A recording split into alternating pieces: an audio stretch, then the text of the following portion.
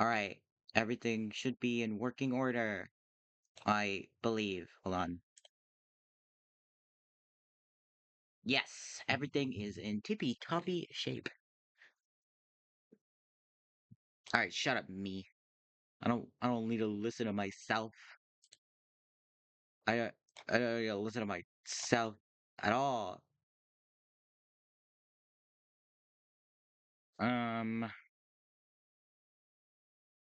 What time is it? 2:39. A little bit early. I wasn't expecting that. What is this? What are we telling me? Oh yes, I very much care. Um, let's see. I was messing around a little bit with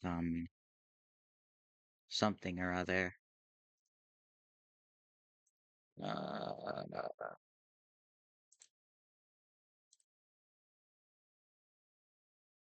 mm, I'm so good at this whole fucking stream business.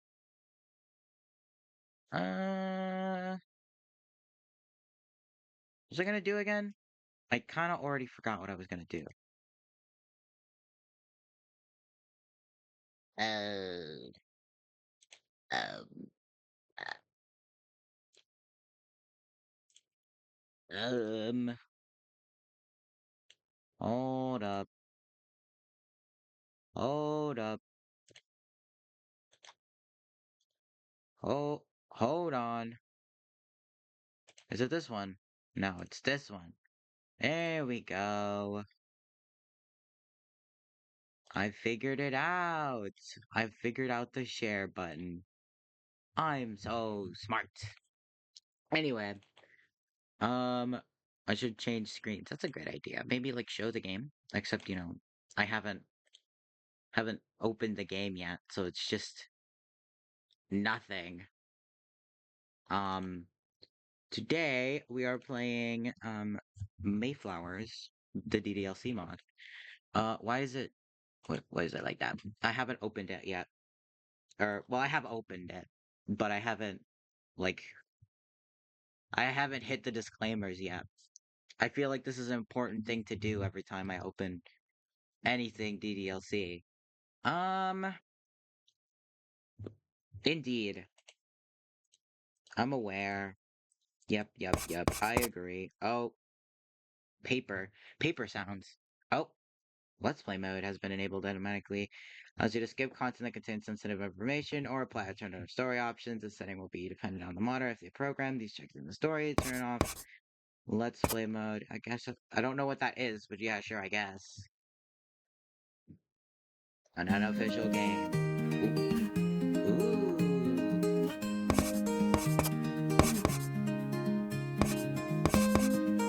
I can hit everything on the okay. There we go. Audio. Yes, turn that down, please. Also the sounds too.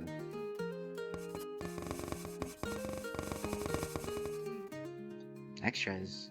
Oh. Okay, cool. You could change your name. Parallels, credits, dev letter.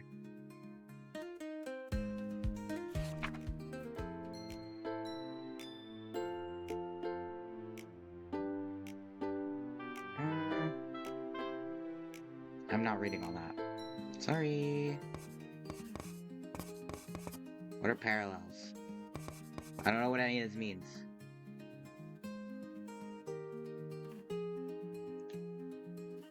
Just gonna pull on Nyx real quick. Yeah, that. Anyway, I guess let's just jump into it. I have nothing else to do or say, other than I changed my goober again. I now stare at you whenever I talk, and it looks really weird. And I think I'm gonna change it again. I'm gonna be real. Unless I could like change it. Image mode? Pixel? What does that mean? Why is it called Sayori? I still don't remember why I called it Sayori. Um, yeah, we'll go with that. I might change it again. I wish I could make it, like, last, like, a little bit longer. I'm hitting every wrong button. Alright, there we go. Alright, new game. My full name. Stephen Quartz Universe DeMayo Diamond Cutie Pie. I forgot. I don't know. I bet Tilda isn't even awake yet. Actually, I bet my message just woke Tilda up. Nope. Ah, wait, it's me, Natsuki! Your breakfast is getting cold! I'll be right there! Natsuki's voice echoes from upstairs, and a few moments later I hear the rapid thuds of her approaching footsteps. Natsuki rounds the corner and heads for the table, inspecting my handiwork. Hey, pancakes! Where's your breakfast? I already ate. Gotta go get Sayori, remember? Right. Natsuki pouts her delight at the pancakes evaporating in moments. Huh? Hey, we can eat together tomorrow. No school or anything. We have the whole day together. Alright. You can make it up to me then. Now get out here before Sayori starts snooping around. Natsuki gets up and puts her arms around me before I leave. I return the hug, savoring the dizzying feeling I still get when she's near me. Okay, so I'm with Natsuki, and she lives with me. That's cool, I guess. After an all too brief moment, I let go. Alright, I better get going. See you at the club. See ya! It's been over 6 months since I joined the literature club, and my life is unrecognizable. Aside from the fact that I have a girlfriend who's living with me, I've got other meaningful relationships. My grades have improved, and I don't feel like I'm wasting time until I graduate anymore. That's not to say it's all been easy, though. Not long after joining, I found out Sayori, my best friend for as long as I can remember, has had depression the whole time. Between trying to support her through that, my newfound relationship with Natsuki, and my schoolwork, I've had my hands full. I guess that's all part of growing up, though. I go outside and head straight for Sayori's. To my surprise, she opens the door and meets me before I can text her. Good morning, Juniper. Morning, Sayori. You're up early today. These are all my friends. They wouldn't call me by my full name. I'm changing my name. I'm illegally changing my name. Change my name. Friends call me Juniper. I set my alarm early. Hey, bro. I want to keep you waiting every day, you know. Guess that makes sense. Does that mean you're ready to head out already? Wow. Look at you being productive. And then I pat her on the head. Uh-huh. I'm impressed by the progress Sayori's made in such a short time. It wasn't so long ago that I had to practically drag her out of bed to get to school on time. Now, though, she's out of the door even before I call her. Let's go. Sayori is a productive member of society. And I'm making out with Natsuki on the regular. As we walk down the street to school, Sayori turns to me. Hey, June. I've been meaning to ask you something. What's up? What you want? Why do we have to head to school so early now anyway? I mean, we've been getting to class almost half an hour early these days. I look at the ground, not wanting to lie to Sayori's face.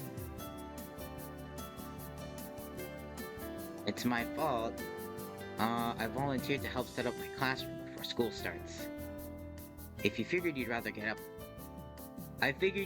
up a little early instead of walking to school alone. If you want to sleep in, you can, but I won't be able to wait for you. No, that's alright. It's actually getting easier to wake up early these days. That's good to hear. I'm proud of you, Sayori. And then I pat her on the head. I mean that. I am proud of her.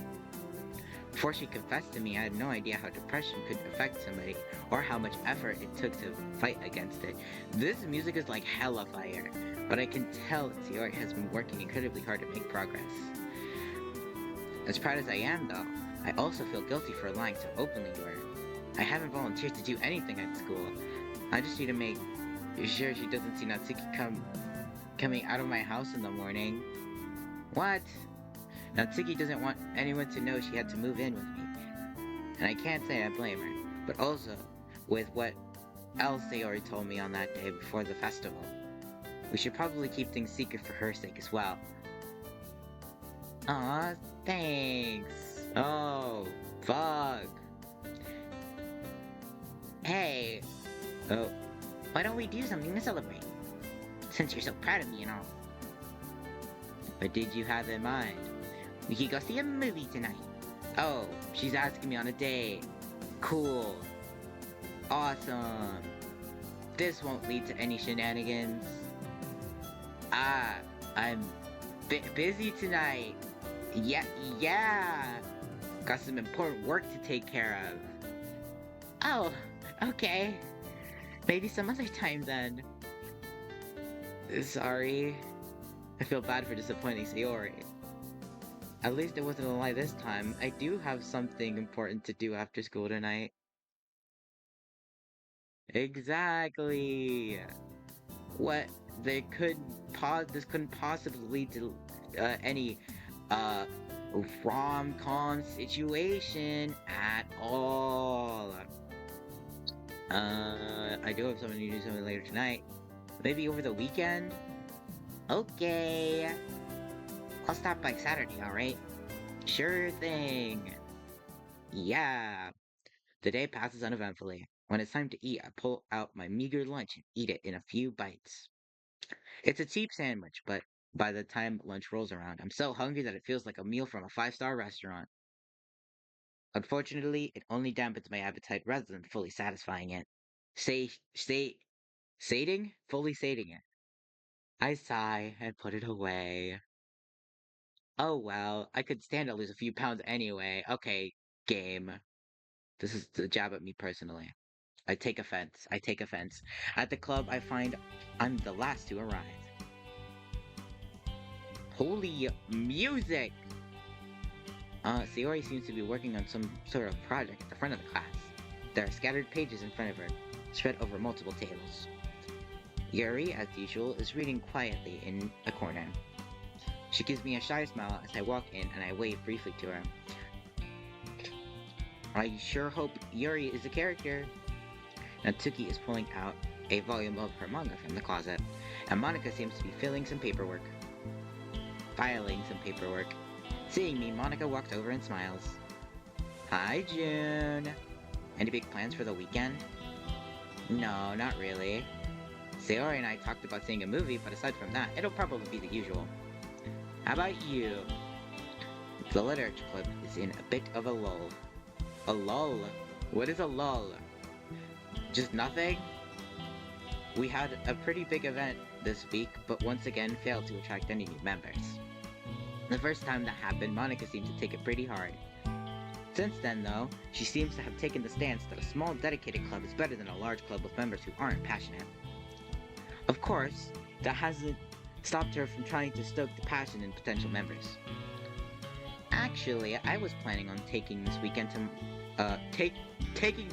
myself and just relaxing. I'm so good at reading. Maybe curling up in my pajamas with a good book. I gasp in mock horror. What? Monika taking a day off? I'm shocked. Simply impossible. This could not. You're supposed to, like, hate your life. I know, it's pretty surprising. The truth is, I haven't actually gotten the chance to read any new books for a long time. I've been so busy, there just hasn't been time to really sink my teeth into anything too big. But as president of the literature club, I'm obligated to take time every so often to read something new. Well, good for you, I guess. The way you've been going these past few months, I say you've earned a whole week off. Sure, yeah. Let's just start with the weekend and see how it goes. Oh, it looks like someone... Oh, it looks like someone wants your attention. Monica gestures over to Natsuki, who is holding the next volume of Parfait Girls and tapping her foot impatiently. Right. Take care, Monica. You too. Turning away from Monica, I head towards the closet. Ah, it's my girl. It's about time. I've been waiting for us to start the arc for months. Or this arc for months. I know. I'm aware. Sorry, I just wanted to say hi to Monica. Yeah. Just get on the floor. Even after the others found out we were dating, Natsuki kept her harsh demeanor in the club. It used to bother me a bit, but over time I've learned to accept it, if it makes her more comfortable. Besides, we get enough time to ourselves now that she's moved in with me. Still, to keep up appearances, we've only been reading Parfait Girls in the clubroom, which has made Natsuki pretty impatient to get to what she deems the good part. A part we're apparently just on the brink of. Come on, open it! Do it now. Alright, calm down. Down, girl. I turned to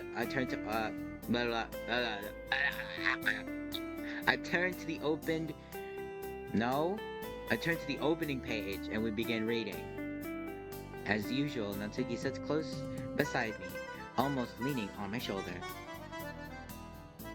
Ooh. With no interruptions, we managed to finish the entire volume in a single sitting. It feels strange not to have any club activities, but I can't say I'm upset at having more time alone with Natsuki. Is it that strange to finish a whole, chapter in a sitting? I do that on the regular. Why is this music so, good? And I really wouldn't want to stop this volume halfway through. When we finally finished the last page, I let out a breath and leaned back. Wow. I was not expecting that. Right? Poor Minori. I actually feel bad now. Admit it, you're hooked. Natsuki, we've been reading this for 6 months now. I could have stopped any time if I wanted. Yeah, but now you're really hooked. Hey, you're awake! Hi, Toda. You're awake. Hey. Hi. Hey. You're awake. Adam. Was it 2 hours at 1 in the afternoon?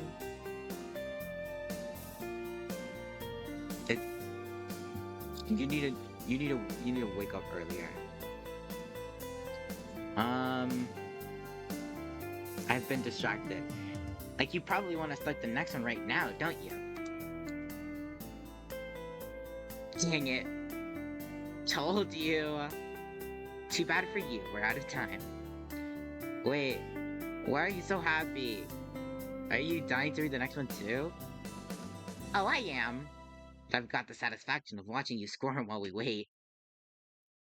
I literally just acknowledged your existence. I'm making fun of the fact that you just woke up at 1 in the afternoon. Okay, bub. That's all you get, cause I want to read my story. This is my drama show. Hi, Toga. Hey. I don't know why I keep doing that. I just find it funny to do that. Anyway, this isn't fair! Yeah, well, maybe the tables will turn when your manga finally gets interesting. I mean... What?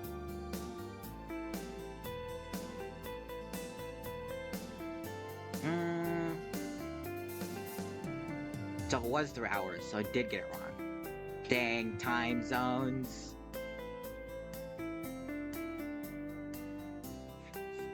Or, am I right? No, I'm right. It was 2 hours. I'm just really bad at counting. At math. It's 2 for me. And I said 2 hours, but I said 1. Um, so technically I'm right, but also I'm stupid. And I also did wake up at like 5 in the morning and then also went back to sleep and then I didn't wake up until like 12. So, I guess we're in the same boat. Maybe I shouldn't make fun of you.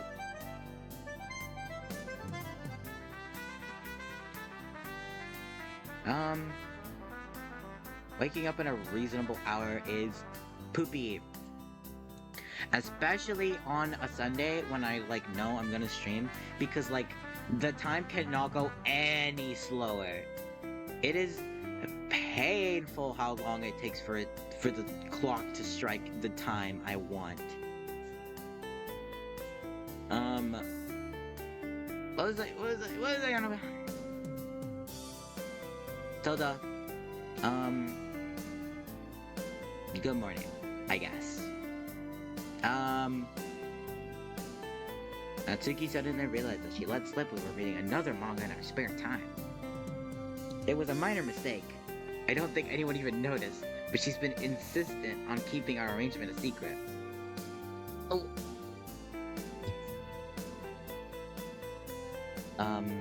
Okie dokie. Well, the club's about over anyway. Isn't it time for you to already head out? Yeah, I guess it is. We've all agreed to put a temporary hold on writing poems for a while. Why? The whole club was starting to suffer the first stages of burnout, and Monica was insistent we stop before it became a chore. Ew! Ew! Get out! But I already did it before you did. Haha, loser. Suffer from burnout. I already did. I already read it. Why did it do it twice? Oh, you unbanned him, and then you did it again. Okay. Since then, club meetings have been more informal while Monica works on finding a new outlet for the club. Okay, fine. You could be my moderator. Although I did do it faster than you, so like, maybe like pick up the pace or something. I don't know. I head over to the front of the club where Sayori still seems focused on her project. I wave my hand in front of her face to get her attention. Hey! Yo! Sayori! Earth to Sayori! Hey! Hey! You about ready to go? Hey! Is it that time already? Sayori glanced at the clock. Oh, I guess it is. Sorry, I was kind of busy. Well, there's no rush. I could wait a few minutes for you to finish up here. No, that's okay. I could use a break anyway. Sayori puts all her papers in a rough pile and shoves them into her backpack. The fuck are you talking about? Bye, everyone. Are you just confused whenever you go to the bathroom? Whenever you go number 2, do you just look into space? Well, I guess so. Never mind. I redact my statement. If you have nothing to do on the toilet, then you just space out. You're right. I take back all my comments. As we walk back home, I turn to Sayori. So...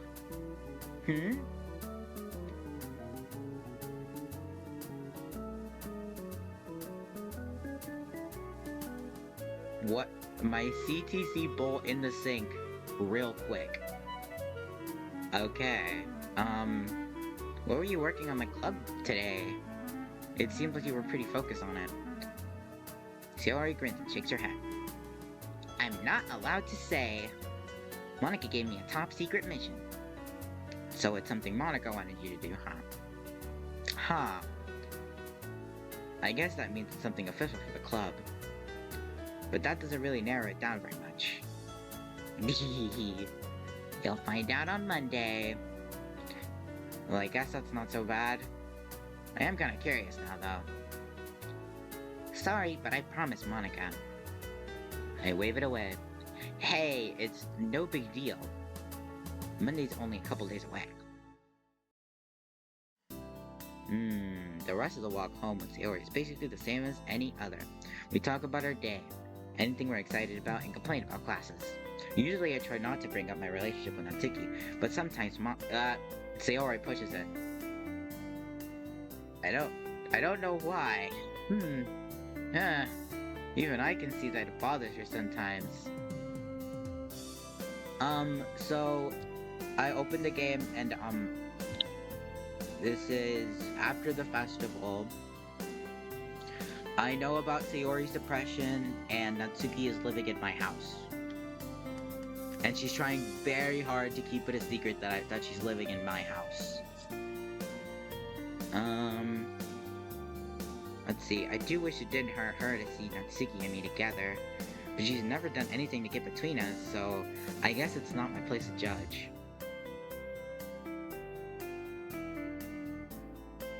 I don't know. She just lives in my house.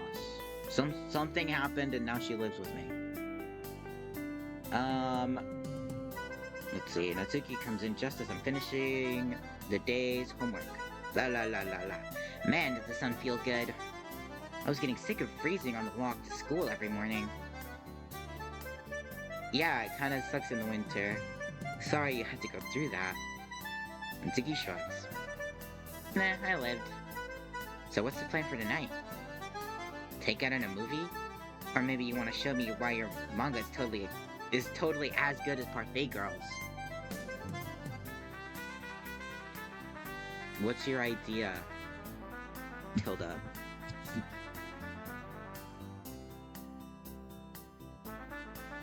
Let's see, I was thinking about doing that today, but like, I don't know what else to do. This has been my routine. I can't change my routine.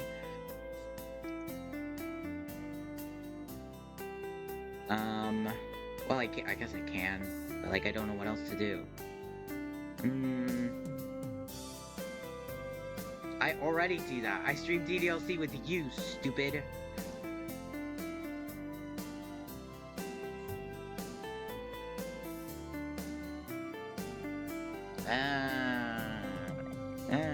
I don't feel like it. I like reading. This is comfy.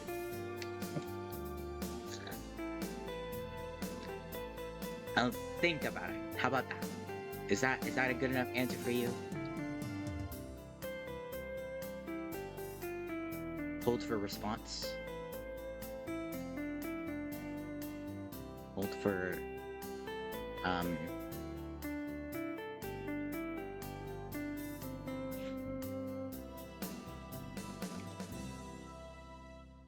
well, considering I literally cannot turn up my mic, I guess I'll just turn the game down.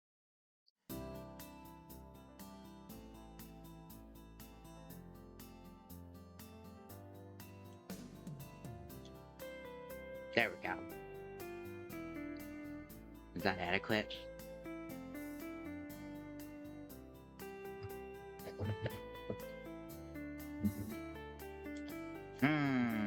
Okay. Back to it. I grimace, preparing for the worst.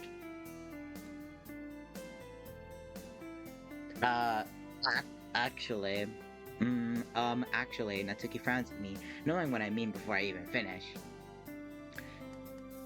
Seriously, again? That's like the third night this week. I miss you.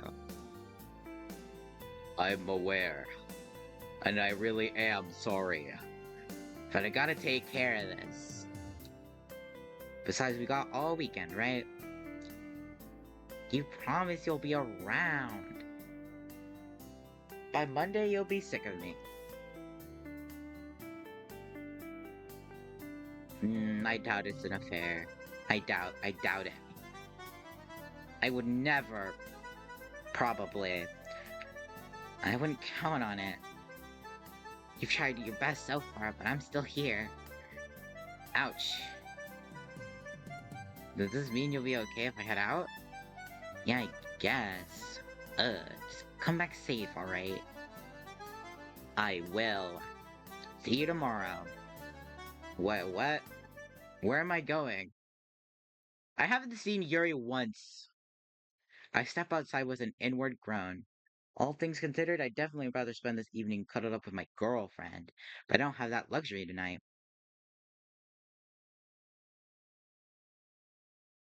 But like, you're so obnoxious. I walk down the sidewalk, eyes alert. It's clean so far, but I know if I keep walking, I'll find what I'm looking for. I'll join the Discord. I don't see why not. Uh,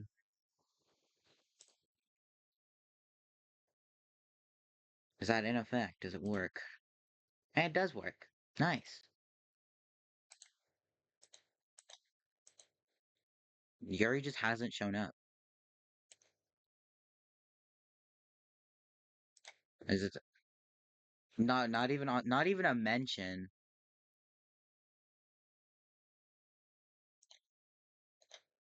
Uh oh. There we go. Now you're hearable. Yes, Monica's here. I saw Monica.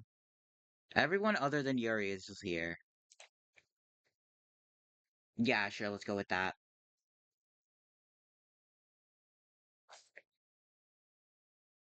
Mmm.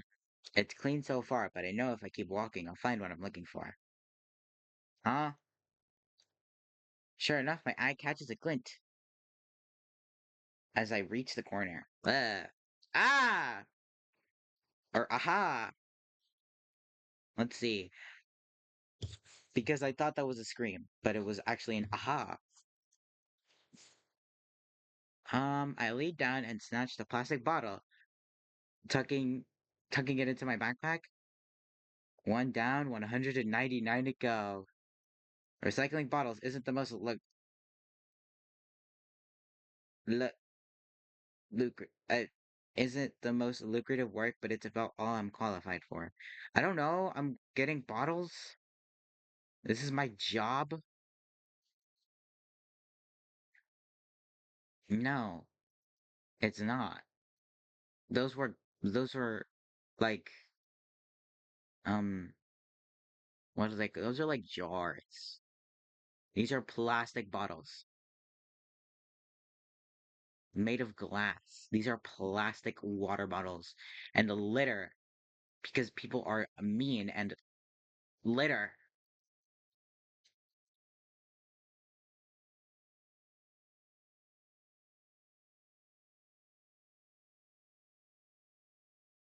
Are you doing the I suppose thing?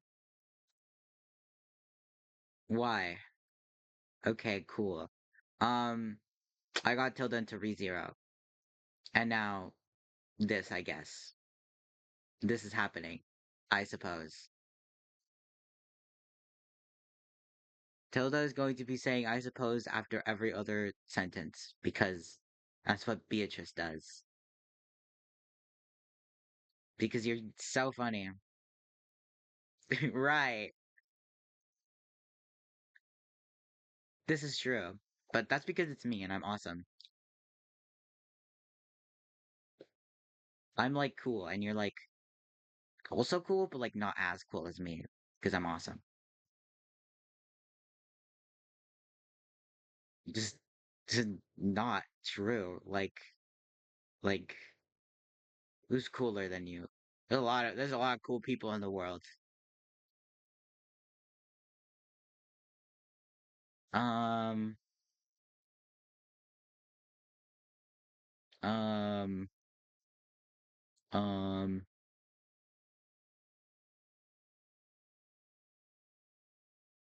um, wait, wait, my brain is processing.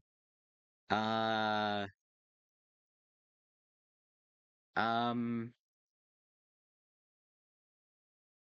okay, fine. You're second best. You're second coolest.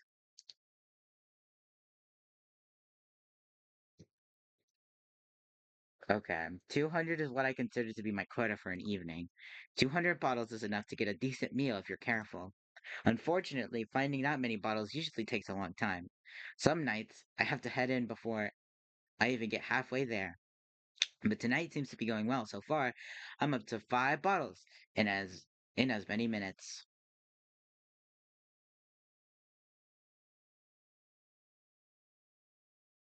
Beatrice just does not talk to herself. She's reading. If she's by herself, she's reading.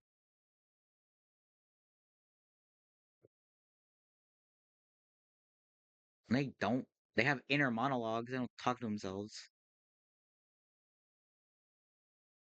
Yeah, I think her inner monologue says, I suppose. Because it's funny to think about, I guess. I suppose. I don't know. She just does. Because she does. Because, yes. What was what noise?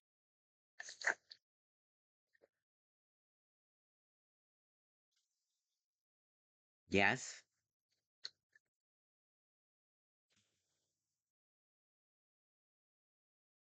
Mm, well, yes, actually.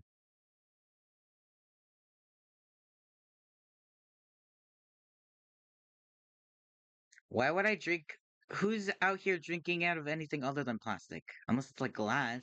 But like, why would you be drinking water from a glass? You're not like eating. I'm not eating a meal. It's an actual water bottle that I refill. Oh, so you were just wrong. Cool. Um, you're hella distracting. A few hours later, I drop off my house to be collected. I didn't reach my quota tonight. Not even close. After shoving the bottle into the recip re- receptacle, I grab the bigger sum of coins and count them out. I could make more money working in a sweatshop.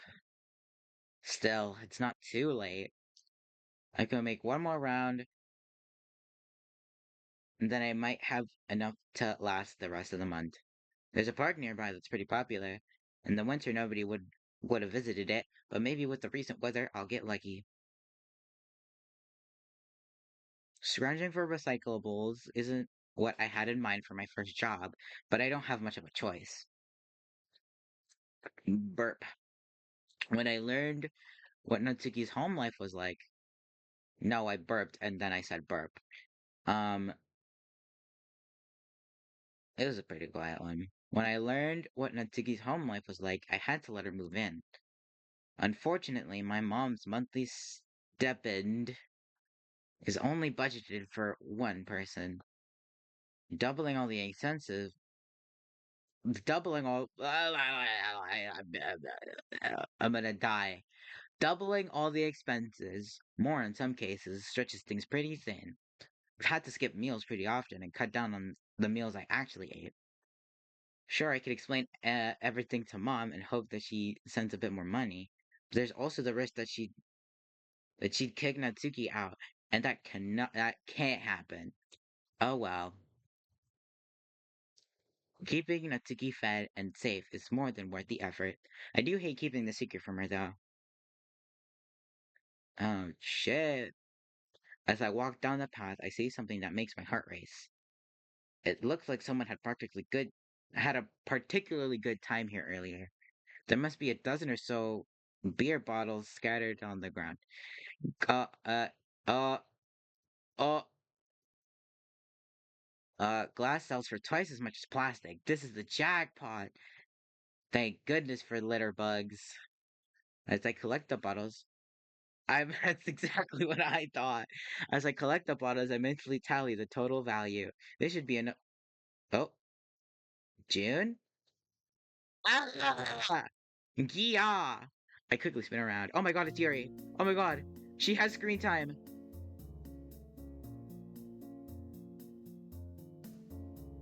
Stipend, a periodic allotment of money, often monthly, sort of like growing up allowance.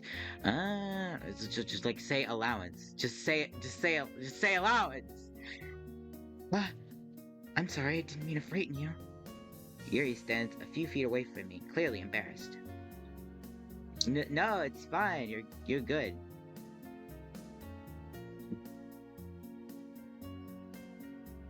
This is Yuri's first screen time.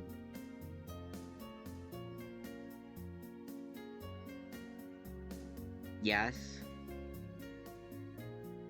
Um, I was just kind of distracted. Sorry. You have nothing to apologize for. I certainly can't blame others for getting lost in thought. I take a breath, waiting for my heart to stop racing. Right. Yes, I know Joe Bartolozzi.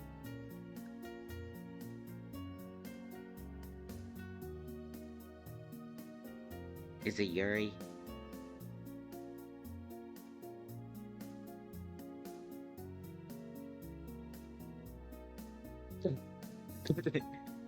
Is it Yuri?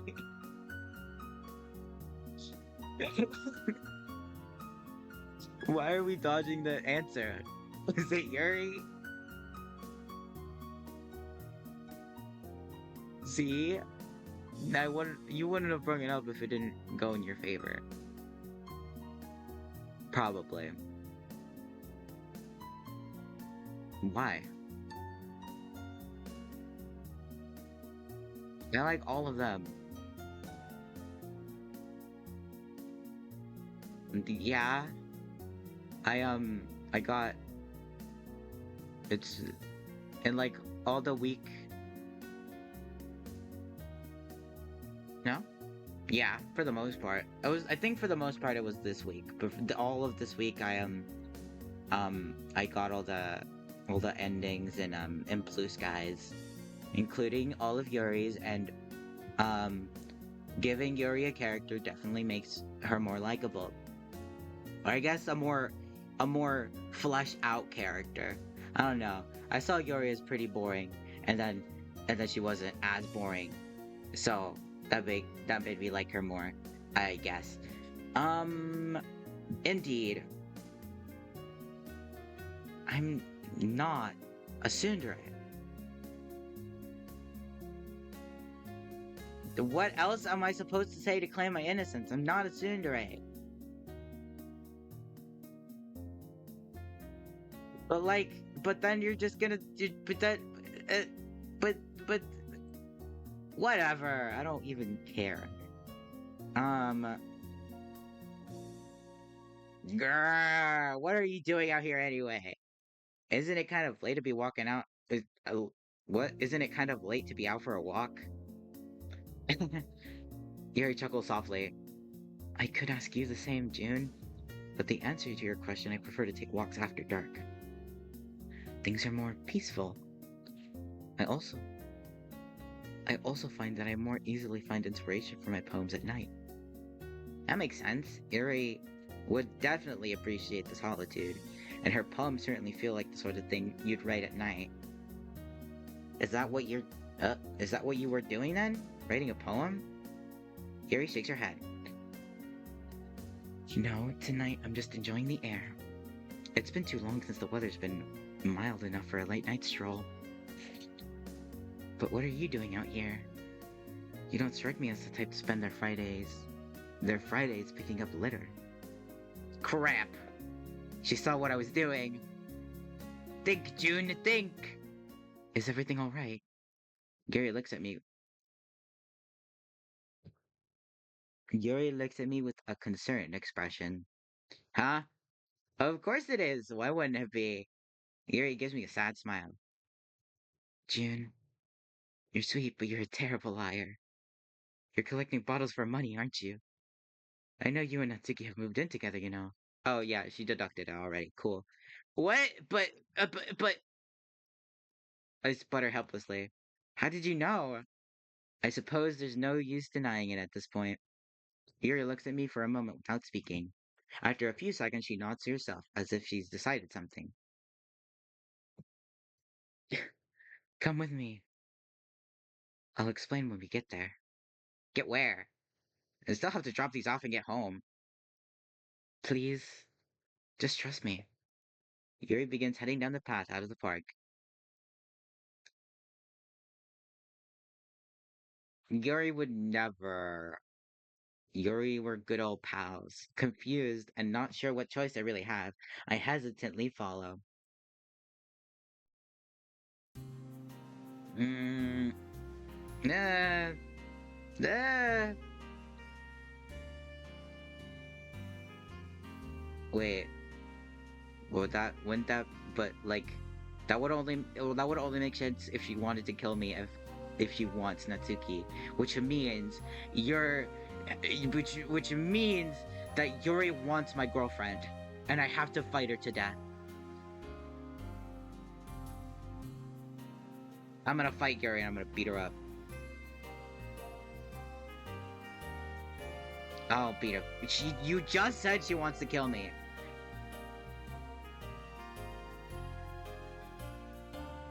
Okay, then I'm playing along with your joke. Jeez. You ruined it 30 times. Third fold. Ruined it third fold. You ruined the bit. The bit is over.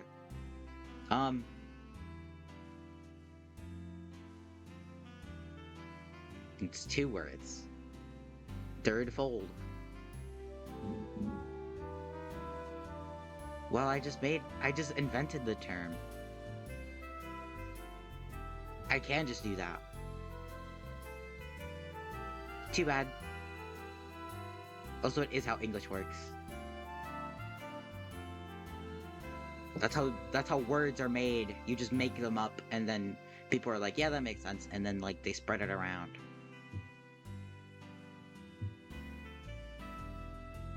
Just do it. Like, no, okay, well, no one is gonna, but like, just let me be fun and whimsical. Jeez.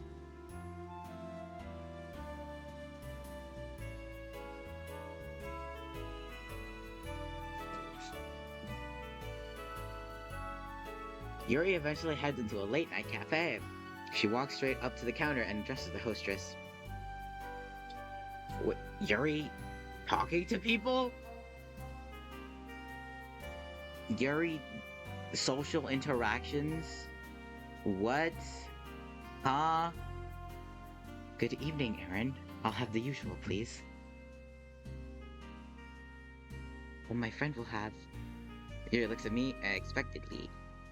Look, I really can't afford to be eating out. I know that. That's why you're not paying.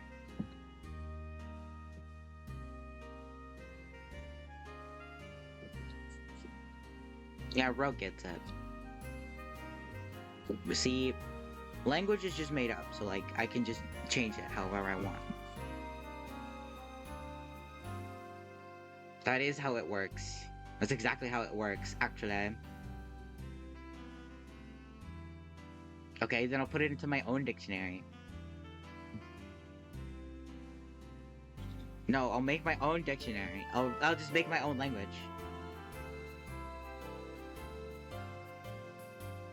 I'll call it English. It's English with an A instead of an E. It's just English, but I make up whatever the fuck I want. Wait. Yes, I can. Literally, English is just has what's it called? Is a Latin root language. What? What? What do you mean the first language? What do you mean by that? Go on. Okay. Latin was invented before English. It is a language. Okay, so if you can do that, then I can just make my own language. Yeah, you can beg to differ.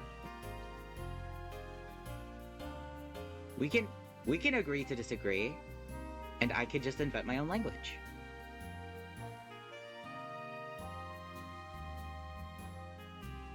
Wait, wait, new name for English. Uh, um, uh,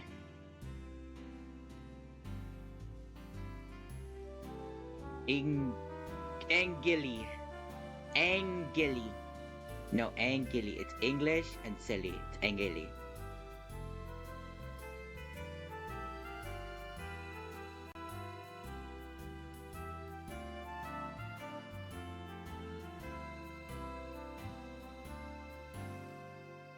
Um,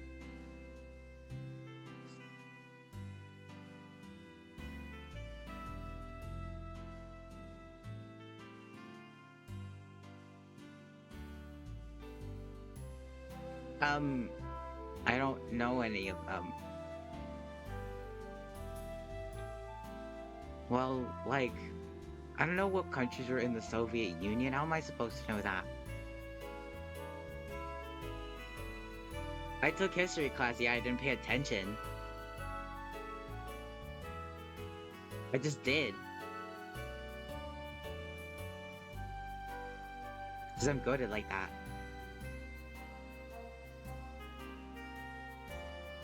I don't know who's in the Soviet Union. Where did this come from? Because you're playing Bendy. It is funny. Okay, well, I guess I knew that one, but I don't know any other ones. And no, I didn't know Ukraine was in the Soviet Union.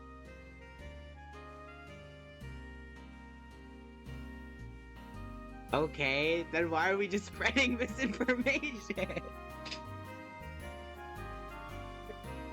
But you made it sound like they were. And I was supposed to know that. What are you talking about? What? Hang on, I can't let you buy me dinner. Yuri sighs. Things are getting serious. June. Ah. When was the last time you had a hot meal? I turn away, not wanting to answer. That's not healthy what you're doing. I'm not doing it to be healthy. I'm doing it for Natsuki. Then do this for her too. She wouldn't want you to starve yourself out of a stubborn pride. I mean, uh, Yuri looks down, embarrassed by her words. Pride. Oh my god, she's gay. I can't deny it. Yuri's right, but why I don't want to accept her offer.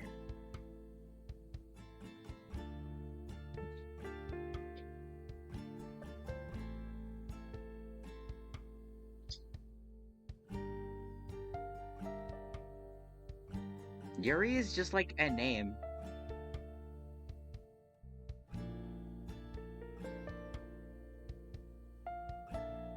That's...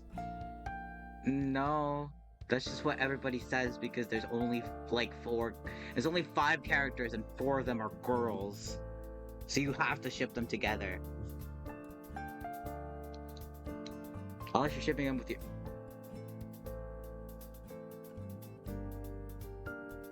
Okay, yeah, sure, let's go with that. Even if she clearly regrets speaking so bluntly. Yeah, you're right. Thanks, you're a good friend. No, not really.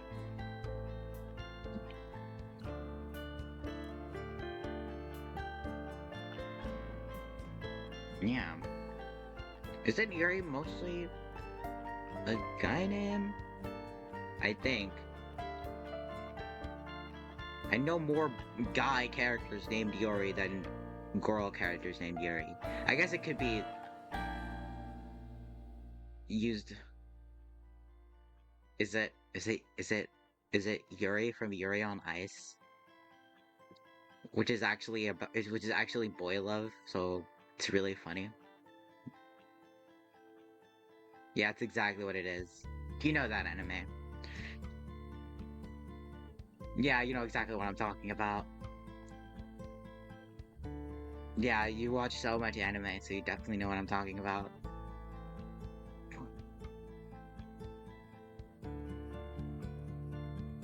You know exactly. You know which one I'm talking about.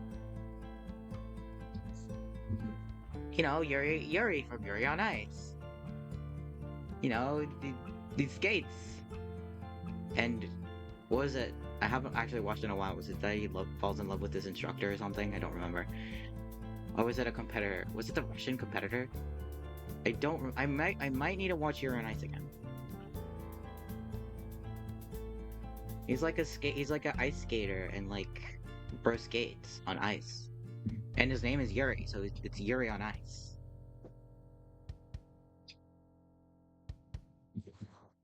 I don't know what I'm talking about anymore. What is happening? I'm not. You can Google Yuri on Ice, and you could see that it's an anime.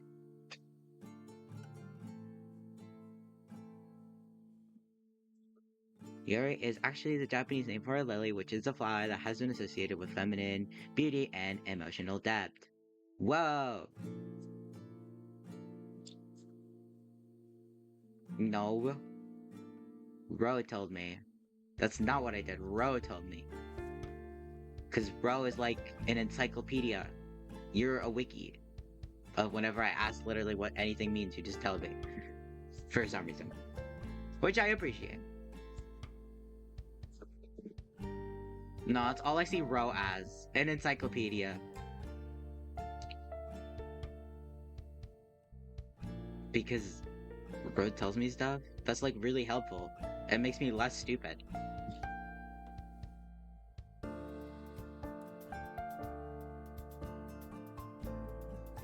Um. Okay, fine. I see Ro as more than that. But mostly as an encyclopedia.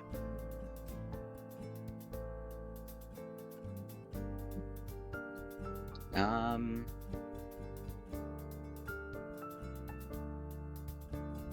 What's happening anymore? Yuri is like something or something. Could I watch speaking so bluntly? You're a good friend. Okay, cool. You're not upset? I shake my head and laugh quietly. Yuri, we've talked about this.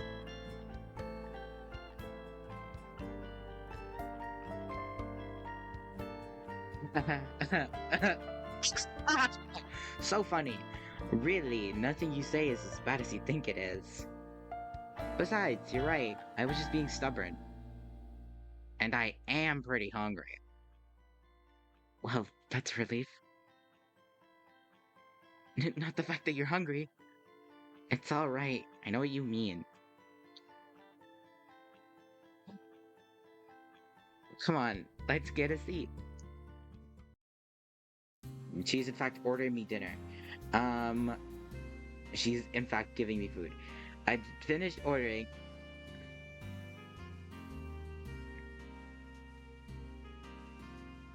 No, I'm broke. That can't happen. I finished ordering and Yuri and I find a table. Thank you for letting me do this. You know, this is one of my favorite diners in the city. Although that's mostly because it's quiet and open late. I try a bite of my dinner and I find it better than I expected. You shouldn't discount the quality of the food either. This is pretty good. Hey, that's pretty good. What? Whoa. Hey. Hey. Hey. Hey. Whoa, whoa, whoa, whoa, whoa, whoa, whoa. I'm glad to hear you say that. You know, some weeks I'll come here every night. Well, that explains why you're on first name basis with the staff. Yuri nods. Yes, they're very friendly here. I suppose that's another reason I keep returning. It's a really nice place. Honestly, I'm glad you showed it to me. Maybe I'll come here with Natsuki sometime. I think that's a wonderful idea. But speaking of Natsuki, I've held up my end of the bargain. Now, how did you know that we're all that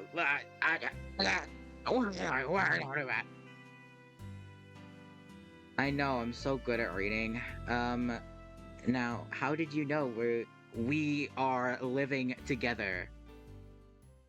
Wait, no, it's we're are. We are. No, I'm right. My brain just got confused because that sentence is weird. Um, Yuri traces her fingers around the rim of her glass, pondering before she speaks. Well, first you need to understand that I've known Natsuki for far longer than you have. I don't say that to diminish your relationship, it's merely a statement of fact. In fact, before you started coming to the club, we often spent time together socially. I raise an eyebrow in surprise. Really? This is a mod, okay?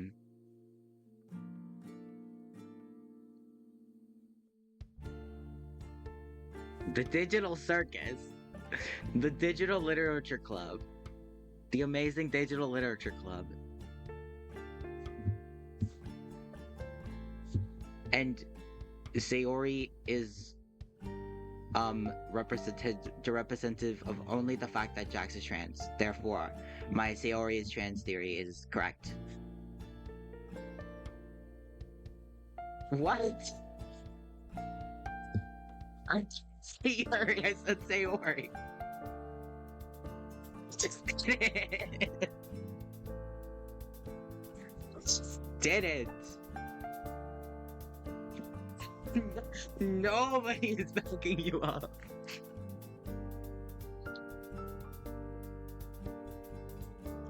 I did.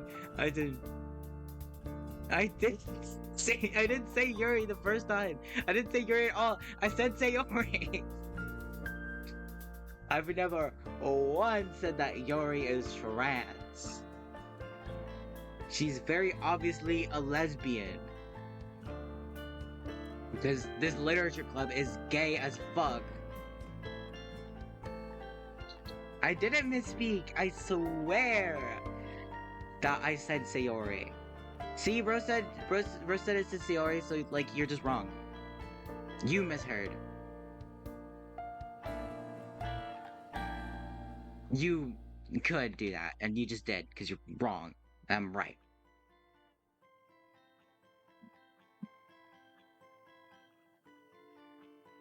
Whoa, I never thought of it like that. I'm mortified. How am I ever going to recover from this?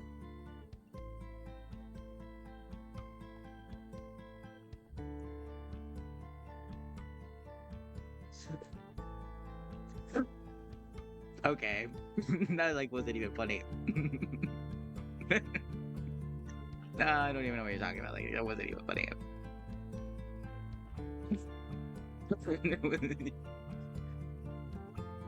Okay, buddy. Don't start thinking you could be a comedian now just because that joke was like a little bit funny.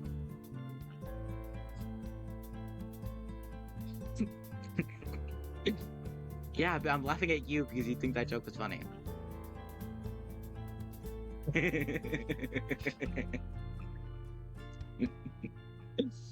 Really? When I first showed up, I thought you guys hated each other. Yes, that is true. I hate her with every bone in my body, every fiber of my being. I can certainly see. No! I can certainly see why you would reach that conclusion. And in truth, we struggled to get along when we first met. She was rather brash and somewhat rude. And I was adamantly quite judgmental towards her. But we eventually developed a deep friendship. That's not to say that we always got along. But what you saw the first time we shared poems, it was an abnormality. Aries paused her shift and she smiles gently. She's sitting up straight. I'm so fucking scared. Anyway, we started going out shopping or getting ice cream in the summer. Eventually, it got to the point where she'd come to my house regularly. Of course, for reasons I was unaware of at the time, I was never invited to her house. But I didn't think much of it back then. If anything, I was grateful that I didn't have to enter a stranger's home. I suppose I was somewhat naive at the time. I nod, understanding how she feels. Not only did it take me way too long to clue into Natsuki's problems, but Sayori's as well. I understand all too well how seemingly insignificant the clues like that can fly under the radar. Yuri clears her throat, then continues. Bro goes, Anyway, when I learned of her situation, I didn't know what to do, but I knew I had to do something. Another sentiment, I understand. I remember the day I found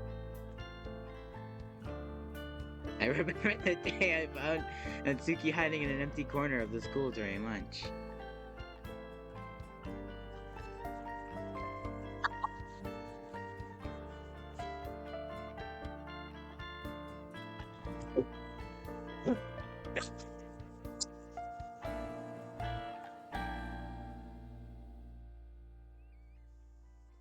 A worm is trying to get up my butt. Help.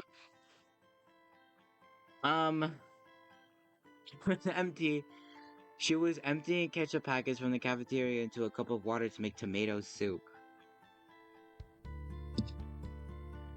When I asked her about it, she finally told me how dire things were in her home.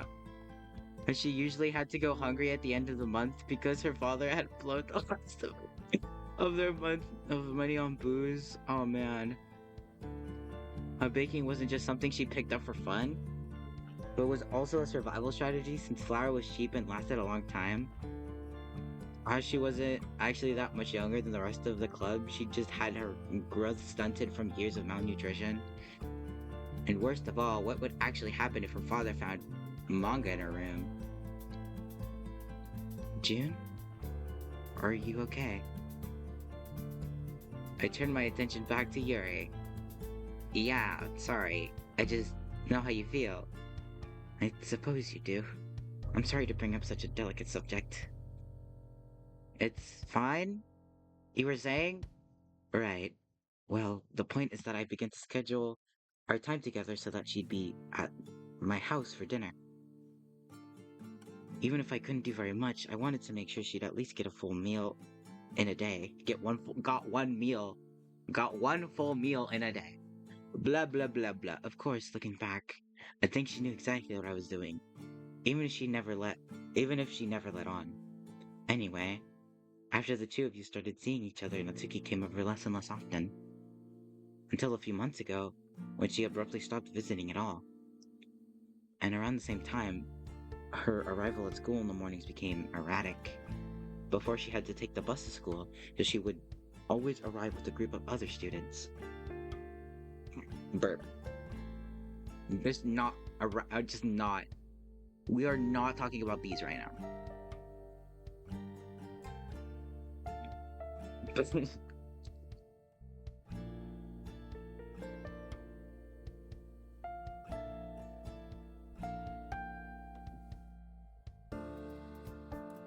What did? Wait, no. What? I was reading what Ro just put in the chat, but like, what did you just say? Did you say bees aren't bugs?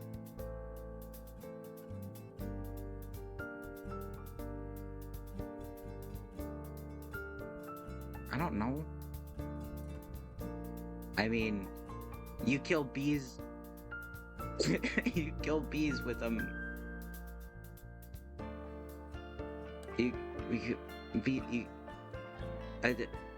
I'm really confused right now.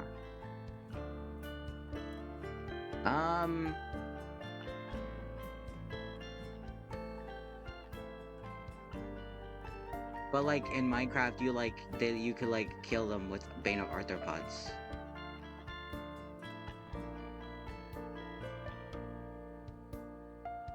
I think they're insects. Okay, we've established that. Now, Road put that nobody does that because they think it makes sense as a soup, and they just do it because it's what they have to eat. So like, Natsuki's not stupid, she's just hella hungry.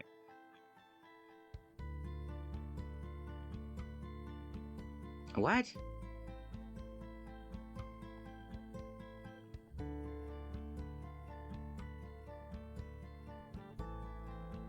I think it was me that said that. And also that's what Natsuki said.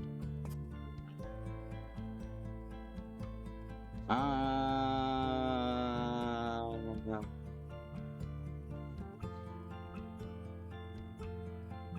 yeah, it was me that said it.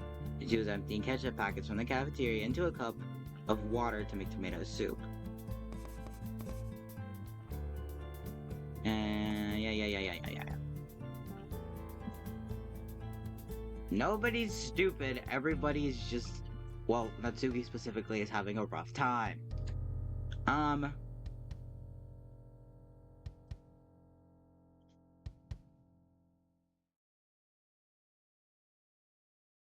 what are you talking about? Um, what was this? What is happening? Something about a bus. Take the bus to school, yeah, but now she might arrive 10 minutes after the bus or 15 minutes before.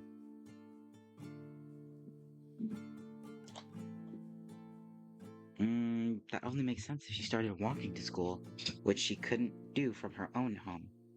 Therefore, she moved somewhere close to school, and somewhere with a more reliable source of food. Natsuki doesn't trust many people enough to live under their roof. And if it were anyone else, she wouldn't keep the move a secret. In the end, the only explanation is that she moved in with you. Wow. I can't help but laugh. I am impressed, Yuri.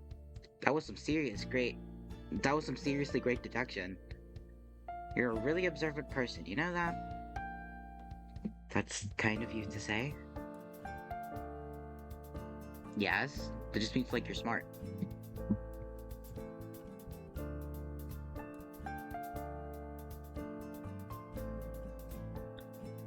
Unfortunately, I can be incredibly oblivious at times, such as my failure to consider the burden that Tiki's presence must be putting on you. I bristle instinctively at Yuri's words. Natsuki isn't a burden. I know that. I only meant... I sighed, disappointed in myself. I know what you meant. I'm sorry, I shouldn't have gotten upset so easily. I guess I'm just kind of on edge recently. Right. Well, that's just what I wanted. That's just what I wanted to talk to you about. You can't keep pushing yourself like this. You need to sleep, you need to eat. And I need money to be able to buy food for us. Yes, you do. Yuri reaches into her purse and pulls out a wad of bills. This should cover the extra expenses for a while. I hesitate, not sure what to do. It's one thing to let Yuri buy a single dinner, but this is a lot of money. Of course, being a lot of money, it can feed the two of us for a long time. And Yuri's parents are literally a doctor and a lawyer. It's not like she can't afford it. I imagine... because they're friends, and they probably talked about it. Stupid. I imagine Natsuki's face when I found her having watered down ketchup for lunch. In the end, I don't really have a choice. I take the money. Yuri looks relieved. Thank you. I should be the one thanking you. I promise I'll make good use of this. I'm sure you will. You're a good person, June. Natsuki is lucky to have you. I feel my face redden from the compliment. Speaking of which, I really should be getting back home. She'll be getting worried by now. Yuri nods, smiling softly. That's probably true. Good night, have a safe walk home. I'll see you on Monday. I wave goodbye to Yuri, grab my backpack, and head home. Ooh. As soon as the door closes behind me, a figure on the couch begins to stir.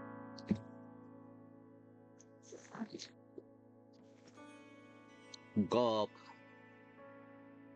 June? I don't have to say gulp, you're right, but I did it anyway. Because I can. Because I have free will.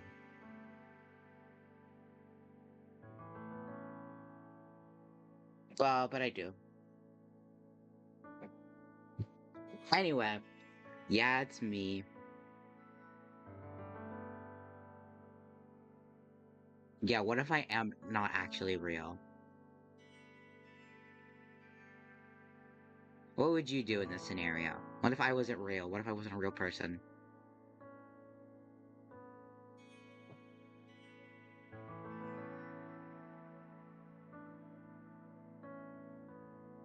Damn, that's crazy. Um,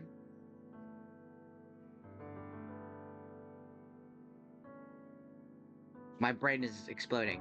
Sorry I'm late. Where? Natsuki stifles a yawn, then starts again. Where were you? I ran into Yuri and started talking. I head to the couch and sit next to Natsuki. Man, Yuri and her late night walks. What'd she end up talking about? About you, actually. Turns out she already knew we moved in together. Oh, what? That just happened. Yeah, when you stopped going to her house and started walking to school, she figured it out.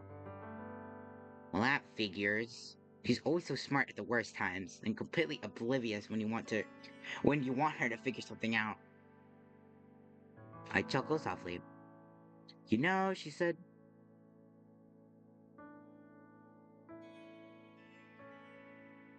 you know, she said that, she said something really similar about herself.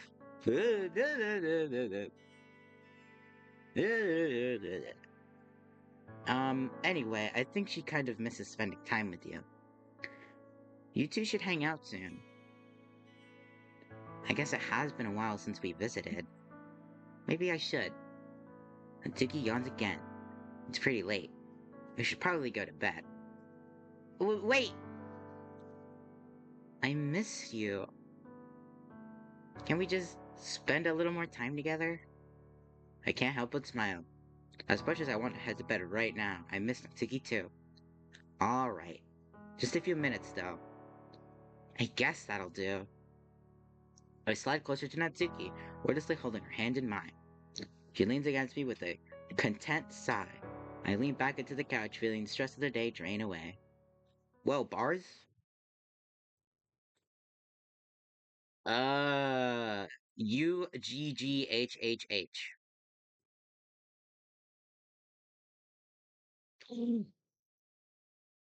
Why does my neck hurt so much? And why is my shirt so wet? I reluctantly opened my eyes. We both fell asleep on the couch. Yeah, that's exactly what happened. Natsuki lies on top of me, snoring softly in a small puddle of drool. Ew! That accounts for my shirt. And from the angle my neck was at, I'm not surprised it hurts. I quietly watched Natsuki for a few moments. Man, she's cute. I don't know how I wound up with a girl like her, but I must have done something right. I could stay here all day.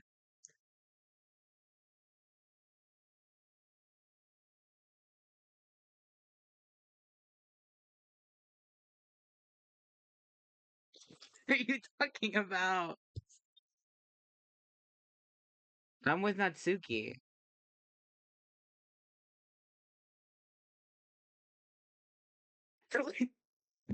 I'm just not Sayori. Why are we confusing me and Sayori?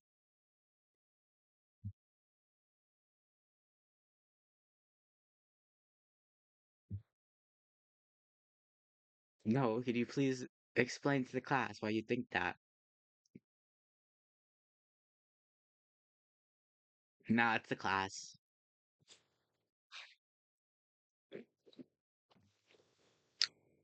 That is true. Oh well, if I didn't, if I didn't desperately need to use the washroom, trying my best not to disturb Natsuki, I began to slide out from under her. Huh? Uh. Natsuki's eyes half open. She sluggishly wipes the drool away from her mouth. Then she slowly her gaze to my face and freezes. Oh my gosh! Oh my gosh, no! No, no, no, no, no, no, no, no, no, no, this can't be happening! Sorry, it is. I drooled on you! Don't look at me! Why not? After all, Natsuki glares at me. Don't say it. You're so cute! You said it! Natsuki leans forward and punches my arm in a quick flurry of blows. I'm being beaten. Ah! Frustrated, she runs upstairs and I hear the door to her bedroom slam. Feeling extremely satisfied with myself, I head up to my room. I live alone. Likely 2, probably 3. Hmm, oh well. In an uncharacteristic display of mercy, I decide to take my time getting ready today. Natsuki could use the time could use the extra time to recover from her ordeal. I take a steaming hot shower until the hot water runs out, then get dressed as I at a leisurely pace. You know I'm excited, that means my brain really wants to read really fast. Cause shit's happening. Dude, it's just Natsuki being cute. I love that. I love when, like, shit just happens and it's cute.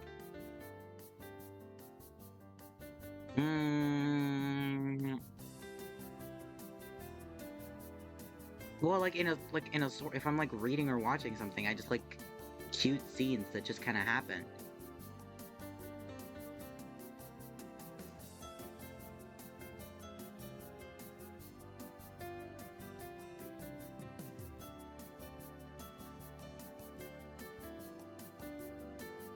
On? Like when he's laying on her lap? It was the end of season 1, actually. Stupid. It was the end of season 1, not the start of season 2. Stupid.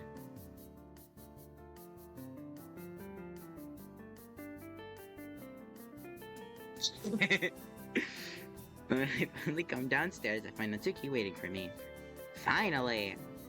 Come on, I'm getting hungry! I'm hungry!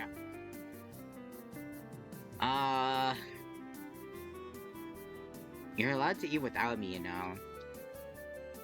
You promised me yesterday we'd spend the weekend together. You promised twice, in fact. And I'm gonna hold you to that. Now, what's for breakfast? I decide not to bring up the fact that I never promised to make her breakfast. How's French toast sound? Your French toast? No thanks.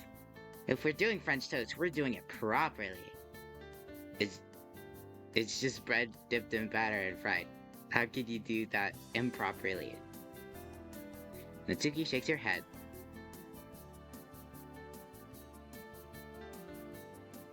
See, that's just what I'm talking about. You can call cupcakes cooked batter covered in sugar, would you? I might have before I met you.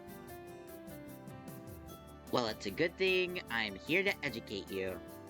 Just like with cupcakes, well, that's only the most basic, boring version of French toast. The really fun part is dressing it up with your favorite flavors. So, what are you thinking? Come on, be creative. Chocolate chip. Not exactly the most creative flavor, you could have picked. Hey, I'm still learning. Besides, it's a classic. Well, it doesn't really matter anyway. We don't have any way of getting chocolate chips into the bread. Oh yeah. I guess I didn't really think it through. Natsuki opens the fridge, peers in. Let's see. You've got strawberries, let's do that. Sounds good to me, I guess. Where do we start? Half an hour later, Natsuki and I sit down to a fresh plate of strawberry French toast.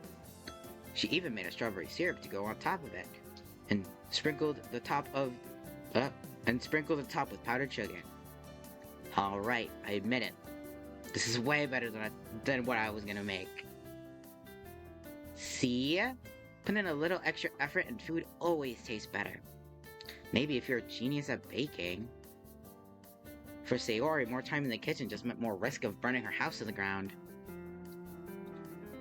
I admit, I do have a rare gift. But seriously, I think people just don't put in the work it takes to get good. My first batch of cupcakes was a total disaster. I guess that's true. But at the same time, I've never met anyone who can bake like you. There's definitely some real talent at work here. I gestured to the now half-eaten French toast. Yeah, maybe. Even now, I'm occasionally surprised by Natsuki's lack of confidence.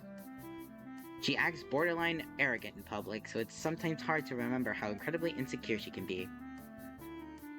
Seriously. You're incredible.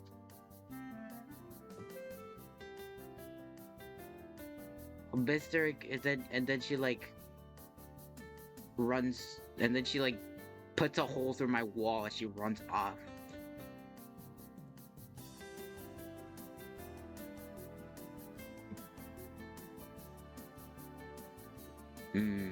Thanks, June. I really need to hear that sometimes. The rest of the meal is eaten in silence. Go, and then Captain Underpants comes in through my roof and is like, "Hey, I need you for like a mission," and then I wake up. It was all a dream. I occasionally catch glimpses of Natsuki looking my way carefully.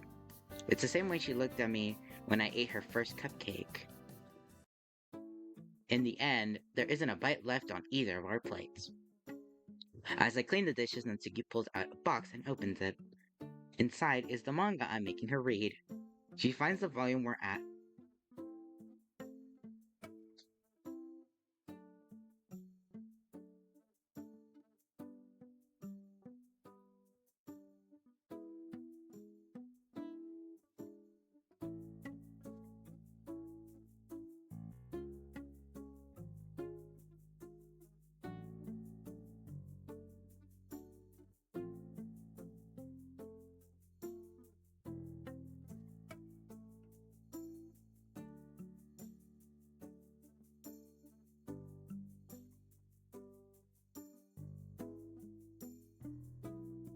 Hold for response.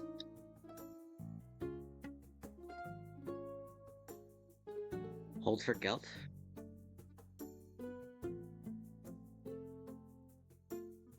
No, I'm just gonna play it by myself. Yeah. Yeah, I can, actually. Yeah, I can. That is true. But it would also be funny.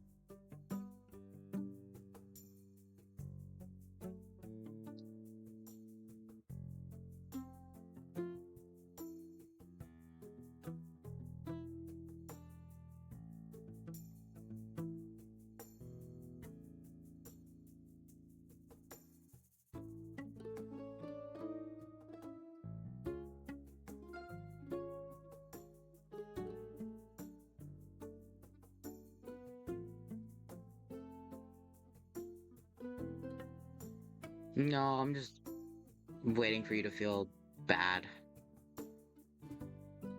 In this awkward silence.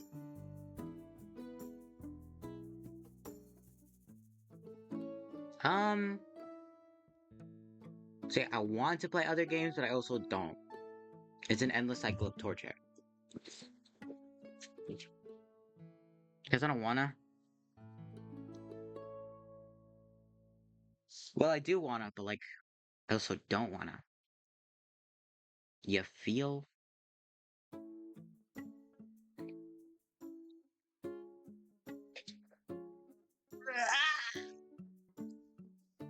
Stretch. She finds the volume we're at and places it on the couch waiting for me. Be there in a minute. No rush. Just getting ready. When I'm finished, I join Natsuki on the couch. Oh yeah, I remember this one. Yeah? No spoilers, but I'm looking forward to hearing your thoughts. Then let's get started already. Let's get started already, or she's excited because she wants to read my manga. Halfway through the book, Natsuki's goes. Yeah, this is such a guy manga. I raise an eyebrow. If you if you really want to stop, we can. Well, it's not that bad. After all, some of the characters are pretty cool. Like Kaide. I like her. Oh, you like Kaide. Interesting. Natsuki brows furrow.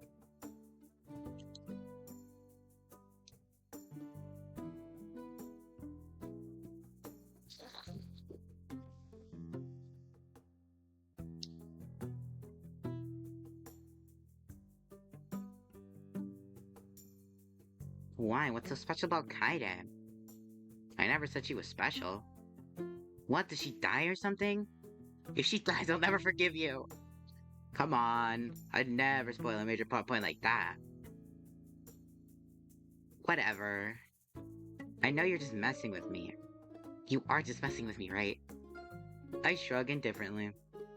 You're serious? She dies, doesn't she? I maintain my best poker face despite Natsuki's best efforts. Finally, she hits me over the head with an open manga in frustration. Ah, you're evil! Natsuki pulls out the next issue and sets it on the couch. Now look what you made me do.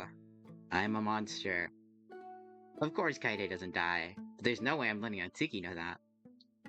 If I have to suffer waiting for the next issue of Parfait Girls, then I at least get to have my own fun in the meantime. A few hours later, there's a knock on the door. I've got it.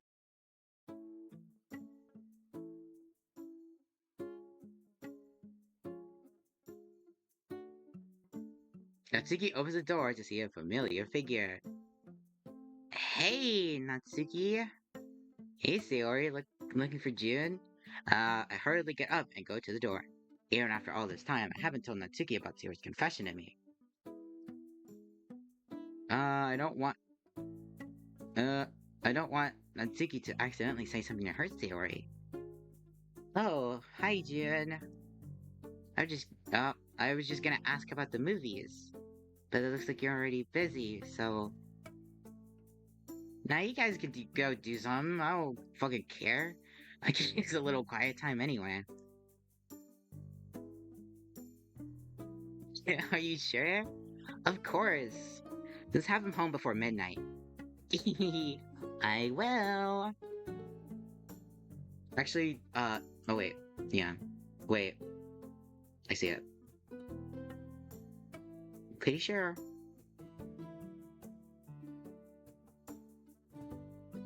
So I take it the movie starts soon? Pretty soon. We're not in a huge rush or anything. Well, that's the first for you. Alright, let me just run upstairs. I've got a gift card I need to use. Why? I grab the card from my dresser and run back downstairs. Bye, Nat. See you later. You're just gonna... Oh, wait. She doesn't know that she just lives here. You're just gonna leave her here until you get back? Natsuki fumbles for a moment, clearly caught off guard. Well, the thing is... Natsuki's house is being fumigated! She can't go home until tonight, so she's hanging out here. Oh! That makes sense! Anyway, we should probably get going if we're gonna catch the movie. Bye! I hurriedly push Sayori out of the door. Card in hand. Ooh. I head to the theater with Sayori. So you're looking forward to the movie? Are you kidding? I've been waiting for this since we were kids. Oh my god. When we were little, Sayori and I both fell in love with a series of children's novels. With a series of children's novels we discovered at the library. It just so happened that they announced a movie adaptation over the summer. What about you? Yeah, I am. I just hope they didn't butcher it. You know, how movie adaptations can be. Oh, don't be so negative. Come on, this is gonna be fun. Okay, you're right. I would have killed to see this movie when we were younger, after all. Let's get some popcorn and head right inside so we can grab some good seats, okay? Yes! So excitement. After grabbing our snacks, Yori and I settle into a couple of seats near the back of the theater. I feel a bit conspicuous since the two of us are pretty much the only people our age here. Everyone else is either a kid or looking after one. Sayori doesn't seem to mind though. To be honest, I'm not even.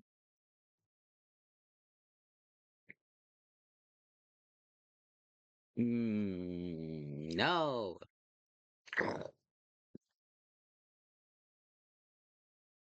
Wow. So mean. To be honest, I'm not even sure she noticed. I sink a bit lower into my seat and hope nobody recognizes me. Well, like, it might be true, but it's so mean to, like, say that to her face. You are. Um, Not that I'm likely to see anyone I know here. Hey, psst, pass the popcorn. Give me the popcorn. Extra buttery. Sayori's voice cuts through the darkness. Sayori, the trailers haven't even started yet. I like it when popcorn's still hot. Just from her pouting tone, I could practically see Sayori's expression. Alright, but remember, this has to last the whole movie. Half the time you eat the whole bag by the time the trailer's finished. It only happened once or twice. I make fun, but I made sure to get an extra large popcorn for that exact reason. Just as I pass the bag to Sayori, the screen lights up. Wait, what? A bag of popcorn? Is this theater giving us microwave popcorn? Ain't it usually a bucket? Mmm. Sayori hurriedly grabs a handful of popcorn and settles back into her seat to watch the trailers. The movie's pretty good, honestly. They definitely took some artistic license, but it still captures the feel of the books, even if the details are a bit different. It seems like Sayori's enjoying it too. Watching anything with Sayori is something of an acquired taste since she doesn't often sit quietly through the whole thing. When her favorite character from the book shows up, she excitedly begins slapping my knee to get my attention. It's the sort of thing that I might have said was annoying in the past, but would have missed if Sayori stopped doing it. Now, of course, I'm just glad that she's happy about something, even though that something is just a character in a movie. So, what do you think? It was great! The ending especially, I was on the edge of my seat the whole time. The ending? It ended the exact same way as the book. You know what was going to happen. Well, yeah, but it's a good ending. I'm always a little nervous about whether things are really going to turn out okay in the end, you know? Only Sayori would be worried about a kid's movie having a sad ending. Yeah, you never were one for sad endings. Hey, that's not true. Sometimes I like sad endings. Come on, Sayori. Come. You're always upset if a story doesn't end in a happily ever after. Well, yeah, I always hope it has a happy ending. But still, sometimes the best stories are sad at the end.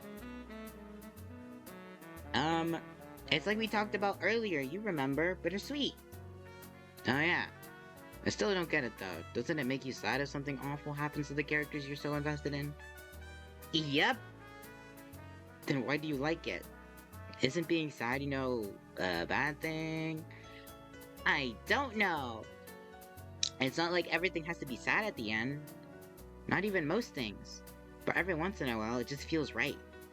I don't know, maybe it's just that I feel connected to the story, like we match. So, you don't want stories to have a sad ending, but sometimes you like it when they do?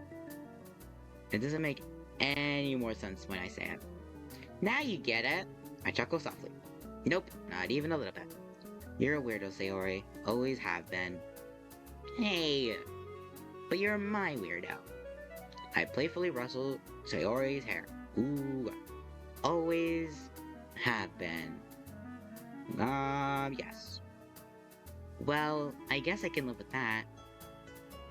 I'm still not sure how I should be treating Saori now that I know how she feels about me. And especially if I'm dating Natsuki. It doesn't feel right to carry on the same way knowing about her depression. But am I really doing her a favor if I'm too nice? Will Natsuki be jealous? It's not like I mean anything by it. Maybe I should just stop overthinking things. I told Saori I wasn't interested. She's not the type of person to steal her friend's boyfriend. June, you okay? Sorry, lost in thought. Ready to go home? Yep. I'm getting Discord notifications. What the flip?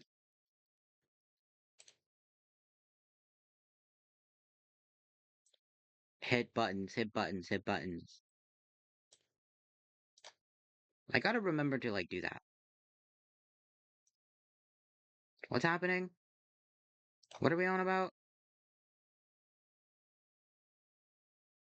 Uh,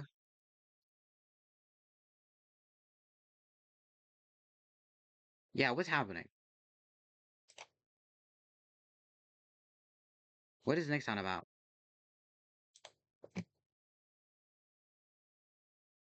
Um, oh well. So just continue reading. I walk Saori home and head straight over to my place. Hey Nat, I'm home. Natsuki comes down the hall, fixing me with an icy gaze. Natsuki, what's wrong? Have you been crying? Oh shit! Natsuki doesn't answer for a moment. Then she looks me dead in the eyes and holds something up. What's this? I peer closer and my heart stops. It's a beer bottle from last night. I never turned them in. Hang on, it's not what it looks like. Is this what you've been doing every night? Sneaking out to drink behind my back? No, of course not. Then what is it? I take a moment to collect my thoughts. It's obvious that if I don't come clean now, things won't go well for us. And if I'm not careful, telling the truth could backfire too. Look, I love having you here. I don't regret inviting you to move in for a second. But things are difficult. So what? Things get tough and you start drinking to cope? Gee, where have I heard this? Where have I heard that before? Do you have any idea what that sounds to me? Tsuki, the bottles aren't mine.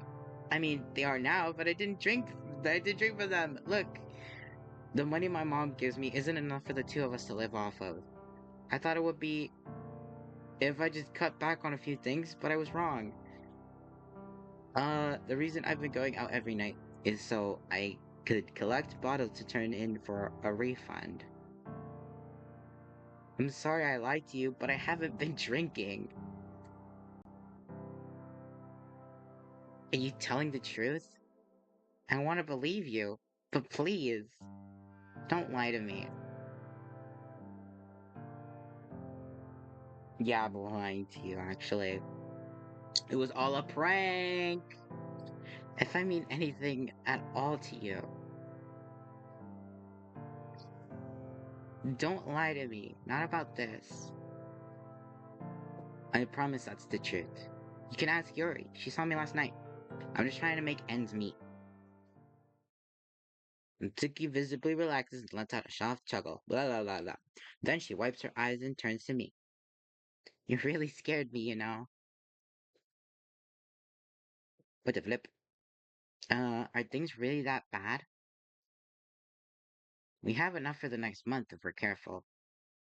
And after that, I'll figure something out. I won't let you go hungry again, I promise. Hmm, that's not your responsibility, June. Of course it is. You're my girlfriend and you're living in my house. If I don't take care of you, how am I any better than him? Natsuki freezes, clenching her fists. Are you really that stupid? Natsuki's voice holds a venom I've never heard before. You're better because you actually bothered to try. You're better because I can actually be myself around you. I don't have to hide who I am or what I like. You don't scream at me for who I spend time with or what I read. Natsuki starts to quiver, and her breath becomes unsteady.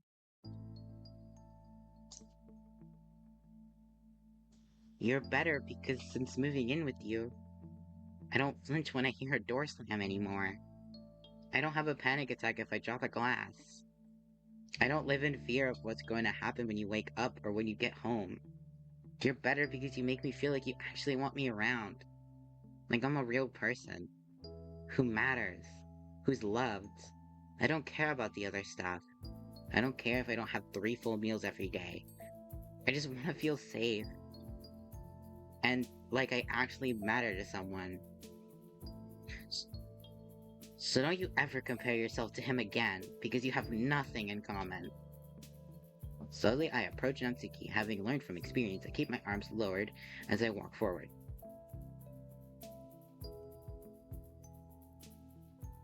She leans forward and puts her arms around me. It feels less like a hug and more like a drowning person desperately clutching a life raft. I put my arms around her gently, trying to give her time to recover. Come on, breathe with me. In and out, and in and out. I don't know how many times we repeat we repeat this before she recovers. Eventually, though, her breathing steadies once again. I'm sorry? It's fine. But you're right. We do need money. And you're not going to like it. But I think I have an idea. It's actually something I've been thinking about for a while now. Why would I like it? Because it's not something I can do while I'm in school. I'd I'd have to drop out. No! Absolutely not. Ah! Who's that? Is that Gav? I'm streaming DDLC.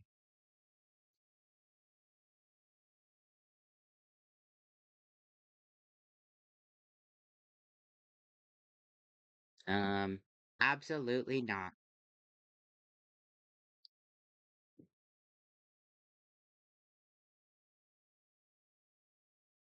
Uh, and Gav sure is Gav, I suppose. Um, will you just hear me out? There's this grant for small businesses. The government literally gives you money, no strings attached, as long as you use it to start a business.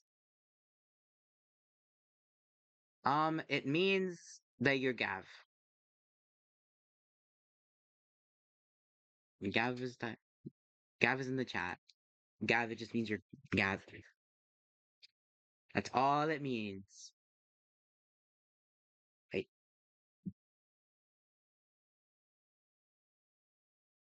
Um, Money to start a business, it can be anything. A factory, a photography studio, a bakery. And Tiki mutters that last bit so quietly I almost don't hear it. You want to open your own bakery? I told you you wouldn't like it, but I'm 18 now, so I can apply for a grant. It's just, I've been doing some research, and it'll take a while to get everything set up. Research. Even if, even if I got started today, I wouldn't be able to actually open for a long time. So we should do it now while we still have some money to hold us over.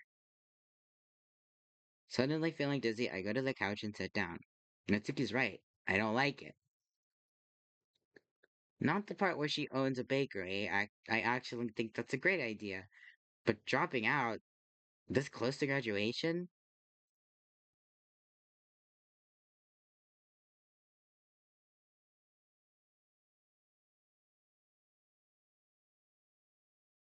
it doesn't pay enough. We're broke. Desperately, I rack my brain for alternatives. But there aren't any. I've tried finding part-time work, but it's just not, just isn't available. So it's either collect bottles or. Alright. Alright? Like, you agree? This won't be easy. You know that, right? Yeah, I know. It means getting up super early every day and just baking for hours before we even open. Then have to operate the actual store, at least until we have enough profit to hire someone to help out with that. Natsuki sits down next to me on the couch. June,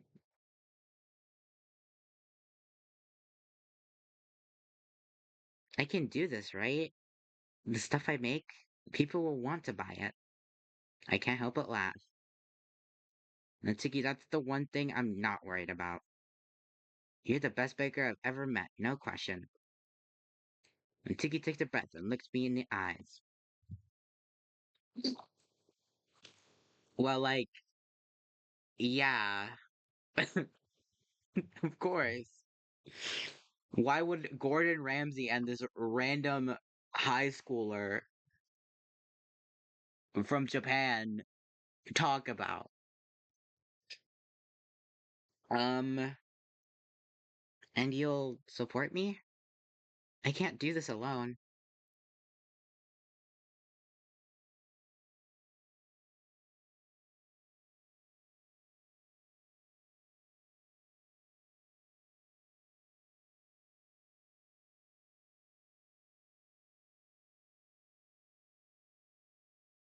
Oh, that is true.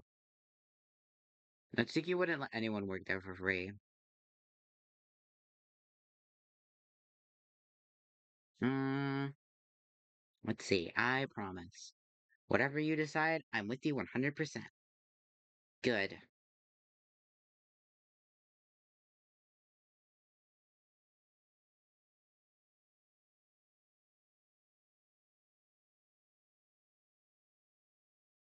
Then I'll book a meeting for Monday. If they accept me, I'll tell the club that day. That. And then I'll drop out.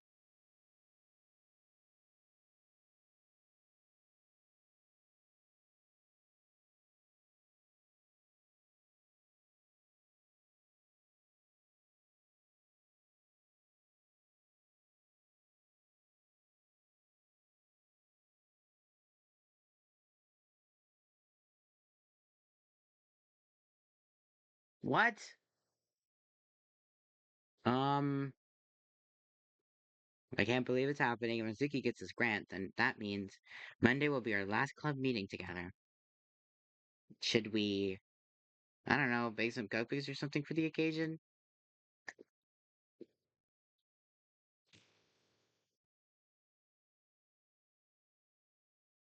Yes. It's right at the very end, though.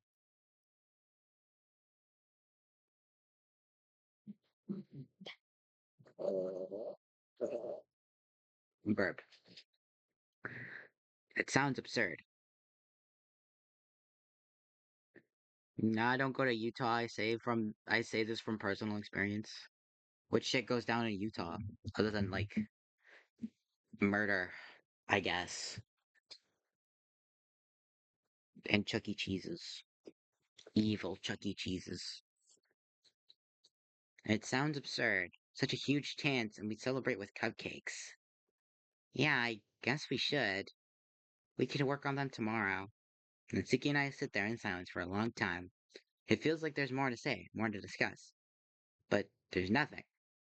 We've made our plan. So, I guess we should go to bed? It's getting late. Right. Good night. Good night.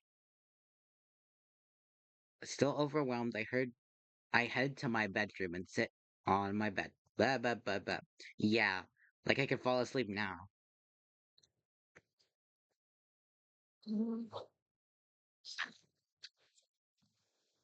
Worse. Mormons. Ro. Ro said not to go to Utah, because because of Mormons, and apparently Mormons are worse than evil Chuck E. Cheese's and murder. Um, the rest of the weekend crawls by. Natsuki booked a meeting for Monday afternoon. We made cupcakes, and we put together a preliminary plan to show the interviewer we had some idea of how to run a business. But as slow as Sunday was, today's been even worse. Waiting to hear if Natsuki was approved for the grant was agonizing. But finally, halfway through my last class, she messages me that she got it. I wish I could be there with her, but she insisted I go to school. Rationally, I know she's right, but it still bugs me not to be there for such a huge moment. But even waiting for Natsuki's text isn't isn't the most painful part of the day. No, the worst part is knowing that we have to tell the club Natsuki's leaving. After her meeting, Natsuki went straight home to get the cupcakes and run them over. So here I am, waiting for my girlfriend to arrive from her for her last ever club meeting. Hey, Jude. Hey. Hey. You ready to do this? Not really. Are you? Not even close. All right, then let's go. We walk into the club room together, Natsuki carefully carrying the tray of why is there a cupcake on the why is there just a cupcake? There's there's a uh there's just a cupcake. The cupcake of confusion. Um Carrying the tray of cupcakes. These ones are special, even for Natsuki. Each of them is decorated to represent one of the members of the literature club. Except for five in the very middle, decorated with a simple red heart and the words "Thank you." As we enter, Sayori gasps and springs to her feet. Cupcakes! I mean, Natsuki! Yeah, I come bearing gifts. Come and get 'em. Sayori predictably is first. Aw, a red bow. Is this one for me? All yours. Sayori hops away happily, already devouring her cupcake. Then I take it the purple one with the flower is mine? You got it. Wow, these look even better than usual. What's the occasion? Natsuki and I shift uncomfortably. We really never figured out a good way to bring this up. Yeah, about that. I wanted to wait to say this, but I guess there's not really any point. June and I have an announcement. It's not that she's pregnant. The rest of the club gathers around as Natsuki sets down her plate. What is it? Natsuki takes a deep breath. Yeah, so the thing is, things have gotten a kind of complicated for both of us recently. So over the weekend, June and I talked, and we decided the best thing to do is for me to drop out of school and the club, I guess. There's this grant for new business owners to help them get off the ground, and I applied for it, and they said yes. So starting whenever, whenever we get it up and running, I'm gonna own my own bakery. I've really enjoyed being a part of the literature club with all of you. Seriously, you have no idea how hard this is for me, or how much you guys mean to me. This is going to be our last meeting together. I really hope you can support me with this. For a moment, nobody moves. Then Taylor runs up and locks Natsuki in a tight hug. Of course we'll support you! I'm so proud of you, Natsuki! It is frozen! What the heck? I'll miss you so much, but I'm gonna come by and buy your cupcakes every day. Sayori can't breathe! Sorry, I got carried away. But of course we'll all support you. Sayori's right. Of course we'll all miss you. But we all want the best for you. If this is the, if this is the path you feel you need to take, then you have our blessing and our support. And of course, this isn't really goodbye. While I'm sure starting a business will take up a bunch of your time, I hope you'll take some portion of what's left to stay in touch with us. And if you don't, well, we'll simply have to visit your bakery ourselves. Thanks, guys. I was really worried you'd be upset with me. Like I thought Monica was gonna yell at me or something. Monica? Monica stands off to one side looking anxious. Are you sure about this, Natsuki? This is a big decision. Well, you could be a little more supportive than that. It's just, education's really important and it opens up a lot of doors for you in the future. I don't want you to regret not graduating when you had the chance. Monica? I'm sure Natsuki hasn't made this decision lightly. If this is the decision she made, then we should support her. I'm sorry, I just don't see why. Uh, I'm sorry, I just don't see why she can't wait a few months until she graduates. At least that way, if things don't work out, she has a backup plan. There may be factors in play we're unaware of. No, it's fine, Yuri. She's right. If we don't go to school and get a degree, you're wasting your life. Uh, odds are I'll fail anyway, right?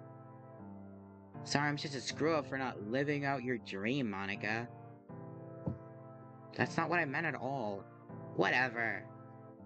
I've made my announcement, and you've all made your feelings pretty clear. Since I'm not actually part of the club anymore, I'll get out of your way so Monica can get you guys back on track. And enjoy the cupcakes. Wait!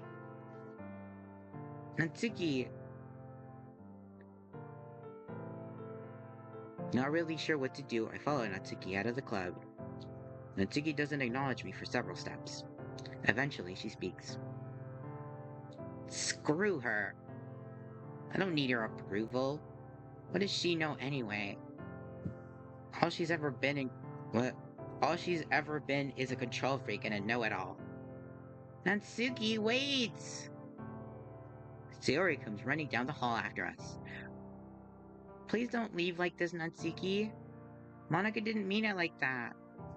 She just wants what's best for you.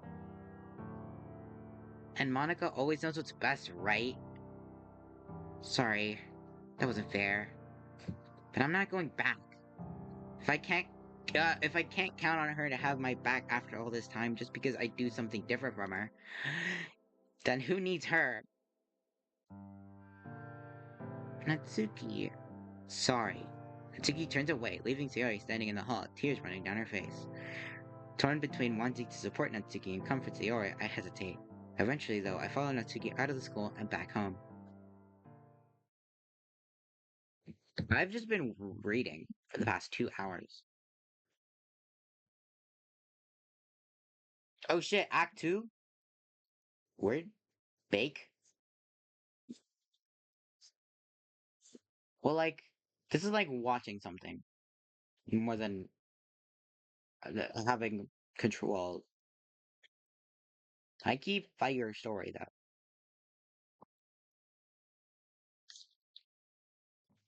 So, are you ready? Natsuki's fingers hover over the laptop as she looks to me for approval. Hey, it's your baby. If you're ready, I'm ready. Right. Natsuki takes a breath and turns back to the laptop. Okay, here goes nothing. Natsuki presses a button and the computer flashes in response. After a moment, the screen shows a bright pink page covered in pictures advertising her upcoming bakery. There it is. There it is! June, I have a website! A pretty good looking website, too. Look! Look! This is a little description of the business. And this is where they'll go make an order. Ah, this is so cool! I put an arm around Natsuki. It's awesome. It's been a full week since Natsuki left the literature club. In that time, she hasn't taken a single break. All her time has been taken up with research, trying to find a location and building her website. My kitchen really isn't equipped for being used as a bakery, but Natsuki wants to get word of mouth going as quickly as possible. To that end, she's made a website for her business that offers a limited selection of the items Natsuki is most proud of. Her hope is that when she can finally open her dedicated bakery, she'll already have a small base of customers ready to buy from her. Natsuki refreshes the page, then refreshes it again, and again. Natsuki, yeah? I think it's a bit too early to be expecting any orders. I know that. I just wanted to make sure everything was working. Besides, it's not like there's not like there's any harm in checking. I can't help but smile. It's nice to see Natsuki so optimistic. Did like bro learn how to make a website?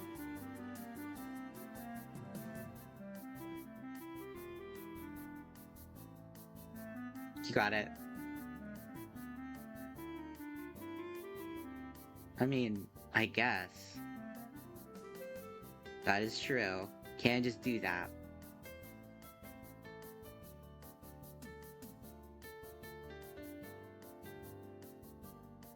Why are we why are we advertising Wix on my stream right now?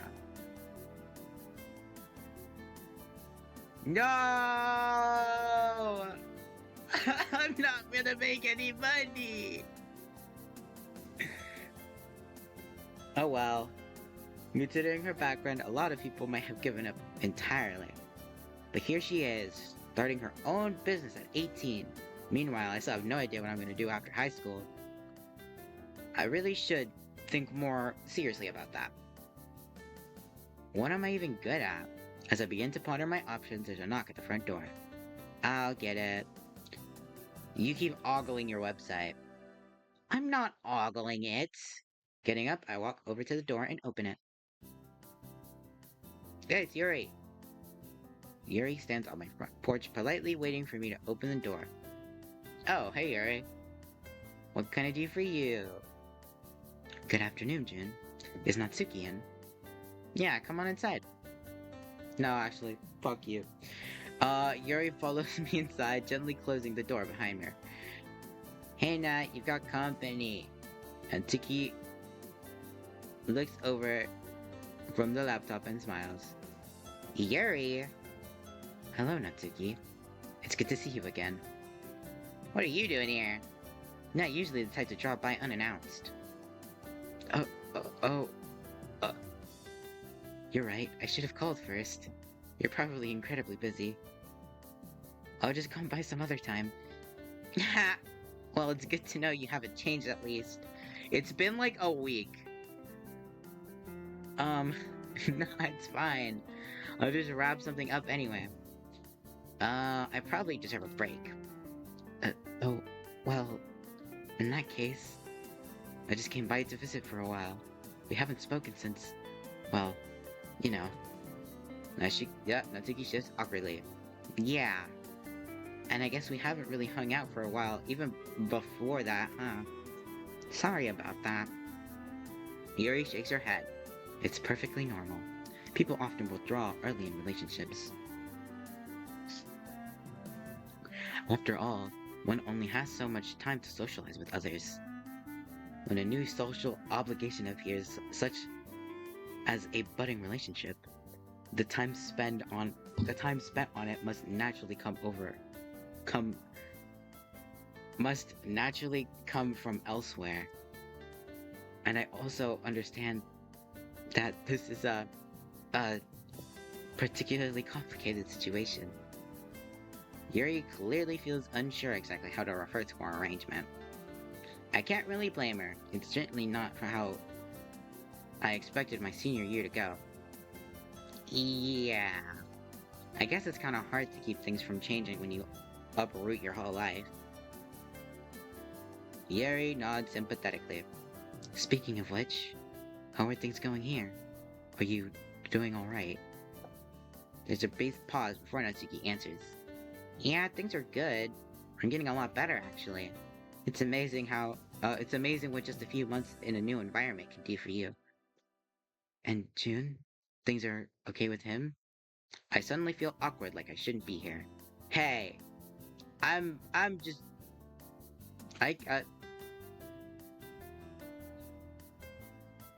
They've just been, like, reuniting and I'm just over here in a corner drinking my juice.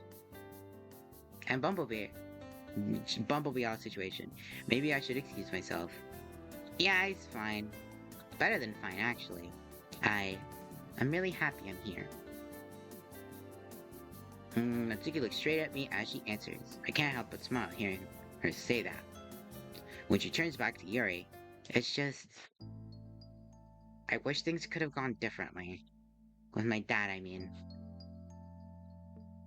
I wish things didn't have to end like that. Sneaking out, not even saying goodbye. So, that's it? He's out of your life forever? Looks that way. I'm sorry. I know that must have been difficult.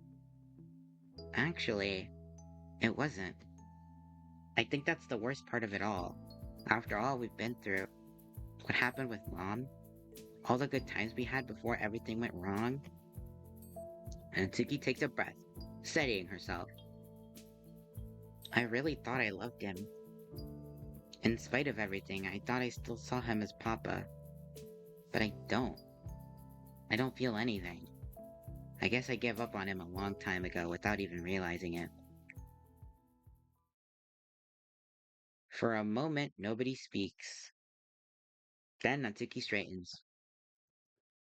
Um, give me a 12 episode anime.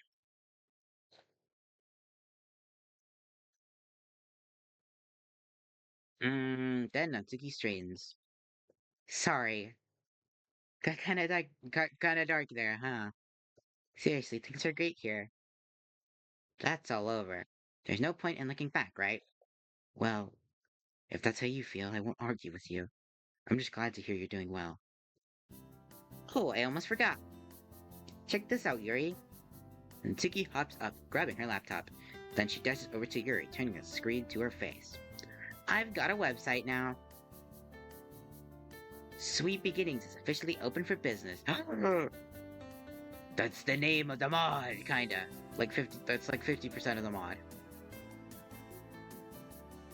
Mayflower Sweet Beginnings.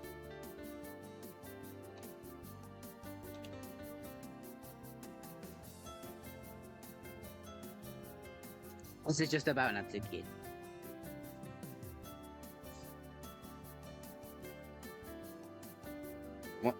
What, what do we barely? She's pretty integral to the story. She's like Natsuki's best friend.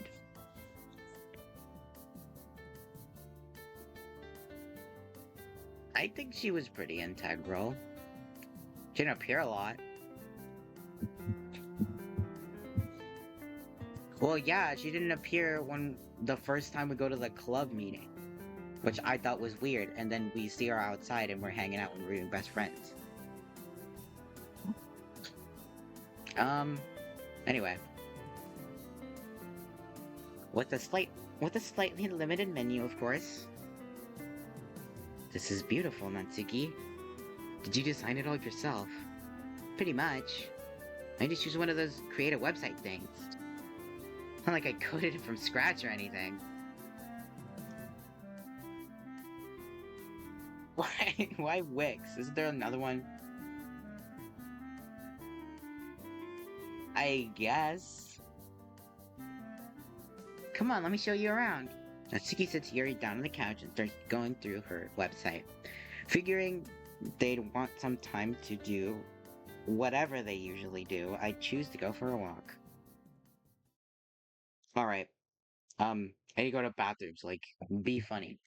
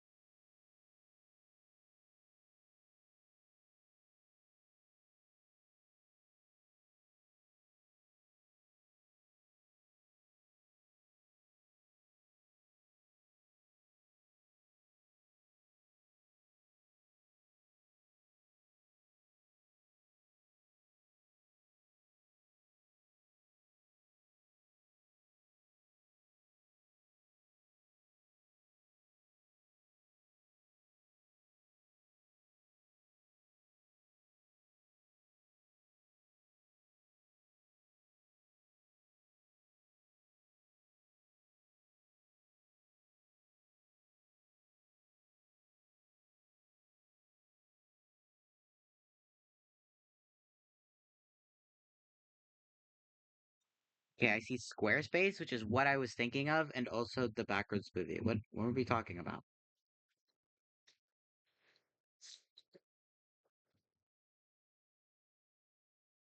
Okay, what involves the backrooms?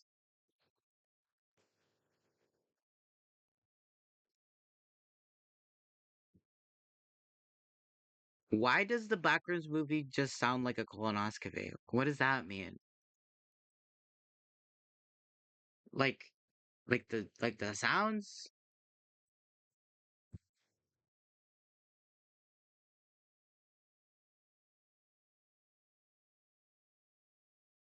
Oh well. Oh well. Oh well.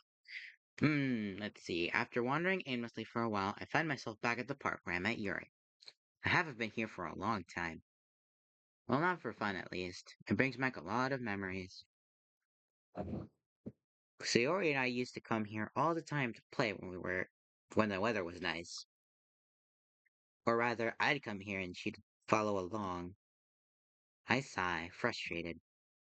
Even after all this time, I don't really get Sayori. After she told me about her condition, I tried doing some research on depression, but the information I found wasn't really clear, and a lot of it was contradictory.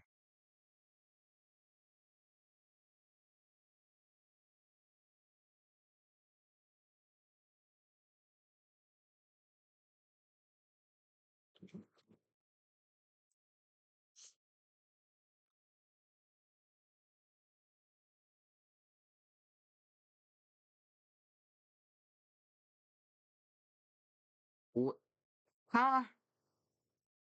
I'm aware of what a colonoscopy is, but I don't see how this relates to the Backwards movie. It? Alright, just gonna call Rowan it. Alright, buddy, I see how it is.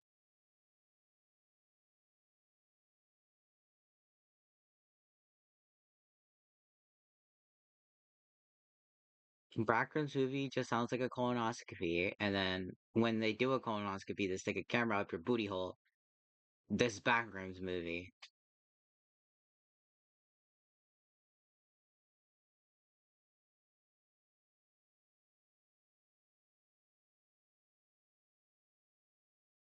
And also, to your point, feeling depressed is very different from having depression.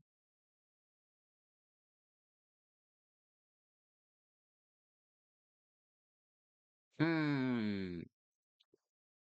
In the end, I was left with more questions than answers. For example, did Sayori actually like coming here all those years ago? Or did she just come along because that's what she thought I would, what, that's what she thought I wanted? From the few conversations we've had about things like this, I don't even think Sayori herself knows. Out of habit, I pick up a plastic bottle at the side of the path. Blah blah blah. It's not fair. Sayori's a good person, and it's not right that she has to deal with this. And so is Natsuki. Why do they have to have such hard lives, not weird, while I practically have everything handed to me on a platter? It's not like my family's rich or anything, but we could at least keep food on the table. And even if I've been sad at times, it doesn't seem anything like what Sayori has to go through. Meanwhile, I just coast through my life, barely paying any attention to anything but manga and anime. More frustrated than ever, I crumble up the bottle and toss it in the garbage.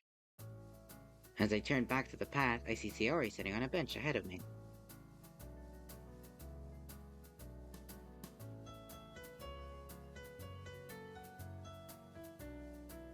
He's just staring into the distance again, apparently oblivious to my presence. I head over and sit down next to it. Oh, hi June. I didn't see you coming. Spaced out again, huh? Sayori chuckled nervously. I guess a little. So, what brings you here? Uh, I don't usually see you. I don't usually see you here. And Tsuki and Yuri are over. I figured I'd make myself scarce so they could have their girl time or whatever. Oh, that's good. I'm glad they're still friends. Well, of course they are.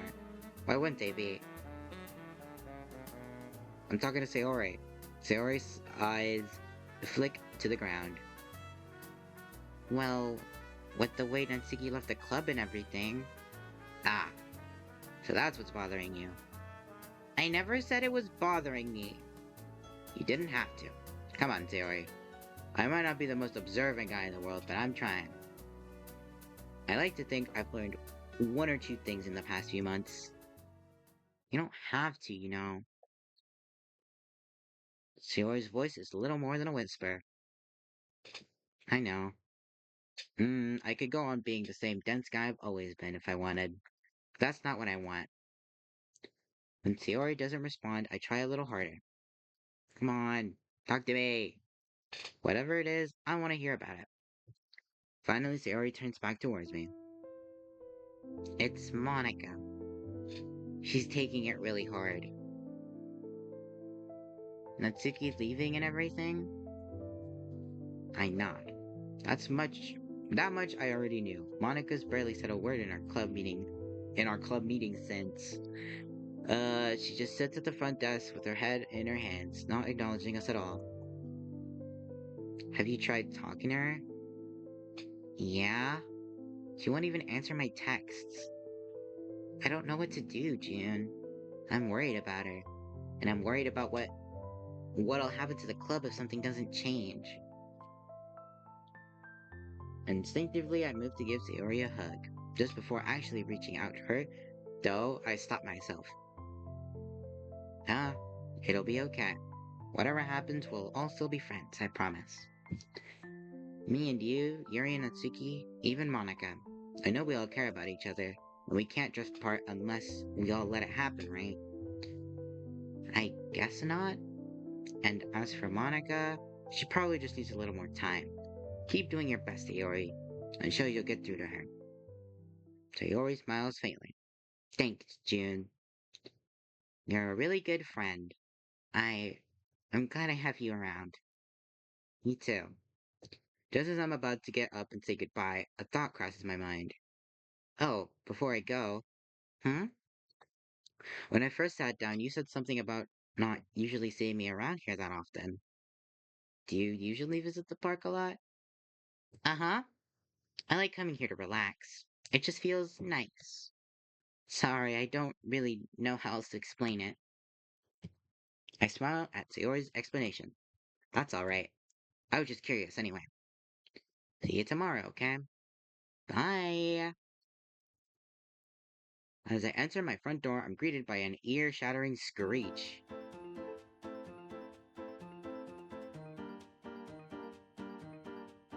I can't yell.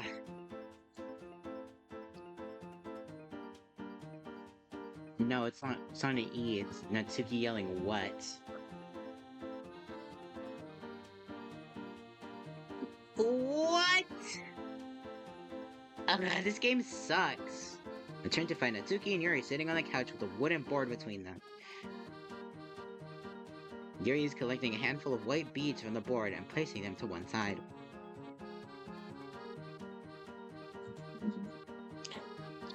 Go is one. Go is one of the most popular games in the world, and has been played countlessly for millennia. It has seen the rise and fall of countless other games, and will doubtless survive for centuries more. You wouldn't be such a poor loser. You shouldn't be such a poor loser, Natsuki. You're calling me a poor loser? I'm not the one who only brings over games she knows she can win. Besides, do I need to mention what happened last time we played Mario Party? Do not bring that up again. I don't know how you rigged that game, but when I find out... Ah! See? The moment we find a game I'm skilled at, you lose your mind. Landing... Landing on an arbitrary star space isn't a skill. Oh yeah? It's just a thing. Then why don't we... then why does it ever happen to you? Because the game... Gary abruptly turns her attention to me. How do you deal with her, June? I shrug. Well, for starters, I don't even play Mario Party with her. That makes things a lot easier. You're Yeah, but this is different. It's Mario Party with Natsuki. Um, you're clearly wiser than I am. Finally, Natsuki faces me as well. I missed you too, by the way. You know I missed you. What I have to say? What I have to say it every time? Pretty much, yeah. Anyway, what are we doing for dinner? Pulling out my phone, I check the time. Huh? Yeah, I guess it's about time we make a decision. I don't know, I'm feeling kind of worn out. How's pizza sound? Sounds great to me. You sticking around, Yuri? I shouldn't. Hey, pizza! I've overstayed my welcome as it is. Come on, stay for dinner! You might as well, you're paying for it after all. I suppose that is technically true.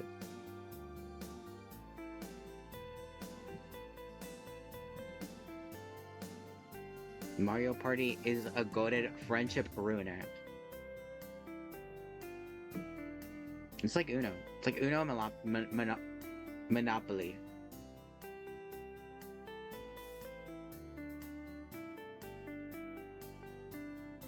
Yeah, exactly.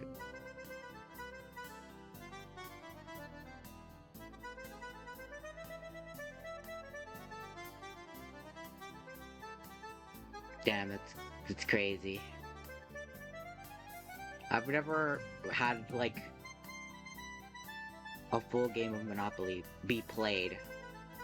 I've never played a full I've never played a full game of Monopoly. And I guess. Um well, we'll let you pick the movie. Well, Yuri smiles and nods. Alright, I know just what to choose too. Whoa! Holy music! Whoa! I'm pleasantly surprised by Yuri's choice of movie. It's not that I thought she'd pick a bad movie per se, but I was definitely expecting something pretty dark. Or they haven't said it. They haven't said it yet. At the very least, some inscrutable foreign film with subtitles or something. Instead, she chose a very sweet romance movie. Granted, it isn't as shallow as your typical rom-com, but it's definitely not what I expected from Yuri. Say what, they? What did you say? Well, I was damn bad. Yeah, hey, big. We are only 20 minutes in. Cole's is peak. I guess there's still plenty of time for it to take a turn. I guess there's still plenty of time for it to take a turn I'm not expecting. When the pizza arrives, I pay for it and bring it in. Alright, dig in! Natsuki sits beside me on the couch, leaning against my shoulder as she eats her pizza. Meanwhile, Yuri kneels on the floor in the middle of the room. You know, I don't often get to enjoy pizza. I'm so good at reading. Usually my family has healthier meals. Both of my parents are very good cooks, actually, so I don't mind. But it does feel nice to cheat once in a while. Yeah, you're a real rebel, Yuri. We'd better watch out or you'll be a bad influence on us. Actually, you were the ones who tempted me into having pizza. So if anything, you're a bad influence on me. Yeah, that definitely sounds better. I don't know. Did you say something about Yuri bringing wine to the club one day? I think that outranks pizza in the teenage rebellion department. Natsuki frowns to herself. No, yeah, you're right. But Monica made her put it away before anyone tried any. So she didn't really do any influencing. But isn't it the thought that counts? That's for gifts, dummy! But the wine was sort of a gift. I bought it for everyone to enjoy and didn't ask for any payment. That makes it a gift. That is true. Natsuki rolls her eyes dramatically. Okay, fine. You get half points for the wine. I think half points for wine still outweighs full points for pizza. Alright, you know what? We're settling this. Natsuki reaches for the remote and pauses the movie. Then she grabs a napkin and a pen and draws a chart with 4 columns. Okay, so Yuri wanted us to drink the wine. Let's say that's 10 points.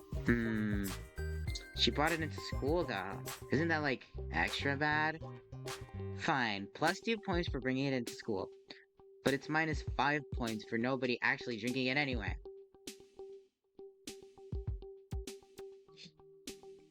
I'm confused. How are we measuring these points? I shrug. Just your standard acting out points, I guess. Drinking is 10, I guess, so we'll scale everything from there.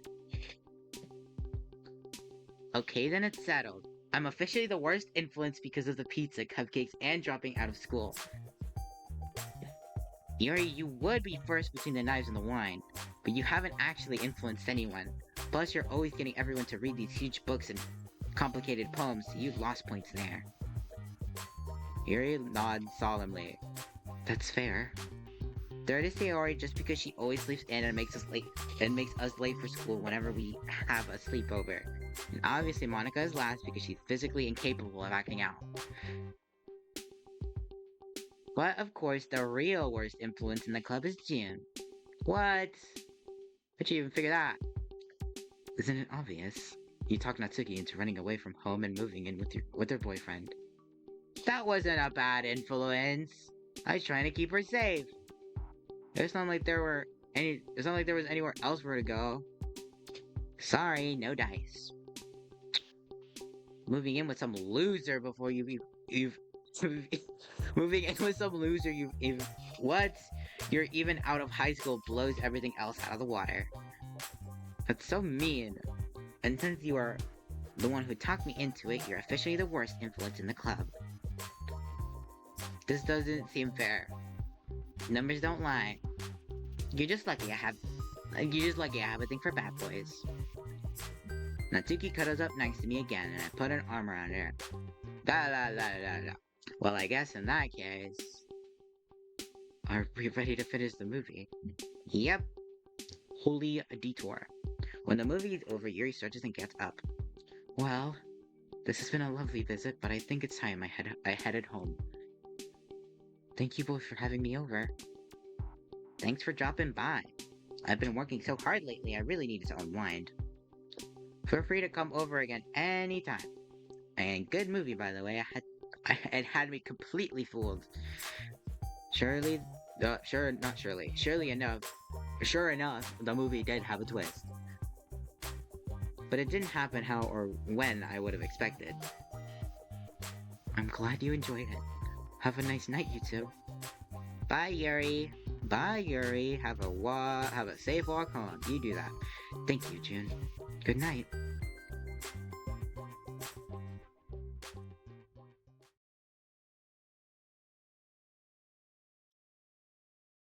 It's just a thing that Yuri did.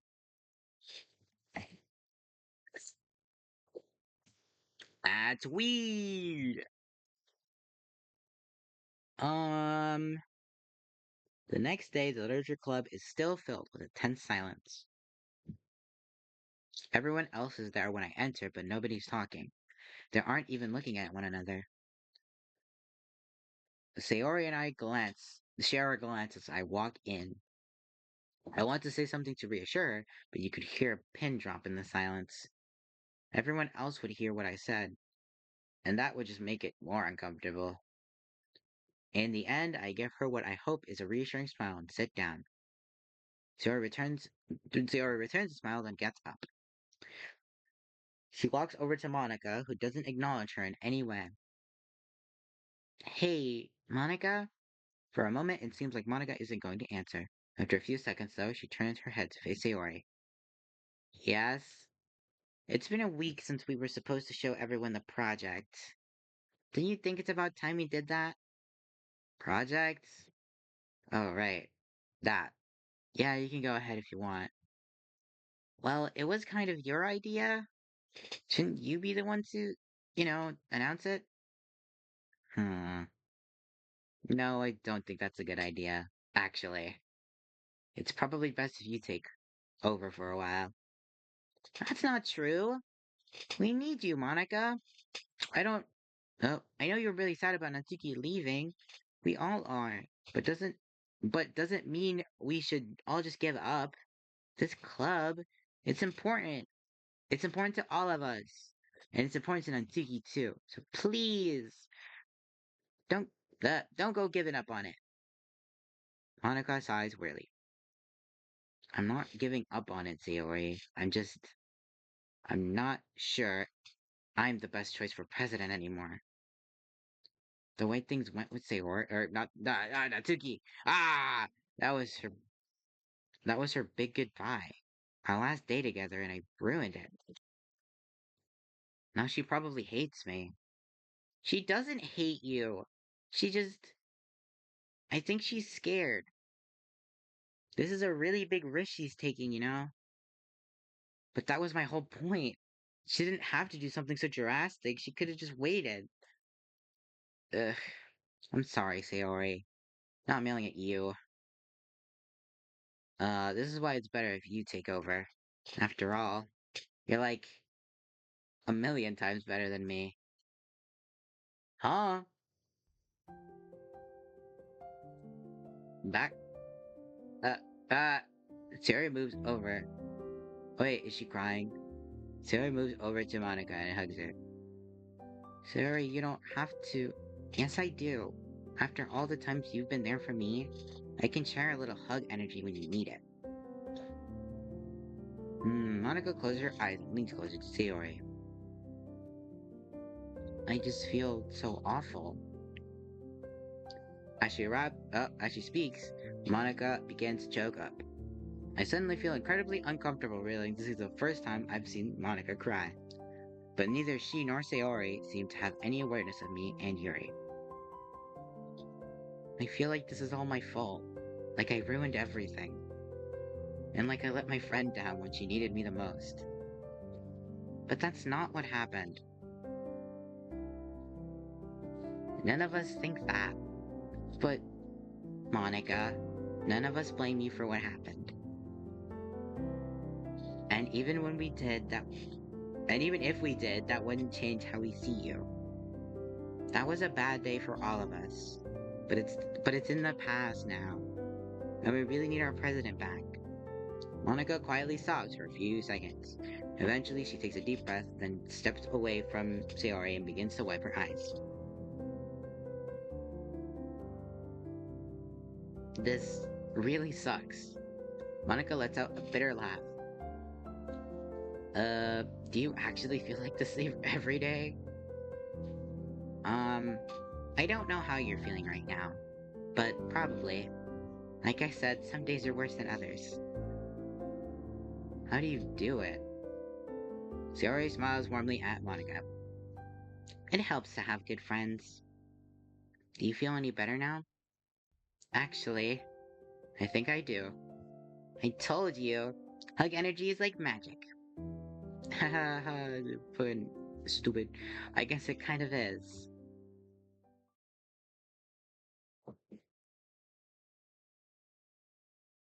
Monica finally turns to address me and Yuri.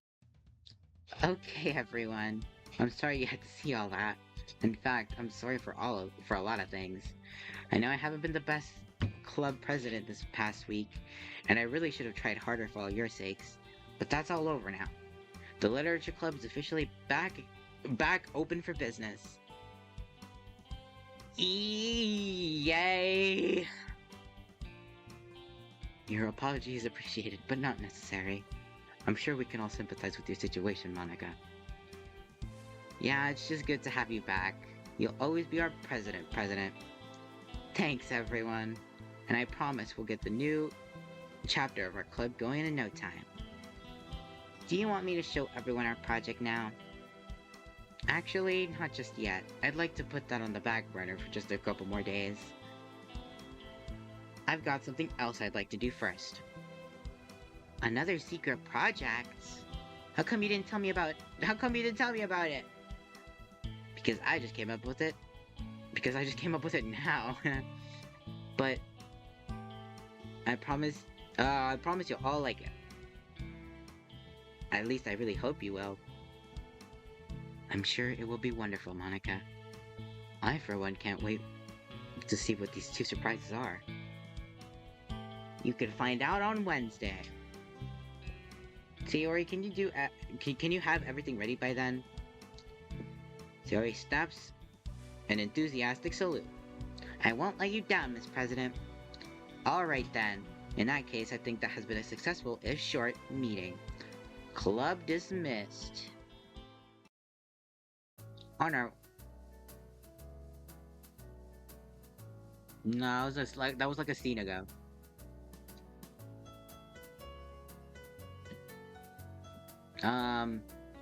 On our walk home, Sayori is barely skipping down the street.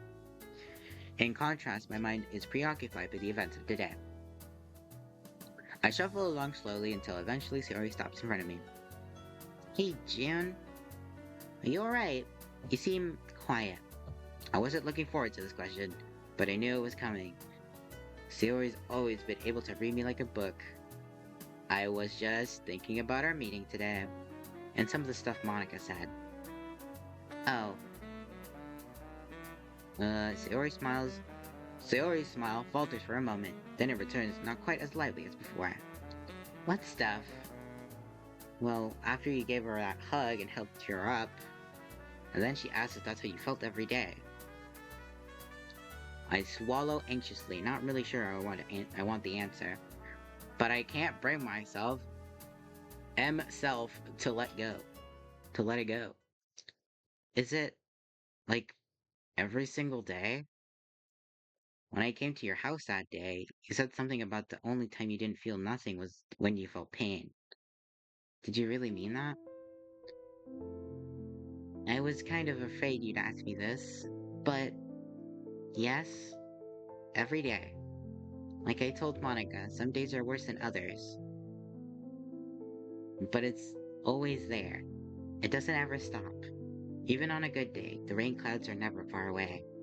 And as for the other thing, about not feeling anything but pain, that's complicated.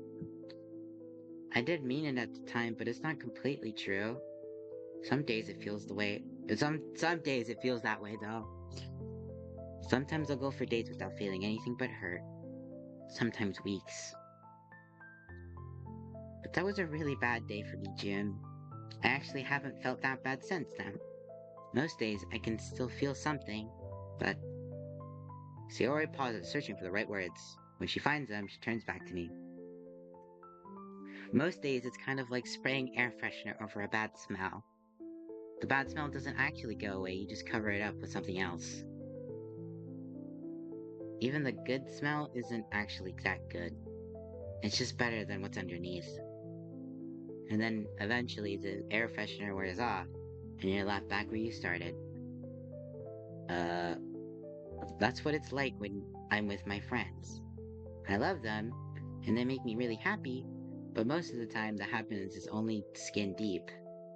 If I let myself, I can still feel my heart ache even when I'm laughing with them. And then, the moment they're gone, Sayori's voice trails off. But I have good days too. Sometimes I can be really happy. Like today.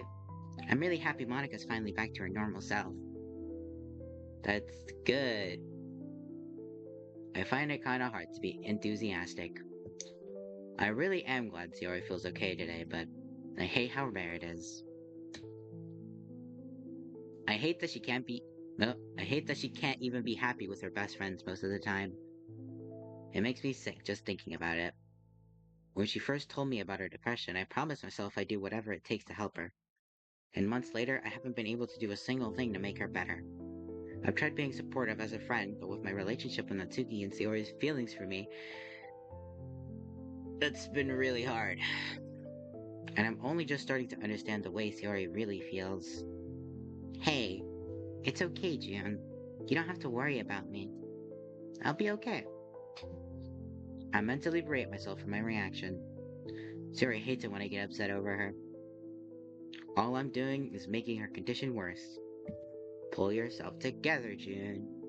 Actually, I think I'm getting a bit better. Maybe. It feels like the bad days are a little less common. And the good days happen just a little bit more. Good. That really is good. I'm relieved by Sayori's optimism, small as it may be. I've learned that Sayori is willing to hide things from me, downplay her feelings, or avoid questions. But she always stops short of lying to my face. If she says she thinks she's getting better, even by the tiniest amount, that's a huge weight off my shoulders. Still, though, there's one thing I could try that might help. Sayori, I know we've talked about this before, and you weren't comfortable with it, but I really think you should talk to a psychiatrist or something. June, just hear me out, alright? Look, ever since you told me about these feelings, I've been trying my best to understand. I spent hours online researching depression, what it feels like, ways to help. And the biggest thing that kept coming up is getting professional help. I really care about you, Sayori, and I want you to be happy, and I really think this could help. I know you aren't sure about this, but could you at least give it a try? For me, if anything else? If nothing else? Blah blah blah blah blah. Sayori doesn't move or say anything for what feels like an hour. Eventually, though, she speaks up. You really make things difficult for me sometimes. You know that? That's my job. Is that a yes? I'll think about it. I guess that's all I can ask for. Hey, why don't I come over for a few hours and hang out? We can finish that game tonight. Natsuki's out until the evening, so she won't miss me. And I don't really want to leave Sayori like this.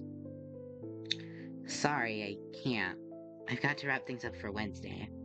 And apparently I have a big decision to make. Alright. I stand there awkwardly for a moment, not really sure what to do. Well, good night then. Good night. I spend the next few hours at home, mostly watching anime. It's not as engaging as it used to be, though. I've got this constant nagging feeling that there's something else I should be doing. Of course, I know what that is, but I'm really not up for it right now. Deciding what to do after high school. I've got too much on my plate right now to worry about that. Still, I've got too much restless energy to sit on the couch and watch anime all night. I shoot Natsuki a text asking when she'll be home. I'm so good at reading, I'm so good at reading, I'm so good at reading. A couple minutes later, she lets me know it'll probably be about an hour. With that news, I head over to the kitchen. With all the work Natsuki's been putting in, she'd probably appreciate a nice homemade dinner when she gets home. Unfortunately, since I'll be the one cooking it, she'll have to settle for a mediocre homemade dinner. Well, I guess it's not actually that bad. I've been learning how to cook for a few months now, and I've definitely improved. As long as I stick to something pretty simple, it should turn out alright. After taking stock of the ingredients we still have and consulting the internet, I decide on a simple chicken dinner. It's nothing fancy, but it'll work with spices I have on hand. When I'm about 10 minutes from being done, I hear the sound of the front door opening. Hey, I'm home. Welcome home. How was it? Honey, where are my pants?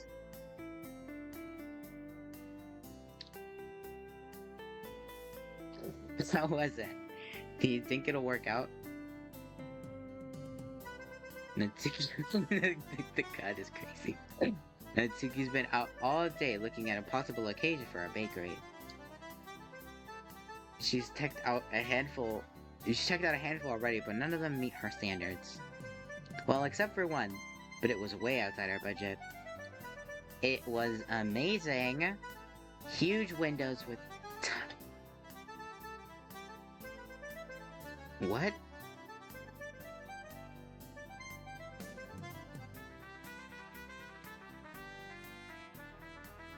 Oh, why? Like, um, rude? Anyway, um, huge windows with tons of natural light, plenty of room for tables, and a fully furnished kitchen that works! And it's within our price range, too. Natsuki stops and sniffs the air for a second. Hey, what's cooking? Dinner? It'll be ready in a few minutes. We're having chicken. Chicken? It smells great. Thanks, Jin. I wave absently. Ah, blah, blah, blah, blah, blah. I can read so good, I can read so good, I can read so good. It's nothing too special. Tell me more about this place, though. Where is it?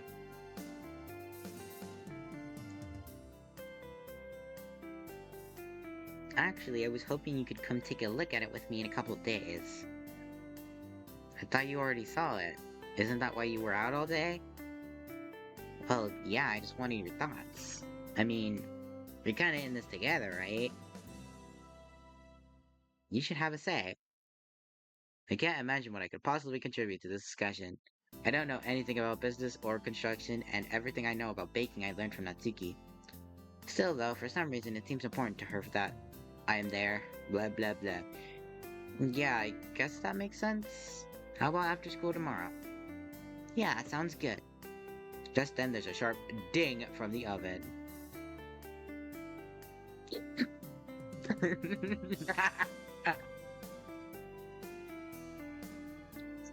Oh, it sounds like dinner's ready. Do you wanna get I'm so funny, I'm so funny, I'm so funny. Do you want to set the table while I put everything out? Yeah, okay. Huh? Yeah, sure, whatever.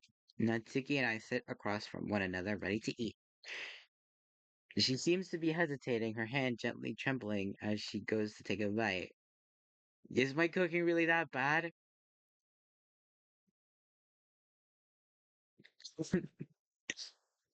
Hey, what's wrong? Nothing's wrong. It's just coming home to a home cooked meal, talking about my day like we're a normal family. It brings up a lot of old stuff. Ugh, this is stupid. I should be over all that. Why am I getting all choked up over some food? I'm sorry, I didn't realize. We can go out again if that makes it easier. No. It's nice. I like it. It's just, it's complicated. And Tsuki said, you had all the reason to do that. Natsuki studies herself, then takes a bite. You're starting to get pretty good at this, you know. I think, I think I could get used to this. Being with you. Not really sure what to say, and not wanting to spoil the mood, I just nod. We eat the rest of the meal in silence. Ooh. Natsuki keeps glancing up at me as she eats, then turns back to her plate.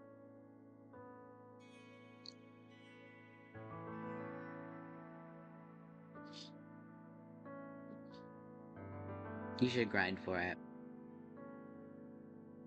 When we're done, we wordlessly move to the living room and sit on the couch. Natsuki seems deep in thought. I desperately want to know what's going on in her head, but I don't want to press her. Finally, she turns to me. June, am I making a mistake? What if Monica's right? Natsuki, you're not making a mistake. It's a bakery. You make bread. If this doesn't work out, I won't have anything.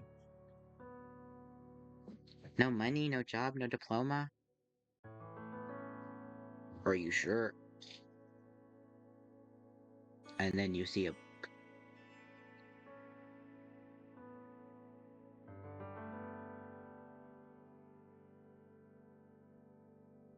Purple steak. Protein tubes with a white sauce.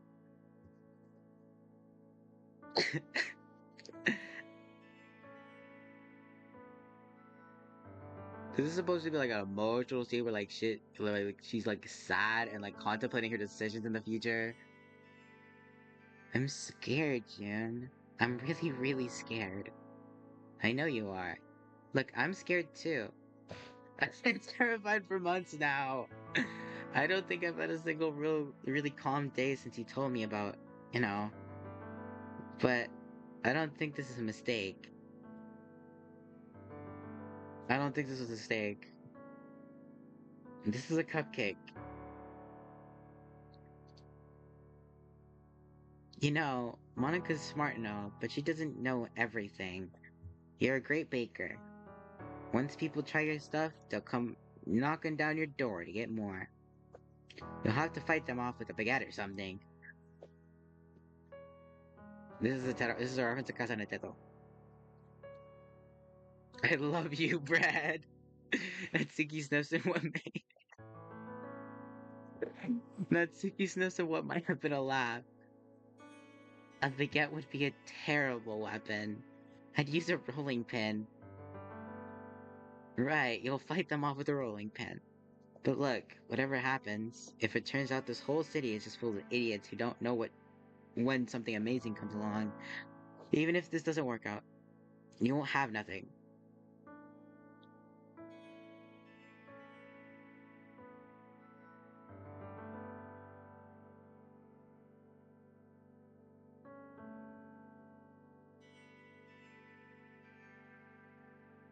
You can't just tell me not to laugh. Well, you can, but like it doesn't work. Anyway, even if it doesn't work out, you will have nothing.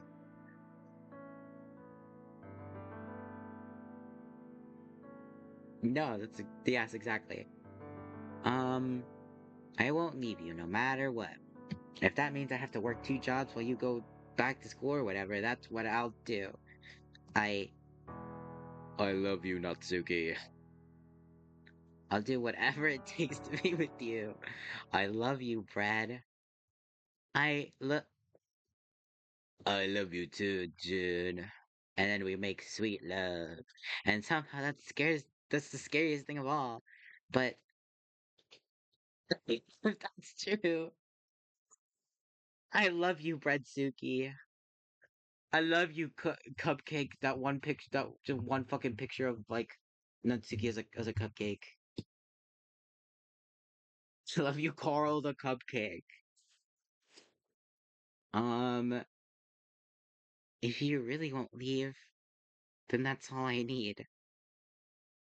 I love you. Oh, that's a lot of I love yous. I love you, I love you, I love you, I love you. Love, love, love, love, love, love, love, love. Wait, hold on a second. Why is there spooky? Oh, it's heartbeat. Natsuki presses her face into my chest, getting my shirt wet with her tears. Uh, I love you, I love you, I love you. I love you, I love you, I love you, I love you, I love you, I love you, I love you, I love you, I love you, I love you, I love you. Her- Because I'm reading it. Her words blend together past the point of comprehension. The words mix with the sobs to form something that's barely recognizable as speech. I wrap my arms around her, instinctively trying to shelter her from some invisible assailant. After a few moments, the words stop entirely, and Natsuki shifts upward and presses her lips against mine in a desperate kiss.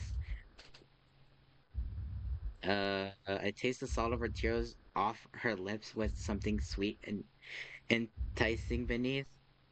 Her sobbing, or possibly panting now, feels hot against my face.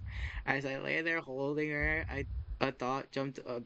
Of, what- as I lay holding her, a thought jumps unbidden to my mind. Deep down, I know that right now, Natsuki would do anything I asked. Shut up! Some primal part of me is aroused by that, but an equally large part is terrified. Not like this, June. Not like this. Yes, not like that, you stupid. I still have the willpower to get out of this, but it's fading fast. Frantically, I push Natsuki away from me and I roll off the couch. My shoulder aches from hitting the floor, but I get up anyway. Uh, that just happened. June? Natsuki looks hurt. I want to explain, but I also know that I'm very close to changing my mind. I wait. I can say this really fast. I'll see you in the morning. I say goodbye. Sprinting upstairs, I dash into my bedroom and slam the door behind me. Um, what the flip? What the flip? The next morning, I decide to make. What the sigma? I didn't read it. I hit spacebar. You made me hit spacebar. The next morning, I decided to make breakfast for us again. Natsuki seemed to appreciate dinner, so I'm hoping this will diffuse my lingering tension. Tension. When I hear her coming down the stairs, I stiffen involuntarily. Hey, hey, I, uh, made eggs. You want some? Yeah, thanks. The air is unbearably thick.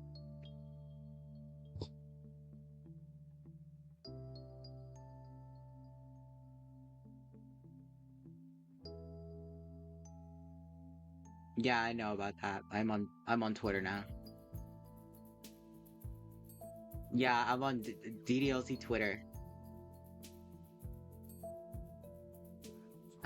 Well, yeah, it hit Twitter first and then I went everywhere else. That's what happens. Um, I exclusively use Twitter to watch, or not watch, to observe pixel art and also ReZero and DDLC for some reason. Yeah, I do that on Twitter. I do it on TikTok too. I do it on both actually. Except TikTok doesn't have as much pixel art as I want. Yeah, but like that's like that's like finding candy. It's like a treat. What? Yeah, that's true. I'm aware. But you brought it up first, so this is your fault. Natsuki grabs a plate and sits down, not looking at me. Hey, so, listen. About last night.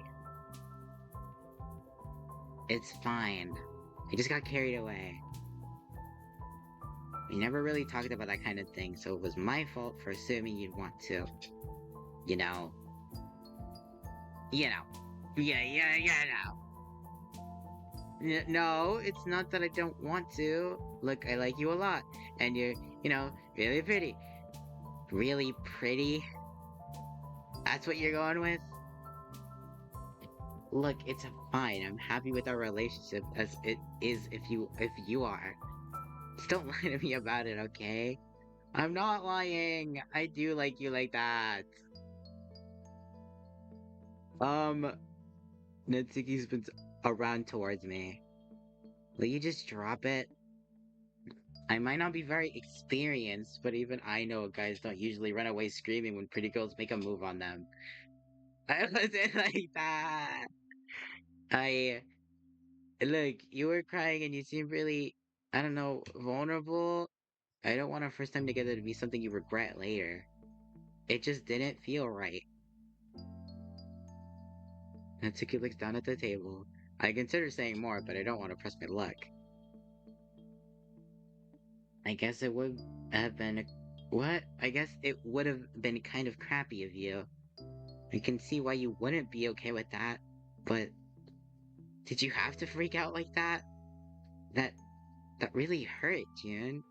I ran away because I was worried I changed my mind. Getting out of there. It was hard. in more ways than one. I was caught off guard by my own double entendre. I mean, not that it was hard, but well, I guess it was hard too. But that's not what I mean.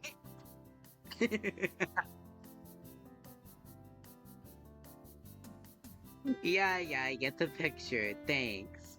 Moving on. Right.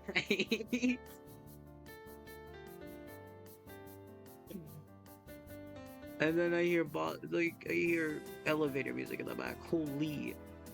Somehow things aren't getting less awkward. Anyway, I just need you for 1,000 years.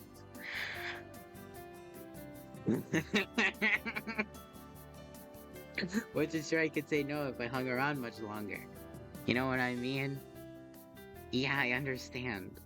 And I guess I should say thanks. Like you said, I wasn't really in the best frame of mind last night. So looking back, I'm glad you didn't, you know, take advantage of the situation. I'd always figured we'd wait until after high school anyway. I mean, technically it is after high school for you. You know what I mean? Yeah, I guess. My positive meaning of rewards just now hitting me. Wait, are you saying you've never... Ew. No, of course not. What? Why? Have you? No! No! Come on, before I joined the club, the only girl who would give me the time of day was Sayori. We certainly never did anything like that. I just figured you were the type who would've... Whoa! Wow! I cut myself off, realizing way too late there's no good way to end that sentence. Yeah. Who would've what? Yeah. Well, it's just... I've seen some of the manga you've moved in here. You what? Do you have smuts? Don't go looking at my stuff without permission. I'm sorry, it just fell out. What's going on? Look, not that it's any of your business, but there's a big difference between reading something and doing it.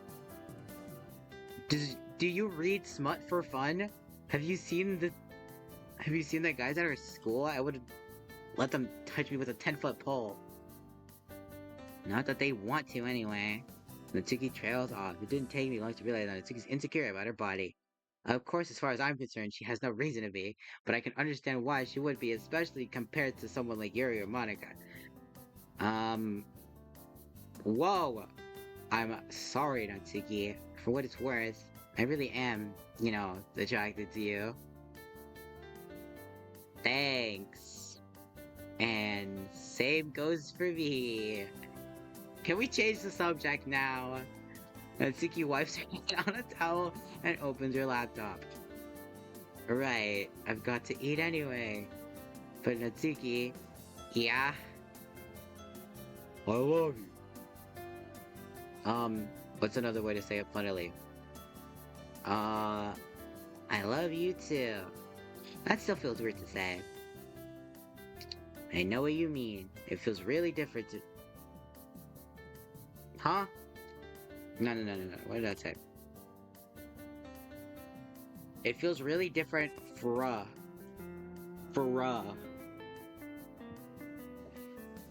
Natsuki's laptop just finishes booting up, and when she screams my name and jumps back. What? I read that so very wrongly. What is it? What's wrong? I got an order! Someone ordered something off my website! I run over and look at the screen. No way, already? What do they want? This is so awesome! Okay, let me check it out. Natsuki begins scrolling through the order details. Alright, looks like a pretty big order. It's for delivery. They want some custom cupcakes, cookies, and a bunch of stuff. And it's for tomorrow afternoon? Can you even have it done by then? I'll have to get up early, but yeah, I think so. But I need you to make sure I don't stay up late tonight, okay? You got it, boss. And I better get shopping. I better get some shopping done to make sure I have everything. Do you mind if I head out? No, I've got to go to school today anyway. See you this afternoon? Yup. I'll text you the address during lunch. Cool. Um, what the fuck just happened? Ugh.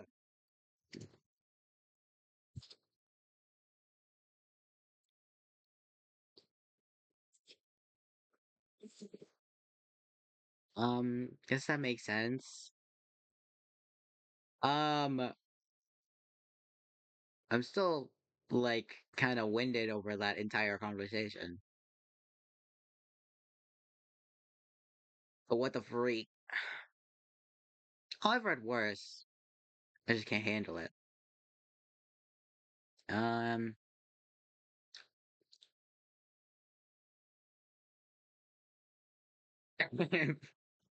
on my way to school, I get a text from Monica explaining there's no club today. Apparently, she and Sayori are using the time to prepare for tomorrow's big surprise. I wonder what could be done. I wonder what will happen tomorrow. Hmm. Okay, I already read that.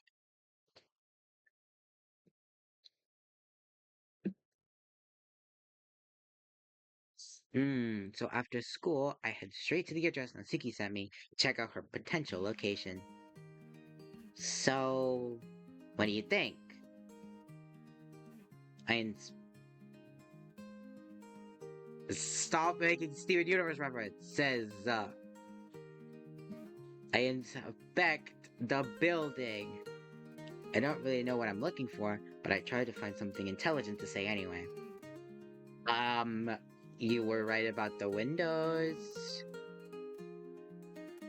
They'll definitely let a lot of natural light in. Natural light is good, right? Uh-huh. And we can set up a patio here during the summer. I already asked this whole area. I already asked this whole area is legally mine once I sign the contract. We can set up tables, parasols. That sounds really nice. Maybe you could put up some potted plants or something.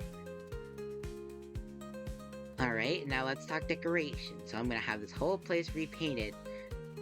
Let me guess. Purple. Wait. Blue. Wait. Turquoise. It's pink. It's pink. It's Roger. It's gonna be Roger. Obviously, it's gonna be pink. Anyway, this whole area is gonna be seating. My kitchen over there, and obviously that's the counter.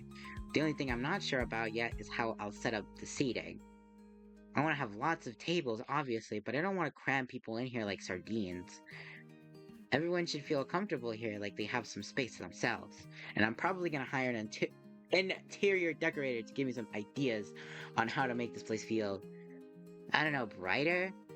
Natsuki walks me through the place, gushing about each and every room. I try my best to give input where I can, but it's obvious that she's thought more about this than I ever could. Still, if this is going to be her place, I figure I should be familiar with it. Once she's given me the full tour, Natsuki turns to me. So, now that you've seen the whole thing, what do you think? I think you've really done your homework.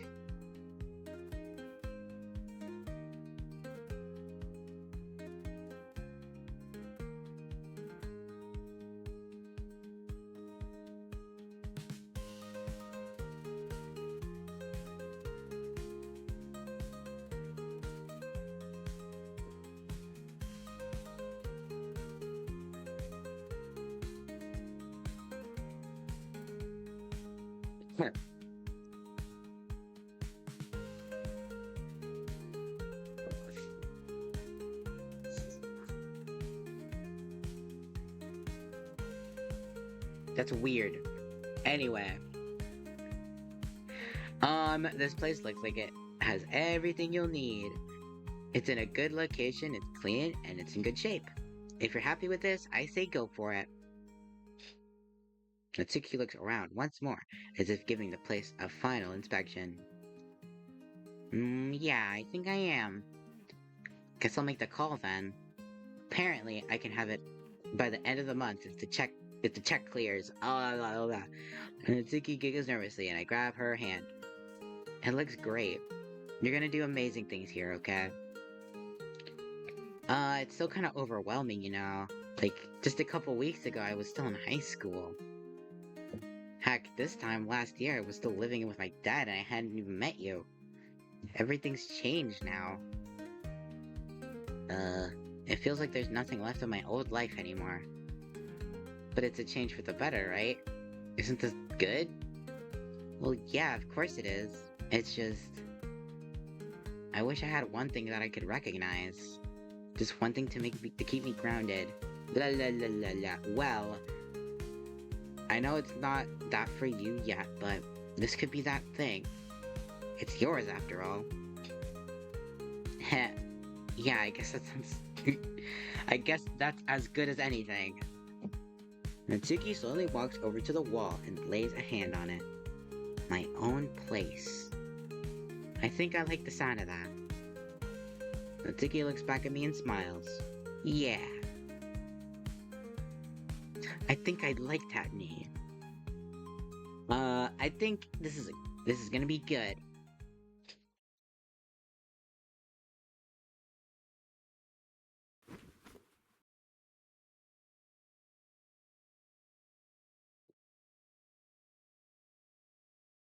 I hope it goes badly.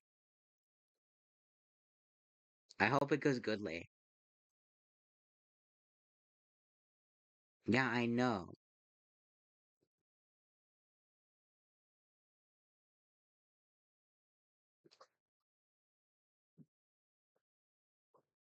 Crack the knuckles.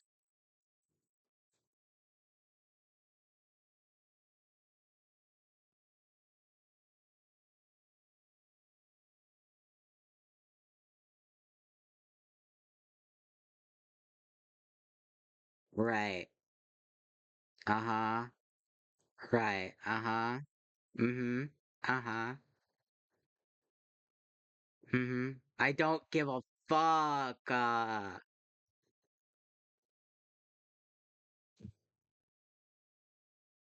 Okay, fine. I woke up by a loud... Oh, wait. I'm woken up by a loud thump from downstairs. Whips and leather, I'm listening. Okay, buddy. Alright. Maybe you should be the one going to horny jail. Bro. Immediately after, I hear Natsuki's voice shouting something I can't quite identify. Torn between my desire to stay in bed and concern for my girlfriend, I listen carefully for another minute. There's no more noise. Good, that means I'm off the hook. Home slice, I run horny jail. Um,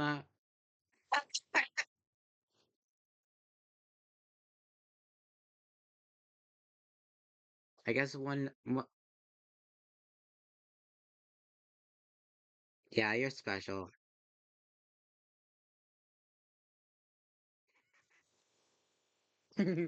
Well, you shouldn't.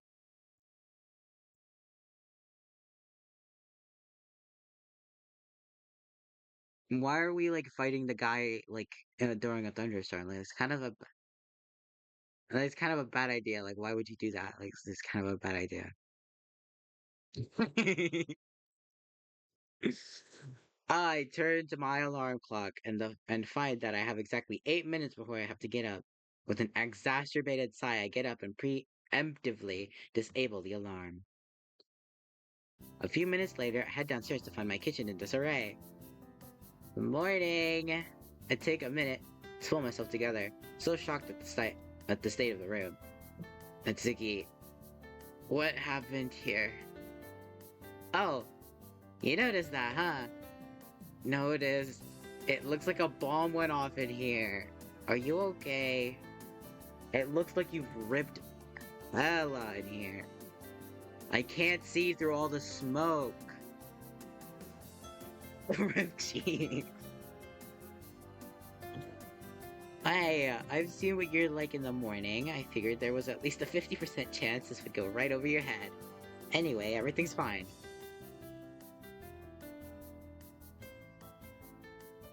Oh wait, yeah, it is different in the back. There's just flour on the ground. There's just flour.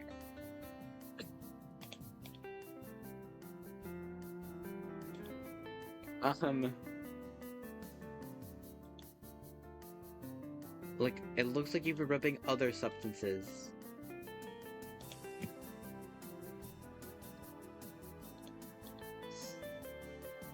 Um, no, yeah, Yuri would do weed, yeah. Mmm,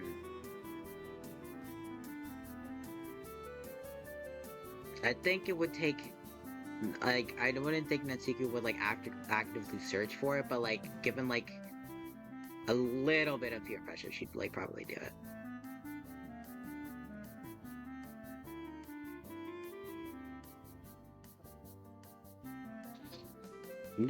Yeah, I see that. Yeah, you're right.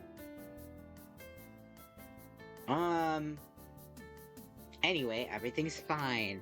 I just got a little like I got up a little later than I wanted, so I've kind of been in a rush to catch up ever since.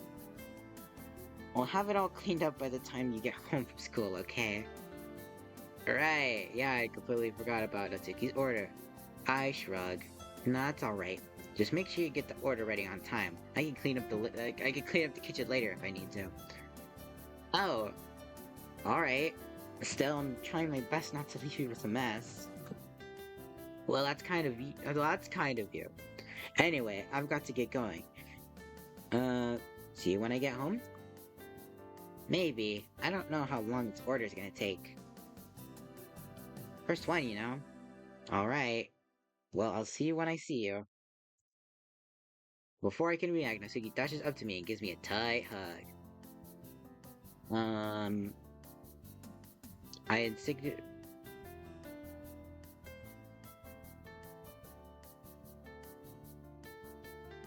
I don't...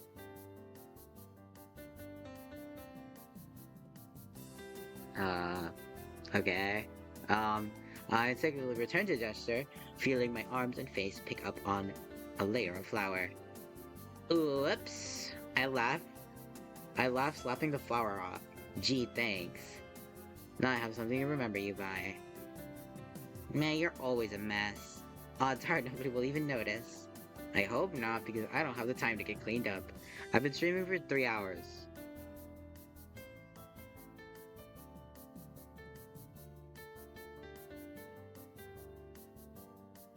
Damn. Damn, that's crazy.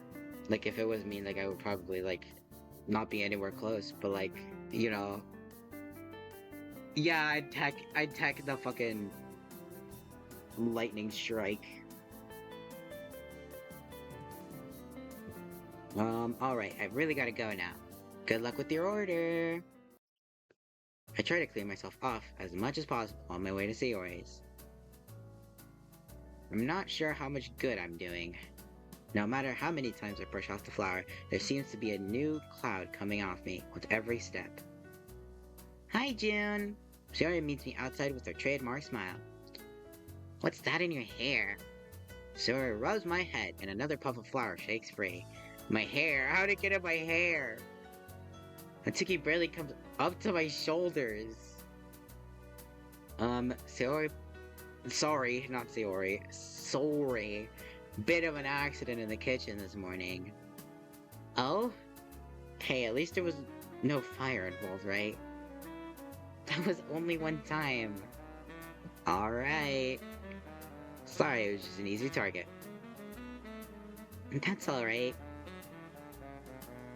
As we walk down the street, my heart sinks as I pick up on Sayori's silence. Sayori? Is something wrong? Of course not, silly. I really wish you wouldn't say that. Look, if it's about the fire joke, I'm sorry. Sayori shakes her head. No, it's nothing like that. Well, what is it? Maybe I can do something to help.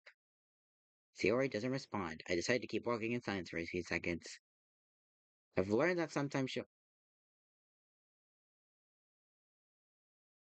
What? Sparky staff? lightning staff.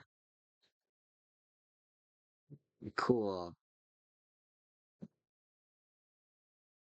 Yeah, took me forever to get one, and then you get them immediately. That's so fun.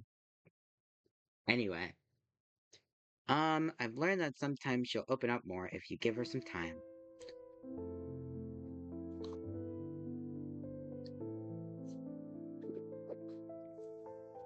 Water. Hey, June, do you remember our talk from the other day? And the thing you wanted me to do the other day? You mean on Monday? When I asked you to talk to somebody? Sorry, nods, still not making eye contact. Well, I talked it over with Monica yesterday. She's been trying to get me to go too for a while. Blah blah blah. Anyway, I think I'm going to give it a try. I mean, anything anything if it'll help, right? I stopped in my tracks. Of course it's the outcome I wanted, but I guess I didn't expect it to actually work. Do you really mean that? I think I do. Let's go! She got help! Without thinking, I run up and hug Sayori. Hooray! Ooh, this is great! I'm so proud of you, Sayori. Because she went ooh-wah.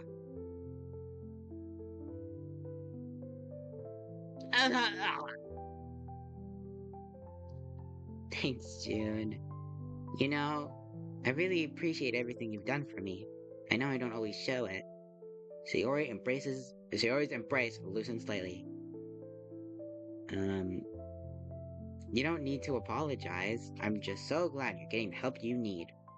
I mean it. All I want is for you to be okay. Okay. I move to pull away from Sayori. As I do, her arms suddenly tighten around me. Wait! Just a little longer. Please. Sayori. Okay. This isn't easy. Balancing Sayori's need for support with being faithful for Nantiki is driving me crazy. I don't think she'd appreciate this very much, but Sayori's never asked for something like this before. I can't turn her down after what I just said. Thanks. Alright, let's go to school. Sayori runs ahead of me, suddenly full of energy. Slow down! Speed up! Sayori giggles and keeps running. I roll my eyes and pick up the pace. After school, I head to the larger club as usual. To my surprise, and also concern, the door is closed and the lights are off. Nobody's inside. Trying the door, I find it locked. What the? Good afternoon, Jun. Is something the matter? The place is empty. The door is locked and everything. Huh. Yuri peers inside the classroom, seemingly looking for any explanation inside. Monica and Sayori only said they were canceling yesterday's meeting, correct? That's what I thought. And the note doesn't explain the situation. The note? I glance at the door. Sure enough, there's a sticky note attached to it. I grab the note. Hey guys, we're having the club meeting outside today. There's an address written on the bottom. Apparently we're meeting somewhere else. Sorry, I didn't even see that there. No need. No, I should apologize. I just assumed you'd read it already. Do you know why we're going out for the meeting? Blah blah blah blah. I shrug. I guess it has something to do with the surprise Monica mentioned. We'll have to go and see. Following the directions on the note, Yuri and I come to a familiar location. Blah blah blah. I must admit, I didn't think we'd be meeting here again so soon. Yeah, I keep finding myself coming back here these days. Oh well, at least it's close to home. Do you see Monica and Sayori anywhere? No. Wait, yes.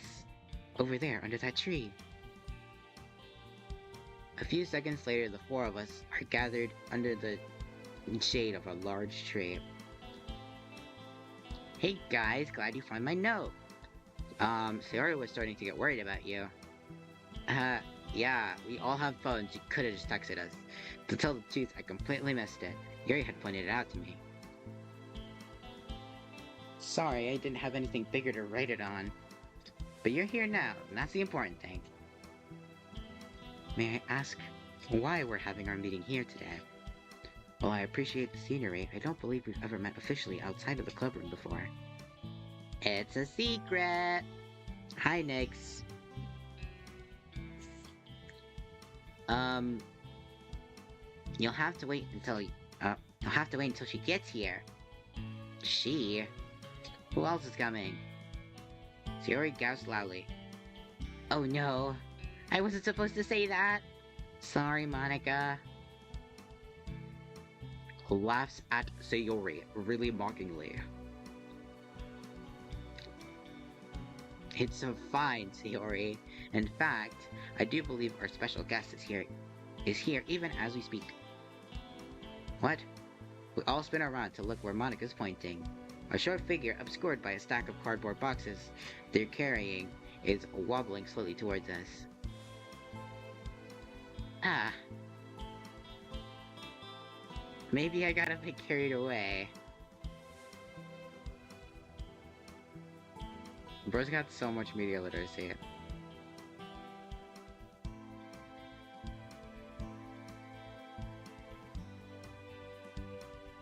This is true.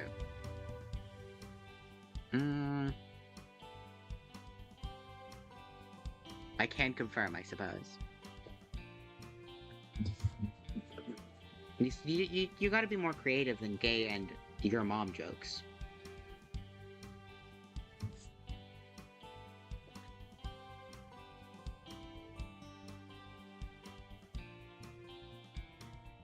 But you beat King Slime? Good for you. You get a cookie.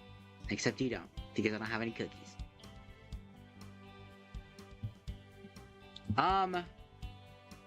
Do you think you could give her a hand? Sure thing. That is... Oh my god. It's actually... a stack of boxes. It's nobody, it's just a floating stack of boxes. I get up and move to help the struggling figure. Struggling figure. Why is there a cupcake? Wait, there were collectibles?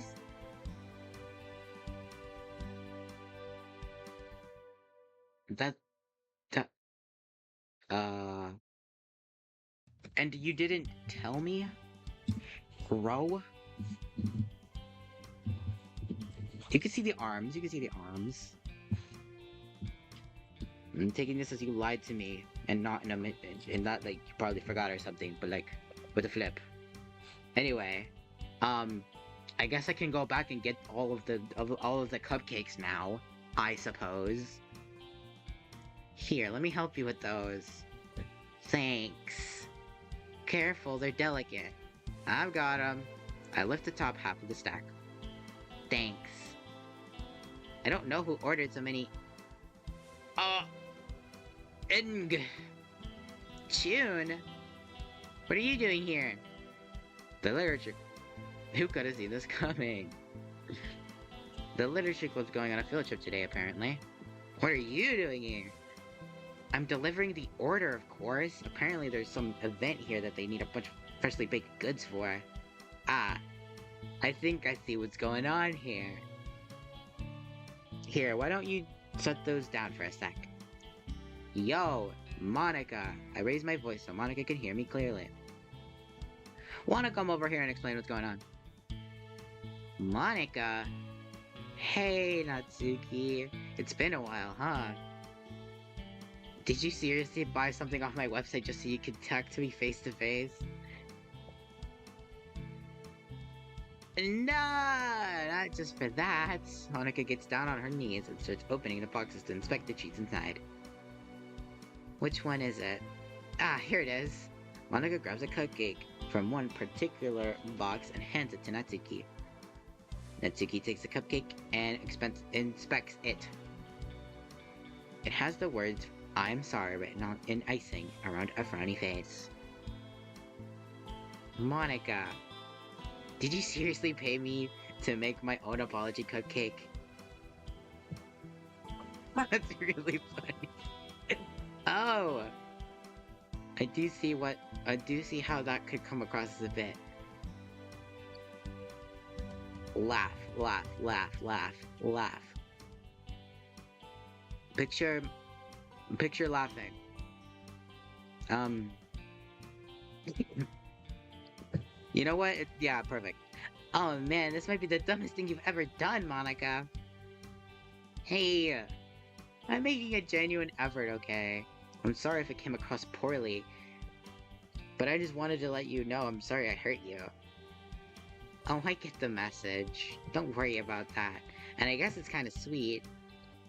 In an obvious, in an oblivious sort of way. So, yeah. I forgive you or whatever. But you know...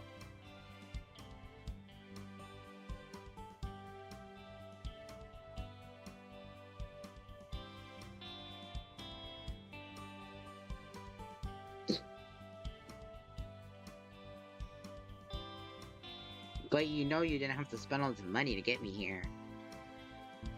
Just the cupcakes would have been enough. Most of the stuff is just gonna go to waste. Monica smiles wearily. Actually, it's not. See, I kind of thought words wouldn't be enough to convey how sorry I was, so I decided to show you that I really do believe in you, Natsuki. So, consider this a little jump start for the literature club. Jump start? Monica gently grabs Natsuki's shoulder and spins her around. Sayori and Yuri are standing in front of a table with a banner above them, and bright letters matching the style of Natsuki's cupcakes. It reads, "Free samples from Sweet Beginnings." Monica wanted to help you get the word out about your bakery. She figured advertising would be the hardest part since everyone says their own stuff is the best. So we decided we'd let everyone see for themselves how good Sweet Beginnings is. That's right. After all, one of the cardinal rules for literature is show don't tell. I figured it was good advice for business too.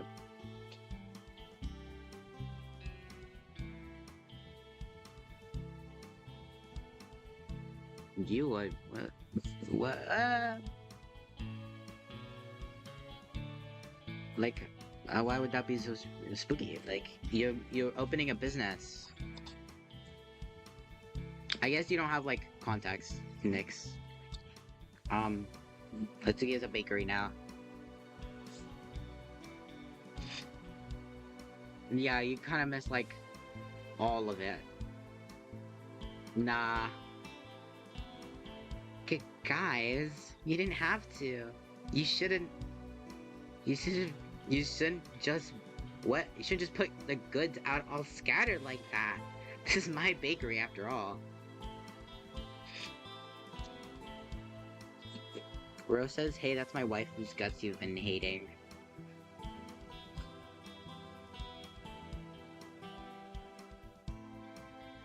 That's what horses eat.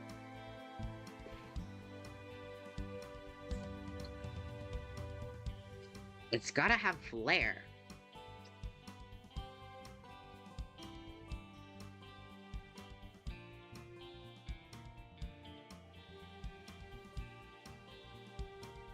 No, that's true, Nix.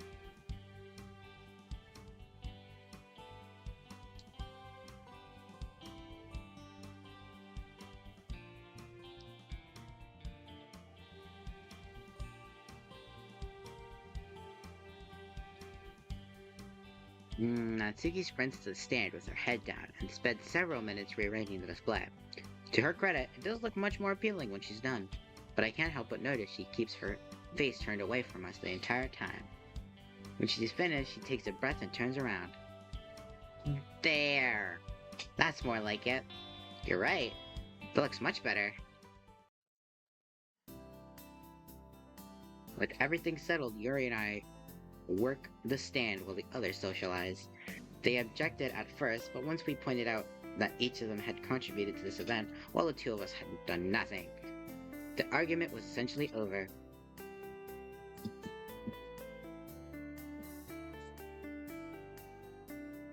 What? What did I say? That's the same thing!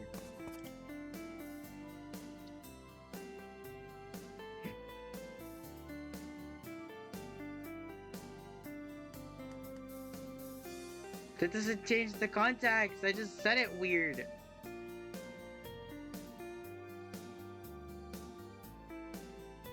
Mean. How are things coming along? Actually, it's going pretty well. I've got the website up, I've picked the location, I've got most of my menu and pricing figured out. It's been a lot of work though.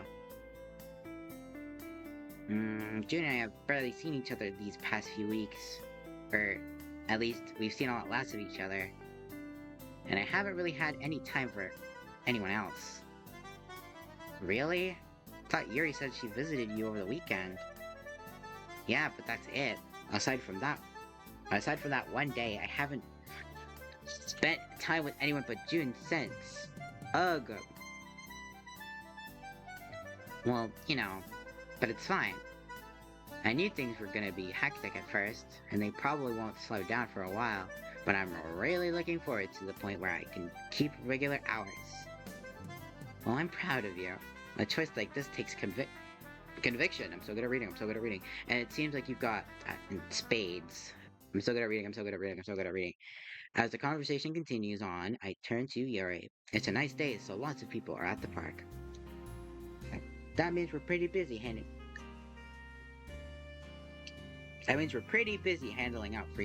out free samples. La la la. There's a worm trying to go up my butt. But then when there's a quiet moment, I strike up a conversation. It's good to see that Monica and Natsuki have patched things up. Indeed. It's nice that we can all be together like this one last time. One last time? What do you mean by that?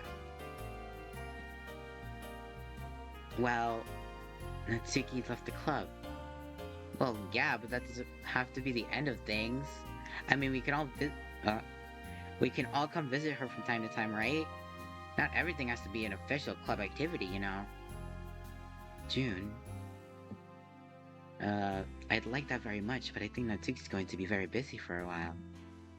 And before long, we're going to have exams too. Right, but after that, we'll be graduating. I don't know what everyone's plans are, but it seems unlikely that we'll all stay here. We may even leave the country to study abroad. As much as I may wish otherwise, I think this may be our last time together as a group. Wow. I never thought about it like that. I don't know why. Oh no! I don't shake me, kid.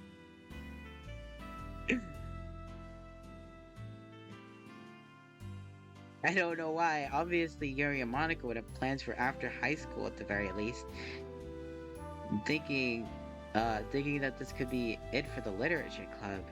I feel a profound sense of loss, but still, no. I said no. I don't accept that, Yuri. We've come too far. Been through too much together to just let it end like this.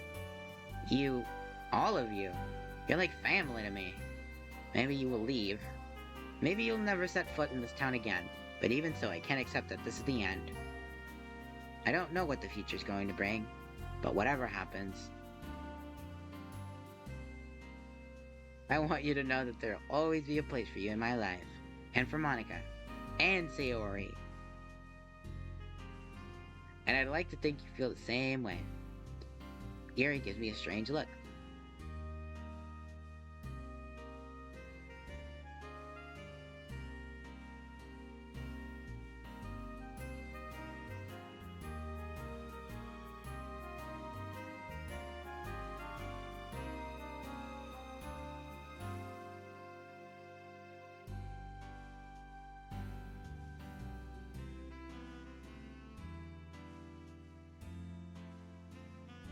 You know, we've come a long way, June.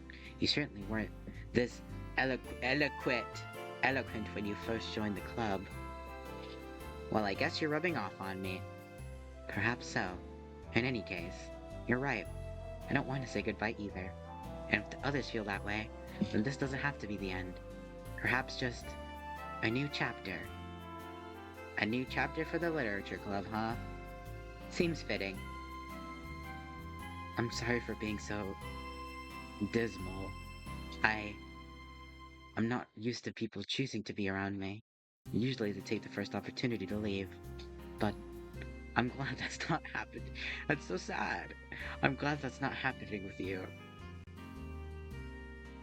Well, I'm glad you were wrong for once.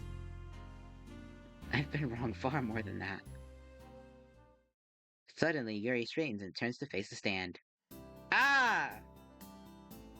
Instinctively, I follow her lead. Wait, what? Instinctively, I follow her lead to find a well-dressed woman approaching us. Businesswoman. Good afternoon. Oh, wait. No, you're a chain smoker. Sweet beginnings. Is that a new bakery? Yes, that's right.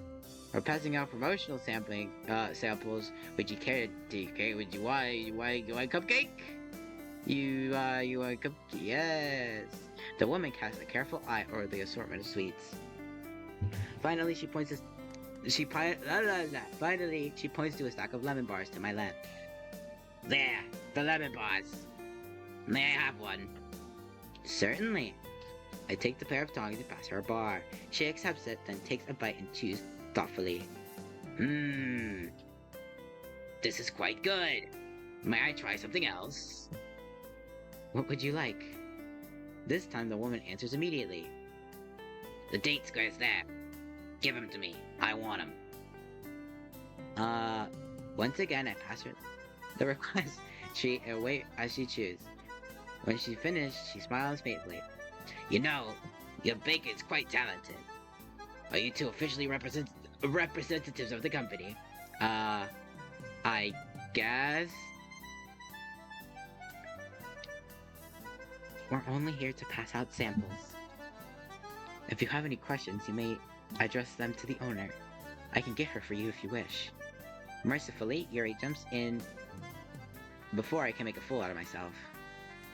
The woman's eyes turns to Yuri. Please do. Yuri leaves to get Nantiki without another word, leaving me alone with the customer. I consider trying to make a small talk, but the woman's eyes simply follow Yuri as she retrieves Nantiki. Deciding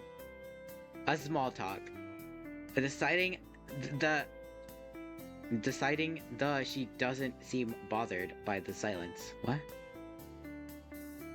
Deciding though she doesn't seem bothered by the silence, I opt to keep quiet. You know, maybe it's good whenever there's typos in the words, because then like I could just blame it on the typos when I say something stupid. Hello, ma'am. I was told you may have some questions for me. The woman raises a skeptical eyebrow. You're the owner? Owner and head baker, yes. Nice touch, Nansiki. Head baker sounds a lot more impressive than solo employee. Technically, it's not even a lie. Still, the woman appears unconvinced. Alright.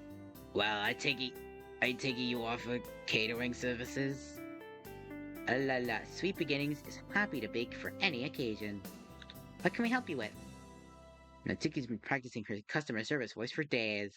A wise choice given her passionate response to provocation.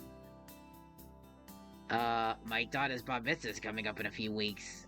There was an issue with our usual caterer.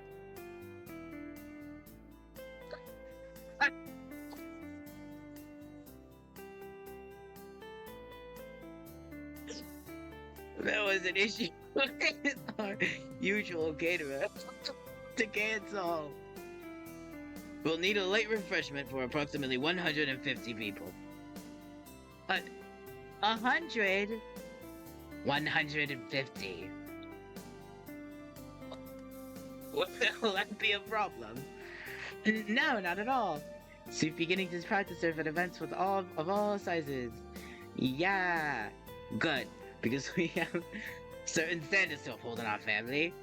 There will be a number of important guests in attendance, so it's important that there's an issue with the sound. In quantity over quality. Well, we promise to deliver quality items to each event. If what you see here is satisfactory, then I personally guarantee there will be no issue for your daughter's bat mitzvah. Excellent! In that case, please bring a sample of butter to this address at 2 in the afternoon this Saturday. Blah blah blah. My family will decide whether or not to use your services and discuss the menu with you. You'll be compensated for all this, of course. The two of them briefly discuss options and exchange cards. Once she leaves, Natsuki begins to tremble. Hey, are you okay? Did that really just happen? Oh, it happened. You did great. I think she was really impressed.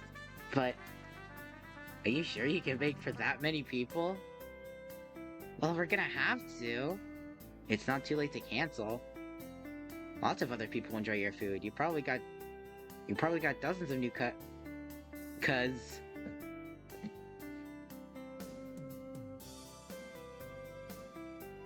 Exactly. I freeze, suddenly realizing what Natsuki just said. Wait a second. What do you mean, we? I mean the two of us, obviously. You said you were gonna support me, didn't you? Well, yeah, but... Dude, this is a really big deal for me. And I'll need your help if I'm going to pull this off. La la la. Look, of course I'll help you if that's what you want. But are you sure I'm, up for the challenge? Like she said, she's gonna have high expectations. I don't want to screw things up for you. I think it'll be okay as long as I do all the complicated stuff.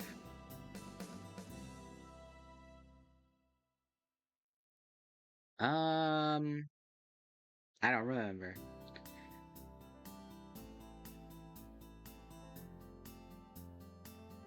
You're not completely useless anymore.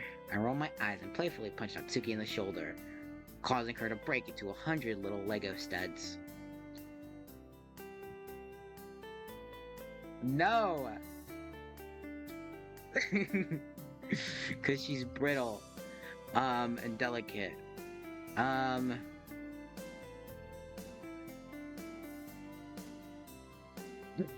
Stop! Maybe you'll just stay out of your way and see how things turn out without my help. How's that sound? Well, then maybe I'll be so heartbroken I'll never bake again.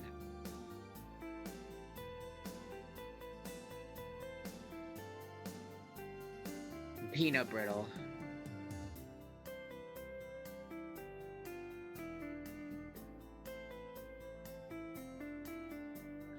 You'd have to live off of store-bought cupcakes for the rest of your life. I gasp in shock horror. You wouldn't. Well, if you help me out with this, we'll never have to find out. Alright, you win. So, I went in anticipation of the answer to my next question. Exactly how early am I gonna have to get up?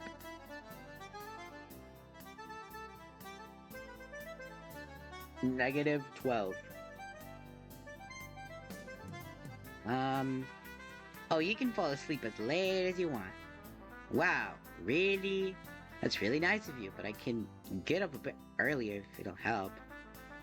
It's the day before. A job like this calls for an all-nighter. Ouch. I walked right into that one. Yeah. This is gonna be hell. Yep. Seriously though, you should try and get a good night's sleep before. I've never actually had to do that much baking before. I can't promise how long it'll take. One or two mistakes early on can really screw things up down the line, so I want to give myself a lot of extra time. If you really need to, you can take a quick nap halfway through to keep your energy up. I don't think I'll need you around for every single second. No, that's alright. If you have to stay up all night, then the least I can do is join you in solidarity. The baking itself isn't something I'm too worried about. I enjoy working with Natsuki, even though I'm sure it'll be more stressful than usual. I'm actually really excited to share her first big order with her. It's the day after that I'm most worried about. If it's a school day, that could be really rough. I guess I should just have to hope that the event happens on a Saturday. Thanks. But you but you'd better get some rest if you need it. The last thing I want is some half asleep zombie bumbling around my kitchen. I smile at Natsuki's transparent attempt to disguise her concern. As you wish, whatever you think is most helpful. A few hours later, the crowds have dwindled and the sun sinks low in the sky. Okay, everyone. I think we've handed out pretty much all the free samples we're going to, so it's probably best that everyone heads home for the night. Wait! There's still so much stuff left over. Well, it wasn't just the one person. It wasn't just the one person. There was more people in the park. That's just the most important person. I mean, probably. I don't know. They didn't show that part.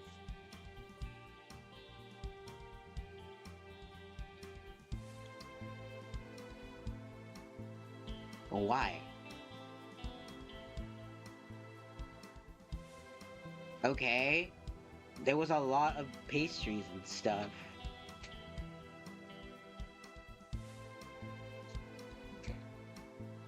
Let's see. It wouldn't be right to make Natsuki carry it all home. Oh? Are you offering to take some off my hands, Sayori? You know me. I'm always happy to help a friend. Hey, by all rights, those are Monica's. She paid for them after all. This is true. Unfortunately, my bag's already overloaded. I guess I'll have to have Sayori carry some home for me, after all.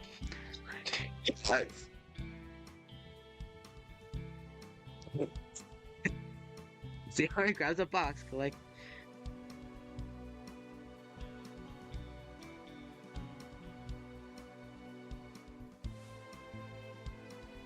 Why the hell? What? Why did you do that? Anyway, Sayori grabs a box, collects a handful of items, and turns to head home. Bye, everyone! After biting farewell to Sayori, Yuri timidly approaches Monica. Um, I don't suppose you're still overloaded. Are you also hoping to bring some home, Yuri? Well, I think there's just enough left for me to bring home about a quarter. So why don't we divide the rest equally? That seems fair. Yeah, I could live with that. Once we're home, Natsuki and I collapse on the couch. Man, what a day, huh? Yeah, no kidding. My legs are broken in a million billion pieces. Must have been even crazier for you baking all morning. It was good practice, if nothing else. Hey, did you really not know about the whole plan? I raised my hand in innocence. I had no idea. I was as surprised as you were.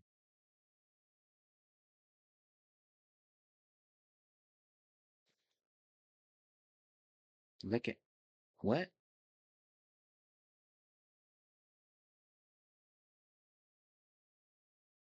Like this one?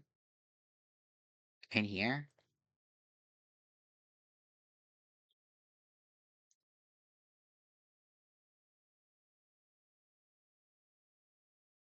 Oh,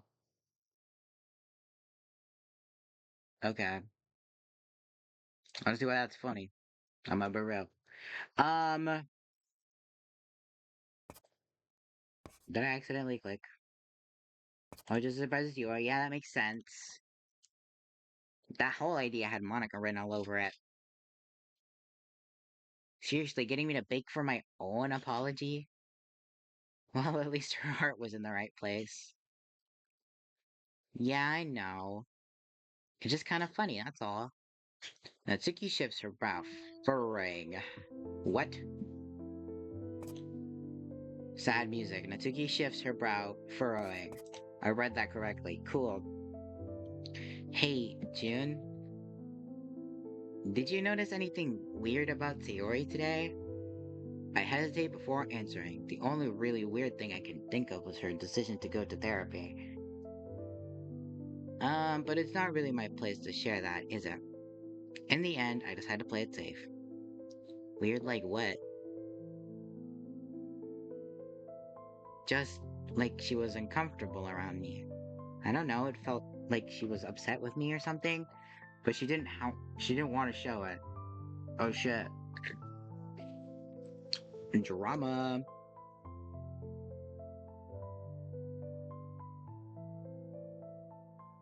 It's so weird she didn't even do that when we started going out. Why would I fumble trying my best to play things cool? Why would she have done that when we started dating? Natsuki gives me a look halfway between a glare and a pitying glance. Ugh.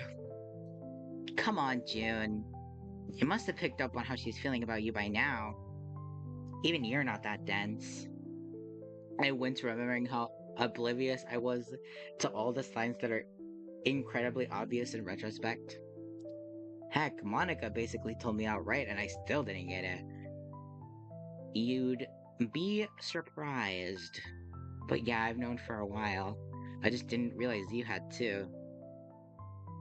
Junior, practically all she talks about. The rest of us pretty much had her figured out before you even joined the club. When you finally showed up and we saw how she acted around you, let's just say our suspicions were confirmed pretty quickly. And none of you decided to tell me. Things probably would have been easier for everyone if I'd just known what was going on from the start. And then again, considering how I reacted to Monica's explanation, maybe it wouldn't have mattered after all. Well, no, of course not. But she wasn't ready to tell you about it. None of us were about to force the issue. Then we had the festival and the things kind of happened really quickly between us. And talking to Sayori about it got awkward all of a sudden. Wait. Natsuki suddenly stiffens, her back straightening as she leans away from me. Are you saying you thought I didn't know how she felt about you this whole time? Well, yes. I guess when you put it like that, it's kind of And you've just been hanging out with her like nothing's wrong? Oh shit, drama. Wait, hang on. Were you upset with me? You knew this whole time, so it's like you have a problem with us spending time together. Ha, I'm upset because I thought we were on the same page. I thought what? I thought we both knew what was going on and we're both okay with it. But you thought you were going behind my back and keeping it a secret. Huh? When she says it like that, I see how it must look. For some reason, I just assumed if Natsuki knew how Sayori felt, that must be the end of it. But I guess the way I acted was, well, pretty stupid. It's not like that. I didn't mean to go behind your back or anything. Then why didn't you tell me how Sayori felt about you before now? That's a pretty big thing to keep to yourself. I don't have an answer. I can't trust someone who does that kind of thing, June. And clearly you don't. Wait, what?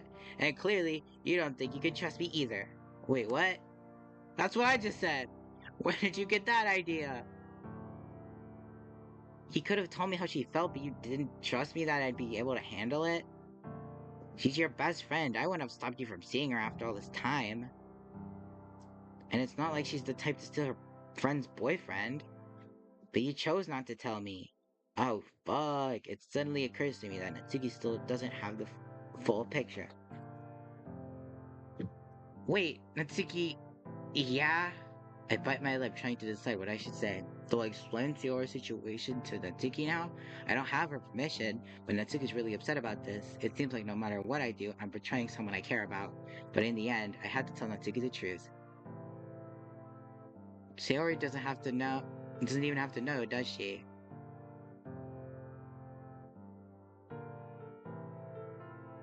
Um, okay, look, it's more complicated than that. You remember how Sayori came over to my house the day before the festival? You know, when we were outside and you. Yeah? What about it? Um, well, that wasn't the first time I'd seen her that day. Do you remember that Friday she was acting really weird and you told me not to read too much into it? Yeah? Where's this going? Well, before you came over, I went to check on her. And with that, I told Natsuki everything that happened that day. About Sayori's depression, her trouble finding motivation, and ultimately how she confessed to me, and I turned it down. I find myself getting worked up and have to compose myself multiple times before I'm finished.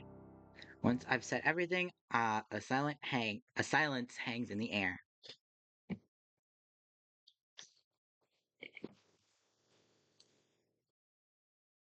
That's crazy. She, she was serious? Huh? Back when I first joined the club, I was having some issues. Sayori helped talk me through how I was feeling. You know, like she does. Anyway, I asked her how she knew so much about all this, and she said she had depression. I didn't think she was serious, you know? I mean, it's Sayori.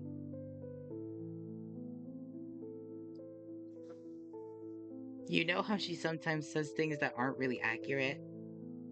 Man, do I feel like a jerk. Yeah, join the club. Jerk isn't a strong enough word for what I felt like after Sayori told me everything. For weeks, I kept remembering ways I'd mistreated her or warning signs I'd completely ignored. Um, alright, I guess I understand why you didn't want to tell me.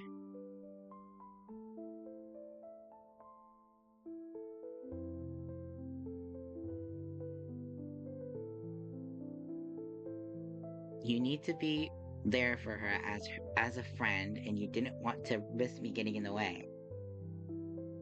It was still a boneheaded thing to do, but I guess I can see where you're coming from.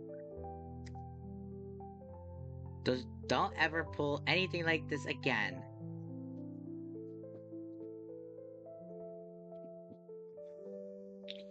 Hmm. I won't. Promise. Anyway, this morning Sarah told me she was planning to start seeing a professional. She's been really anxious about taking that step. Do you think that could be it? Hmm. Honestly, I doubt it. Like I said, it almost felt like she was upset with me. She just couldn't face it. It was like it hurt just to look at me. It's so weird. And she was never like that before? Never. It makes no sense. I think back to this morning, trying to remember anything different about Theory. When I realized what must have happened, I feel like an idiot. The flower. Huh? Why would she be upset about. Why would she be upset by a flower? Not a flower, flower. The flower I picked up when you hugged me goodbye. Blah blah blah. I still had some on me when I met up with Sayori this morning. Tsuki looks to the ground as she realizes where I'm going with this. Sayori knew you were baking for the event today, so when I left the house, she must have known you were with me. And with it being so early in the morning, she must have figured out you're living with me. Either that or she just thinks I spent the night. I've never been in her place, but man, it's gotta hurt. Should we go check on her or something? Explain what's going on? I don't know. I'm not so sure she'd wanna see us right now. Yeah, maybe you're right. It's just, I don't feel right ignoring her. I feel like I should be doing something to make things better.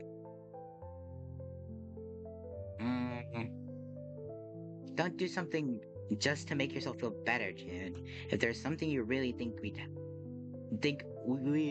whoa, my brain is exploding. Think would help her, we can do that. But otherwise, you just have to suck it up and let her work through this herself. I sigh. Natsuki's right, of course. Anything I do now would be to make myself feel better, not Sayori. And if I'm really trying to do what's best for her, I have no choice but to trust that she can handle this. Thanks, Natsuki. That was some pretty good advice. Yeah, I know. Things would be a lot better if people listened to me more often. I put my arm around Natsuki. Probably. As Natsuki leans against me, I ponder the day's events. Even if I'm upset, even if I'm upset with we accidentally hurt Sayori, I think it was a good day. Repairing the rift in the literature club was a load off my mind. Maybe it'll even help Sayori too, considering how much the fight upset her. Yeah, I think today was okay.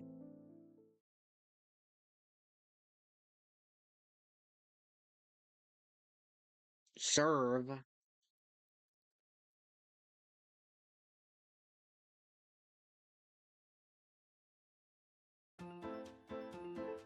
Hey, watch it. That doesn't belong over there. Move it against the wall. Careful, that's fragile. I step into sweet beginnings and immediately I'm creating to a scene of barely restrained chaos. There must be a dozen workers here bringing in tables, chairs, decorations, and everything else a cafe needs. In the middle of it all, Natsuki dashes about, giving orders to keep things going. Well, if not smoothly, then at least productively. Then when she sees me, her face immediately brightens.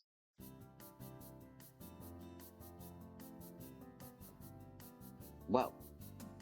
Hey June. What are you doing here? Okay. I came to see if I could help out at all. And if not, to see if my girlfriend had time for a lunch break. Not a chance on that lunch break. But if you're willing to work, we've still got tables and chairs to set up. I'm all over it. I moved to a stack of chairs and began setting them around the table. So, are things looking good for tomorrow? Tomorrow is officially our grand opening. Or at least it was supposed to be. Natsuki wants everything set up a week in advance. But delay after delay pushed that back. Until now, when we're still getting it furnished the day before. It'll have to be. We've advertised this as our opening for weeks. You can't change the schedule now. Unfortunately, things are finally starting to come together. That's good to hear. What about you? How are you holding up? Stressed, excited, terrified? Pretty much what you'd expect. I nod. Natsuki's online business was a modest success. The bat mitzvah went extremely well, and quite a few people there asked her for her information. Following that, she received a steady stream of orders on her website. Unfortunately, our kitchen isn't really set up for commercial enterprise, and taking the bus isn't exactly the best delivery system either. We're both hoping that having a brick and mortar location will make things easier on Natsuki. Hey, put that down! Natsuki turns away from me and shouts at one of the workers. I wince, glad I'm not on the receiving end of her wrath this time. Accepting that Natsuki doesn't really have the time to chat right now, I turn around and keep setting up chairs. Later that day, I wish Natsuki luck and head home. She made it clear that she'll be out for a while more, so I decided to cook dinner once again. This time, I planned ahead and went grocery shopping on my way home, so I know exactly what's in stock. I found some nice fillets of salmon at a good price and immediately looked up recipes. Now it's just a matter of timing it correctly. Once Natsuki tells me that she's about an hour away, I get started. When the door opens, I'm just seconds away from serving. Man, what a day. I gently nudged Natsuki with my elbow. Yeah, it must have been hard work bossing all those people around. Hey, it was. Every time I took my eye off them for a second, one of them would find something to screw up. But it was all worth it. You should see it, June. It looks amazing. I'm looking forward to it. Now sit down. Dinner's almost ready. Natsuki eagerly jumps into a chair at the table. You'd better be careful. I could get used to coming home to a home-cooked meal. Oh yeah? Should I just be a stay-at-home boyfriend then? I could get a cute little apron to wear around the house as I cook and clean. How about no? As much as I like that idea of a live-in servant, you should probably aim for something a little bit more ambitious. Probably for the best. I suck at cleaning anyway. A few minutes later, Natsuki and I are enjoying our dinner together. Blah blah blah. You know, I have to give you some credit. I have to give you credit for one thing. You're a fast learner. When I first met you, you could barely make an edible bowl of porridge. Mean? But now it seems like you can't screw up in the kitchen. I shrug. I do my best. It just makes me happy to have something nice for you when you come home. Blah blah blah. Thanks. It's nice for me too. You're really good to me. I hope it's worth it. I'm not sure what you mean. Of course it's worth it. Why wouldn't it be? I mean, with the bakery and everything, you're spending all this energy and time so I can get up and running. So I can get it up and running. And I want to be able to do stuff to make your life easier when this is all done. That was the whole point, wasn't it? So you wouldn't have to scrounge around for bottles all day? If this doesn't work out, all your work will be for nothing. And I still won't be able to repay you. We're having a discussion while eating salmon. Natsuki wants to repay my kindness to her. I guess. Look, Natsuki, I don't think you're looking at this the right way. This isn't just about you. I'm doing all this for us, for our future together. Right now, you're working hard at starting something new. So I'm picking up the slack back home. If it doesn't work out, that'll be disappointing, but it's not like you weren't working just as hard. And who knows, I'm about to graduate. Maybe in a few months, it'll be you supporting me as I go through school or whatever. The point is, you shouldn't get so hung up on what I'm doing for you, what you're doing for me. We're a team, right? We're both working hard for us. Everything you're saying makes sense, but I just can't help feeling like I'm just dead weight. I nod. I can see how Natsuki would feel that way. Everything she's done has been for some theoretical future benefit. We don't actually have anything to show for it in the here and now, but still, I wish I could help her see things differently. I get it, but all I can say is that I don't see it that way. I'm glad we're together. Even if this whole bakery thing doesn't pan out, I'd still do it all over again if it meant having you in my life. So I guess in that sense, it's already worth it. Natsuki smiles embarrassed. Thanks, Jun. I love you. I love you too. But tomorrow's a big day for me.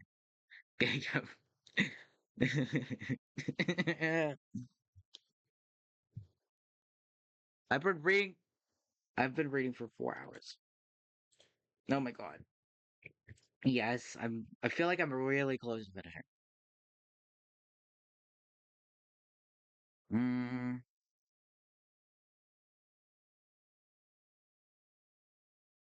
I'm gonna have to get up really early to make sure nothing goes wrong.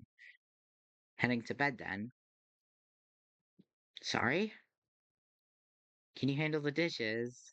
I can, but there's something I need from you first. What is it? Instead of answering, I just open my arms in an invitation for a hug. Natsuki grins, shaking her head as she walks over. You're so corny. It was close enough. Natsuki steps forward. Natsuki steps forwards and puts her arms around me, burying her face in my chest. I squeeze her softly in return. So corny. Natsuki repeats herself once more. Oh yeah? What about when I do this? I tilt my head down and kiss Natsuki on the top of her head. She giggles and responds without pulling away. Oh, absolutely. Maximum corniness. Corn overload. Well, I don't see you. I don't see you running away. I never said that it was a bad thing, but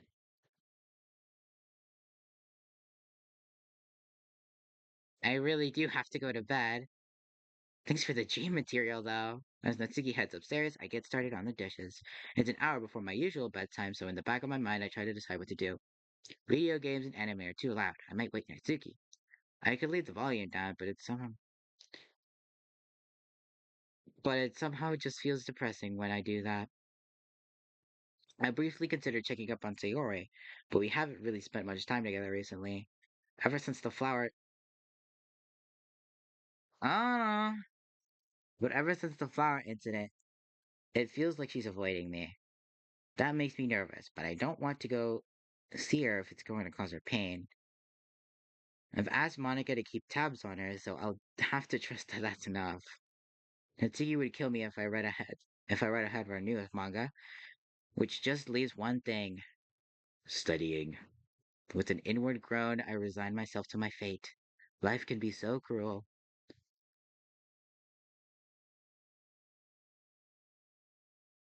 Black screen.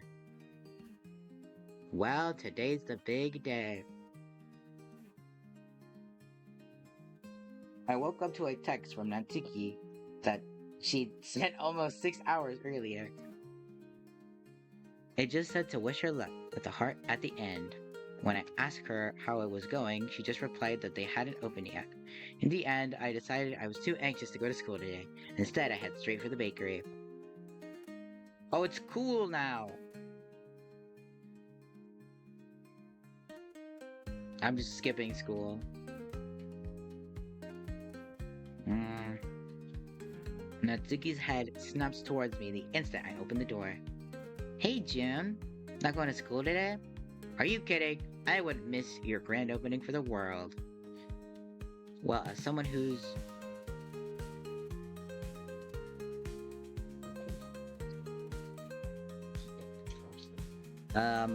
as someone who's heavily invested in your future, I have to say that you should be in school instead of skipping out every chance you get. But I'm glad you're here. Looking around, I see nothing but empty tables. How are things going? So far, you're the only customer, but it's still early. Besides, this is only the first day.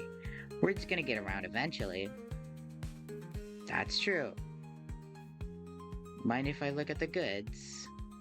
Just as long as you don't expect any free samples. You'll have to settle for whatever doesn't sell by the end of the day. I wasn't, actually. Fair enough. I inspect the selection on offer. It's quite an array. Natsuki must have worked furiously to get all this done, but all this done this morning. That. Words. I see multiple flavors of tarts, cookies, cupcakes, at least a half dozen types of bread. You really did all this by yourself this morning? Yep. It wasn't easy, but I'm up to the challenge. What about the poems? Have you got those too? Huh? Natsuki felt it was important to have a theme for her cafe to help it stick out. Unsurprisingly, she chose a literature theme, stocking the walls with shelves of books, manga, and the like. And she decided that each cupcake sold would come with one of 5 poems she'd write weekly. She claims it'll help people feel more invested and want to return. Personally, I think she just misses the literature club. Although I do admit it is a neat idea. If nothing else, it'll catch people's attention. I finished the last of them this morning. Mind if I check them out? Are you buying a cupcake? Uh, I guess not right now. Then no can do. These masterpieces are for paying customers only. All right. Okay. Well, I'm gonna stick around here until closing time. Let me know if there's anything I can help with, okay? I will. Thanks, June. Um, a few hours later at lunchtime, I'm sitting at the table reading.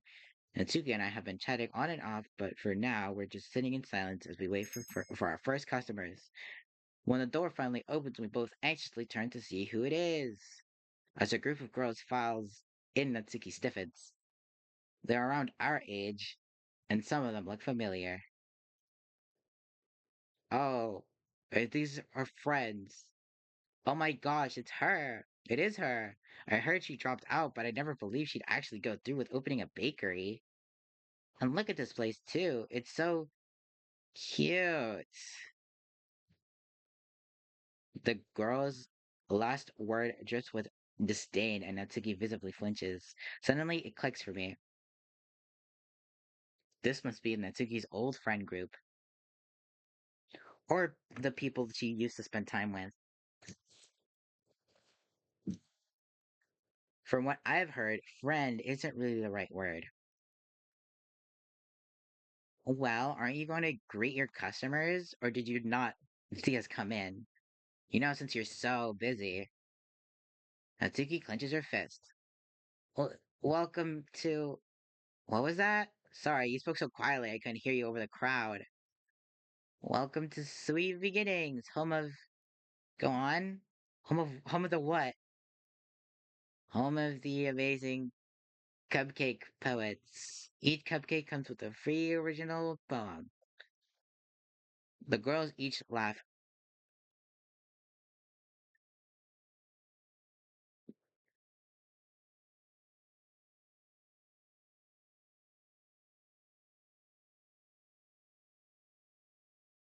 The girls laugh de- derisively. Yep, derisively. Are the poems written in crayon? I move to get up, tell them to leave, to do something. But as I do, locks eyes with me and shakes her head. Feeling feeling useless, I sit back down, clenching my glass like a cup. Okay.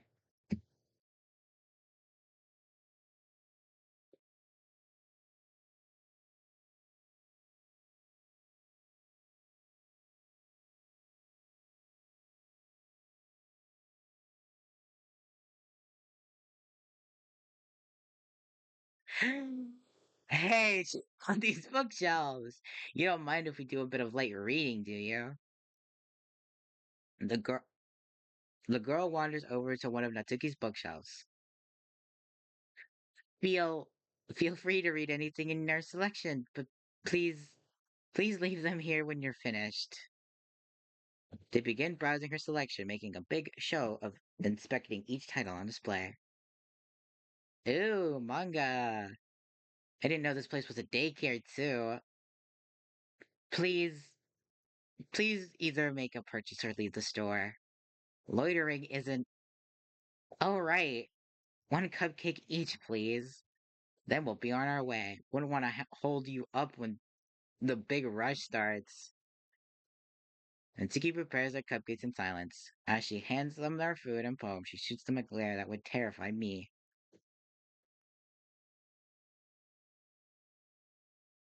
On your way out, you'll notice a sign saying, "Please come again." You can go ahead and ignore it. Oh, you finally grew a spine. Good for you, Nat. Maybe someone will actually respect you someday. What the fuck?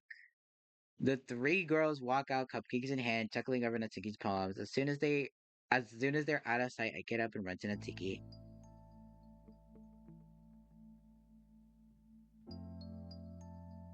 I'm so stupid. Why did I think I could do this? I'm just a screw up. Look at this place. It does look like a daycare. Just looking at it makes me want to puke. And who was I kidding? Nobody's going to care about my crappy poems. Natsuki, that's not. I'm caught off by the sound of the door opening. Natsuki and I both spin around. A familiar figure strides in, followed by a young girl. Oh my god, it's the chain smoker. I'm sorry. Um, am I interrupting something? No. Natsuki practically jumps away from me, quickly wiping her eyes. Right. Well, anyway, you seem to have made yourself a fan. My daughter hasn't stopped talking about your baking since her bar mitzvah. Buh, buh, buh. So I had to promise her that I'd take her here the day you opened.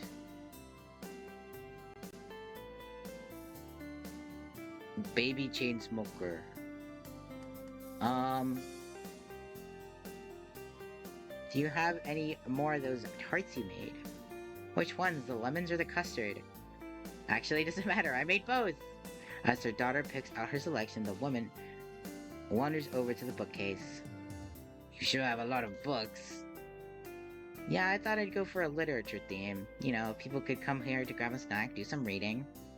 I think that's a great idea. Not unlike the coffee house. Not unlike the coffee houses of old in some ways. And you've got manga here too. My husband would be going nuts right now. Not a big fan of manga, is he? Are you kidding? He's obsessed with it. It used to drive me... Good for you. It only took you a very long time.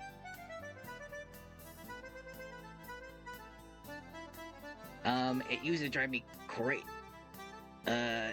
me crazy when we were dating, but that was just me being just mental. He's even found a few that I've enjoyed over the years. Is that so? It is. In fact, I think we're going to be repeat customers. Well, in that case, I look forward to seeing you again. Oh, wait, before you go, Natsuki grabs a poem and hands it to the woman's daughter. You get one of these with every cupcake. A poem?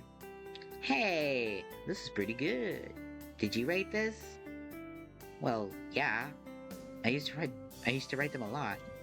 Alright, sweetie, you've got everything you wanted. It's time we get going. We can come back with your father another time. The pair thank Natsuki for the treats, then walk out. I grin at Natsuki. I'm sorry, you were saying? I think it was something about nobody caring. Shut up. And go sit down before someone else walks in. Okay, but first...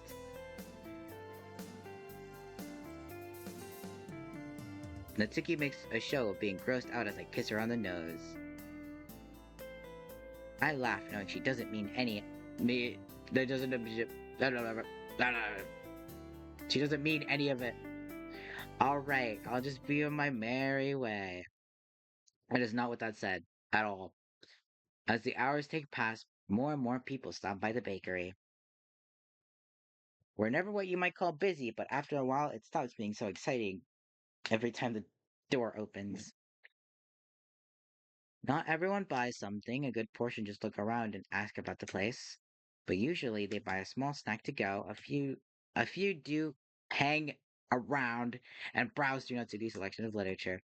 Later into the later into the afternoon when nobody else is around, a small group walk in. Hey Natsuki. And June, I thought I'd find you here. There's a playful disapproval in Monika's voice as she comments on my absence from school. Oh my gosh! I've never seen so many kinds of goodies in one place! I didn't even know you could make so many, Natsuki. I'm not in the least bit surprised. Natsuki's always been a talented baker. In truth, it would have been stranger if she only knew how to bake cupcakes. Hey guys! Thanks for coming! Sayori, I'm happy to give you a couple free samples, but if you want that... what? Happy to give you a couple free samples, but if you want that much, you'll have to pay for it. Sayori's piling a paper plate with what seems to be one of everything Natsuki made for the day. I knew that. I even broke my piggy bank for the occasion. We've all brought our savings, actually. I, for one, couldn't wait to see how you employed your skills when given complete creative freedom. Aw, thanks guys. So how's business been? About as good as about as good as I can expect, I guess. I wouldn't complain about having more customers, but people have been wandering in pretty regularly. And of course, they all leave satisfied. I expect to have plenty of repeat customers. I bet you will. Oh, by the way, June, did you tell her about the latest club activity? No, I never really got around to it. I never really got the chance. But with all the work she's been doing, I haven't had much opportunity to fill Natsuki in on what's happening at the club. What is it? Take a look for yourself. I bought a copy. Monica hands Natsuki a small pamphlet. I recognize it, having picked up a copy at school on Monday. Intrigued, Natsuki begins flipping through it. It's our newest project. Each week we all make something to put in a pamphlet like that, and we pass them around the school. Everyone's putting in something different. I make poems, Yuri's writing a serialized fiction story, Sari's starting an advice column, Jin's even writing a manga. You started writing a manga and you didn't tell me? Well, you were busy! Besides, it's not really any good. Are you kidding? This is adorable. Even I admit it's quite endearing. Oh? Was that a compliment I heard, Yuri? A small one. I still prefer novels, personally. Yeah. I knew you were too stubborn to change your mind that easily. As Monica and Yuri talk to Natsuki, Yuri quietly walks over to me.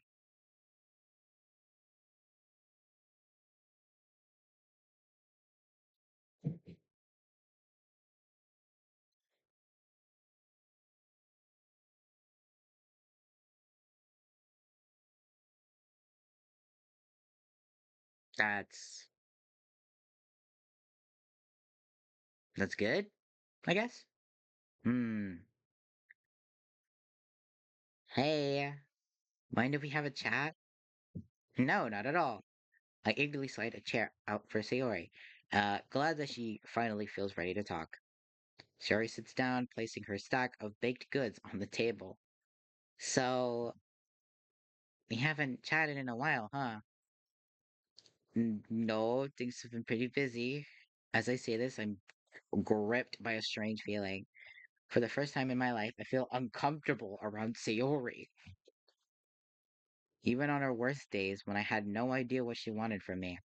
When I wanted when I wanted more than anything to help her, but I couldn't. Never felt awkward being around her.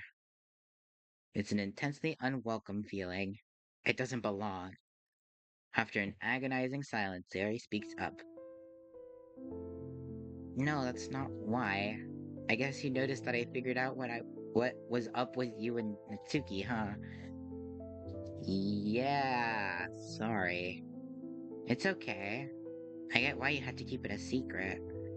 It really hurt figuring it out though. I'm glad that when I started seeing somebody because what? I'm glad that's when I started seeing somebody because the last few weeks all I've wanted was to talk to you, to have you comfort me. That would have hurt more than anything else, you know? Having you close but knowing that you're with someone else, one of my closest friends, it was tearing me apart. I looked down, unable to help feeling a twinge of guilt. Sori takes a breath before continuing. Anyway, my therapist and I have been talking a lot. She's actually been really helpful. I should really have thanked you sooner for getting me to go see her. Well, that's good. I'm glad you're doing better. You are doing better, right? Well, so far we've mostly just covered ways for me to handle really bad days. Coping mechanisms, you know. I've been having a lot of those days recently, but they're getting easier. That's not really why I wanted to talk to you though. Last week, I told my therapist about you and Atsugi. I'd sort of mentioned you before, but that was the first time we had a full conversation about it. And she said a lot of helpful things, and a few things that really hurt to hear.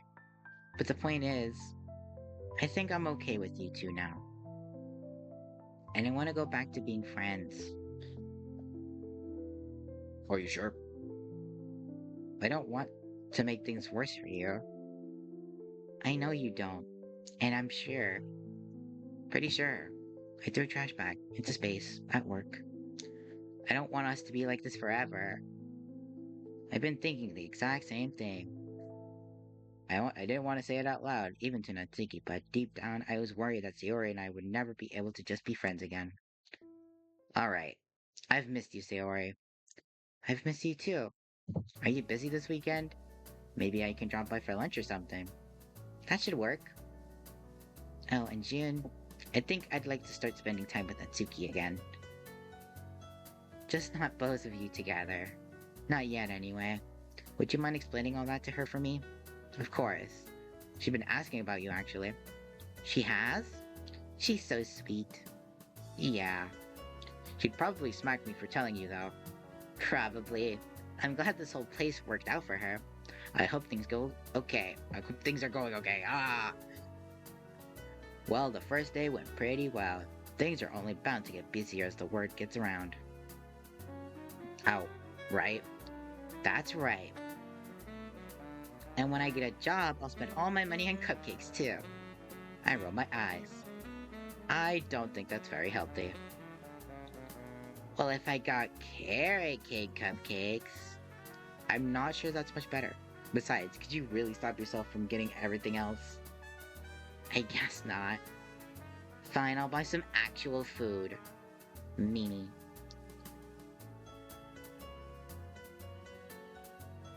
Hey, you two. Sorry to interrupt, but Yuri and I are about to head out. Oh, alright. Thanks for coming, Monica. I turn and wave to Yuri. Thanks for coming, Yuri. I'll see you tomorrow. Yuri timidly raises a hand in acknowledgement. Okay, like, you're not just gonna, like, say bye? Okay, cool. I should probably be going, too. I've got a lot of homework to do. Alright, see you tomorrow. Bye, see you tomorrow. At the end of the day, when it becomes clear that no more customers are coming, Natsuki and I start cleaning up. Man, what a day, huh? No kidding. What time did you have to get up to get all this ready anyway?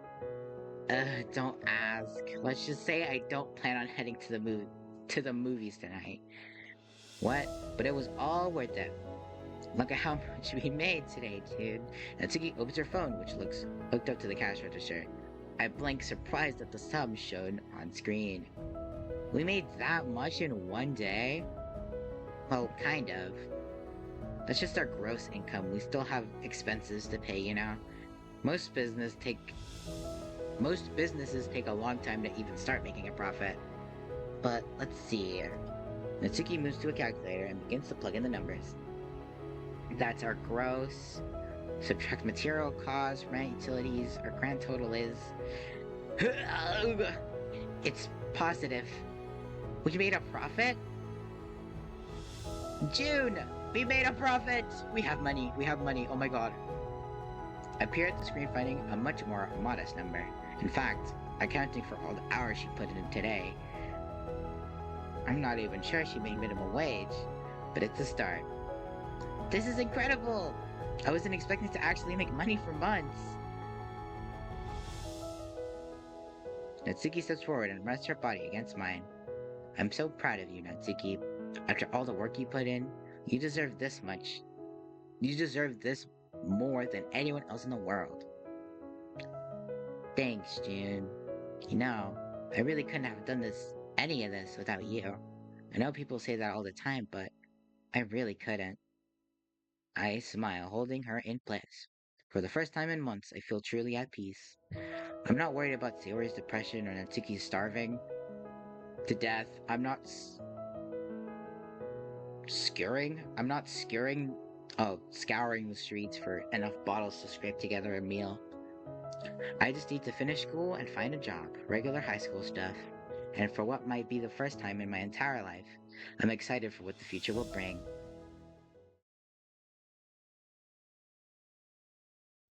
Is that the end? It's the end. What? I can't skip the settings.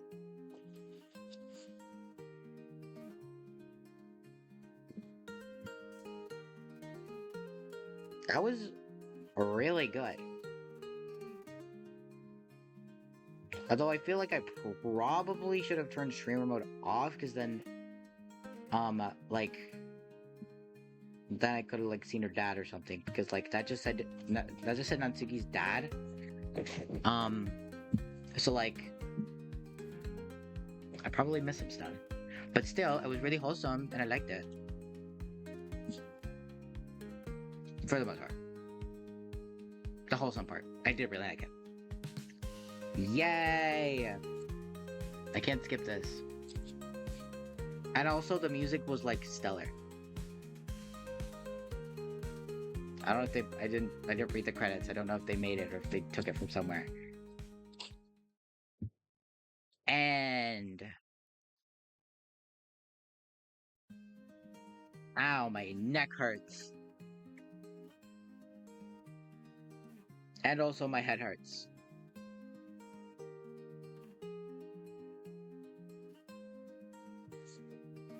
Yeah, this is true. I'm definitely gonna look throughout it or look through it again without streamer mode.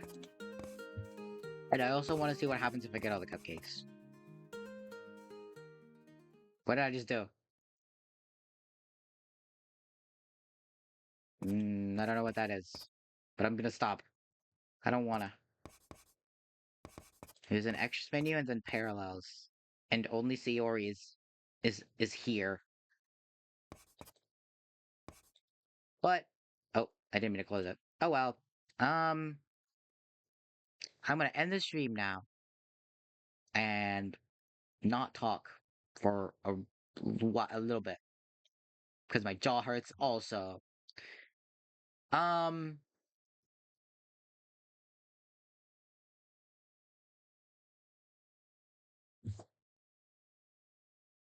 well,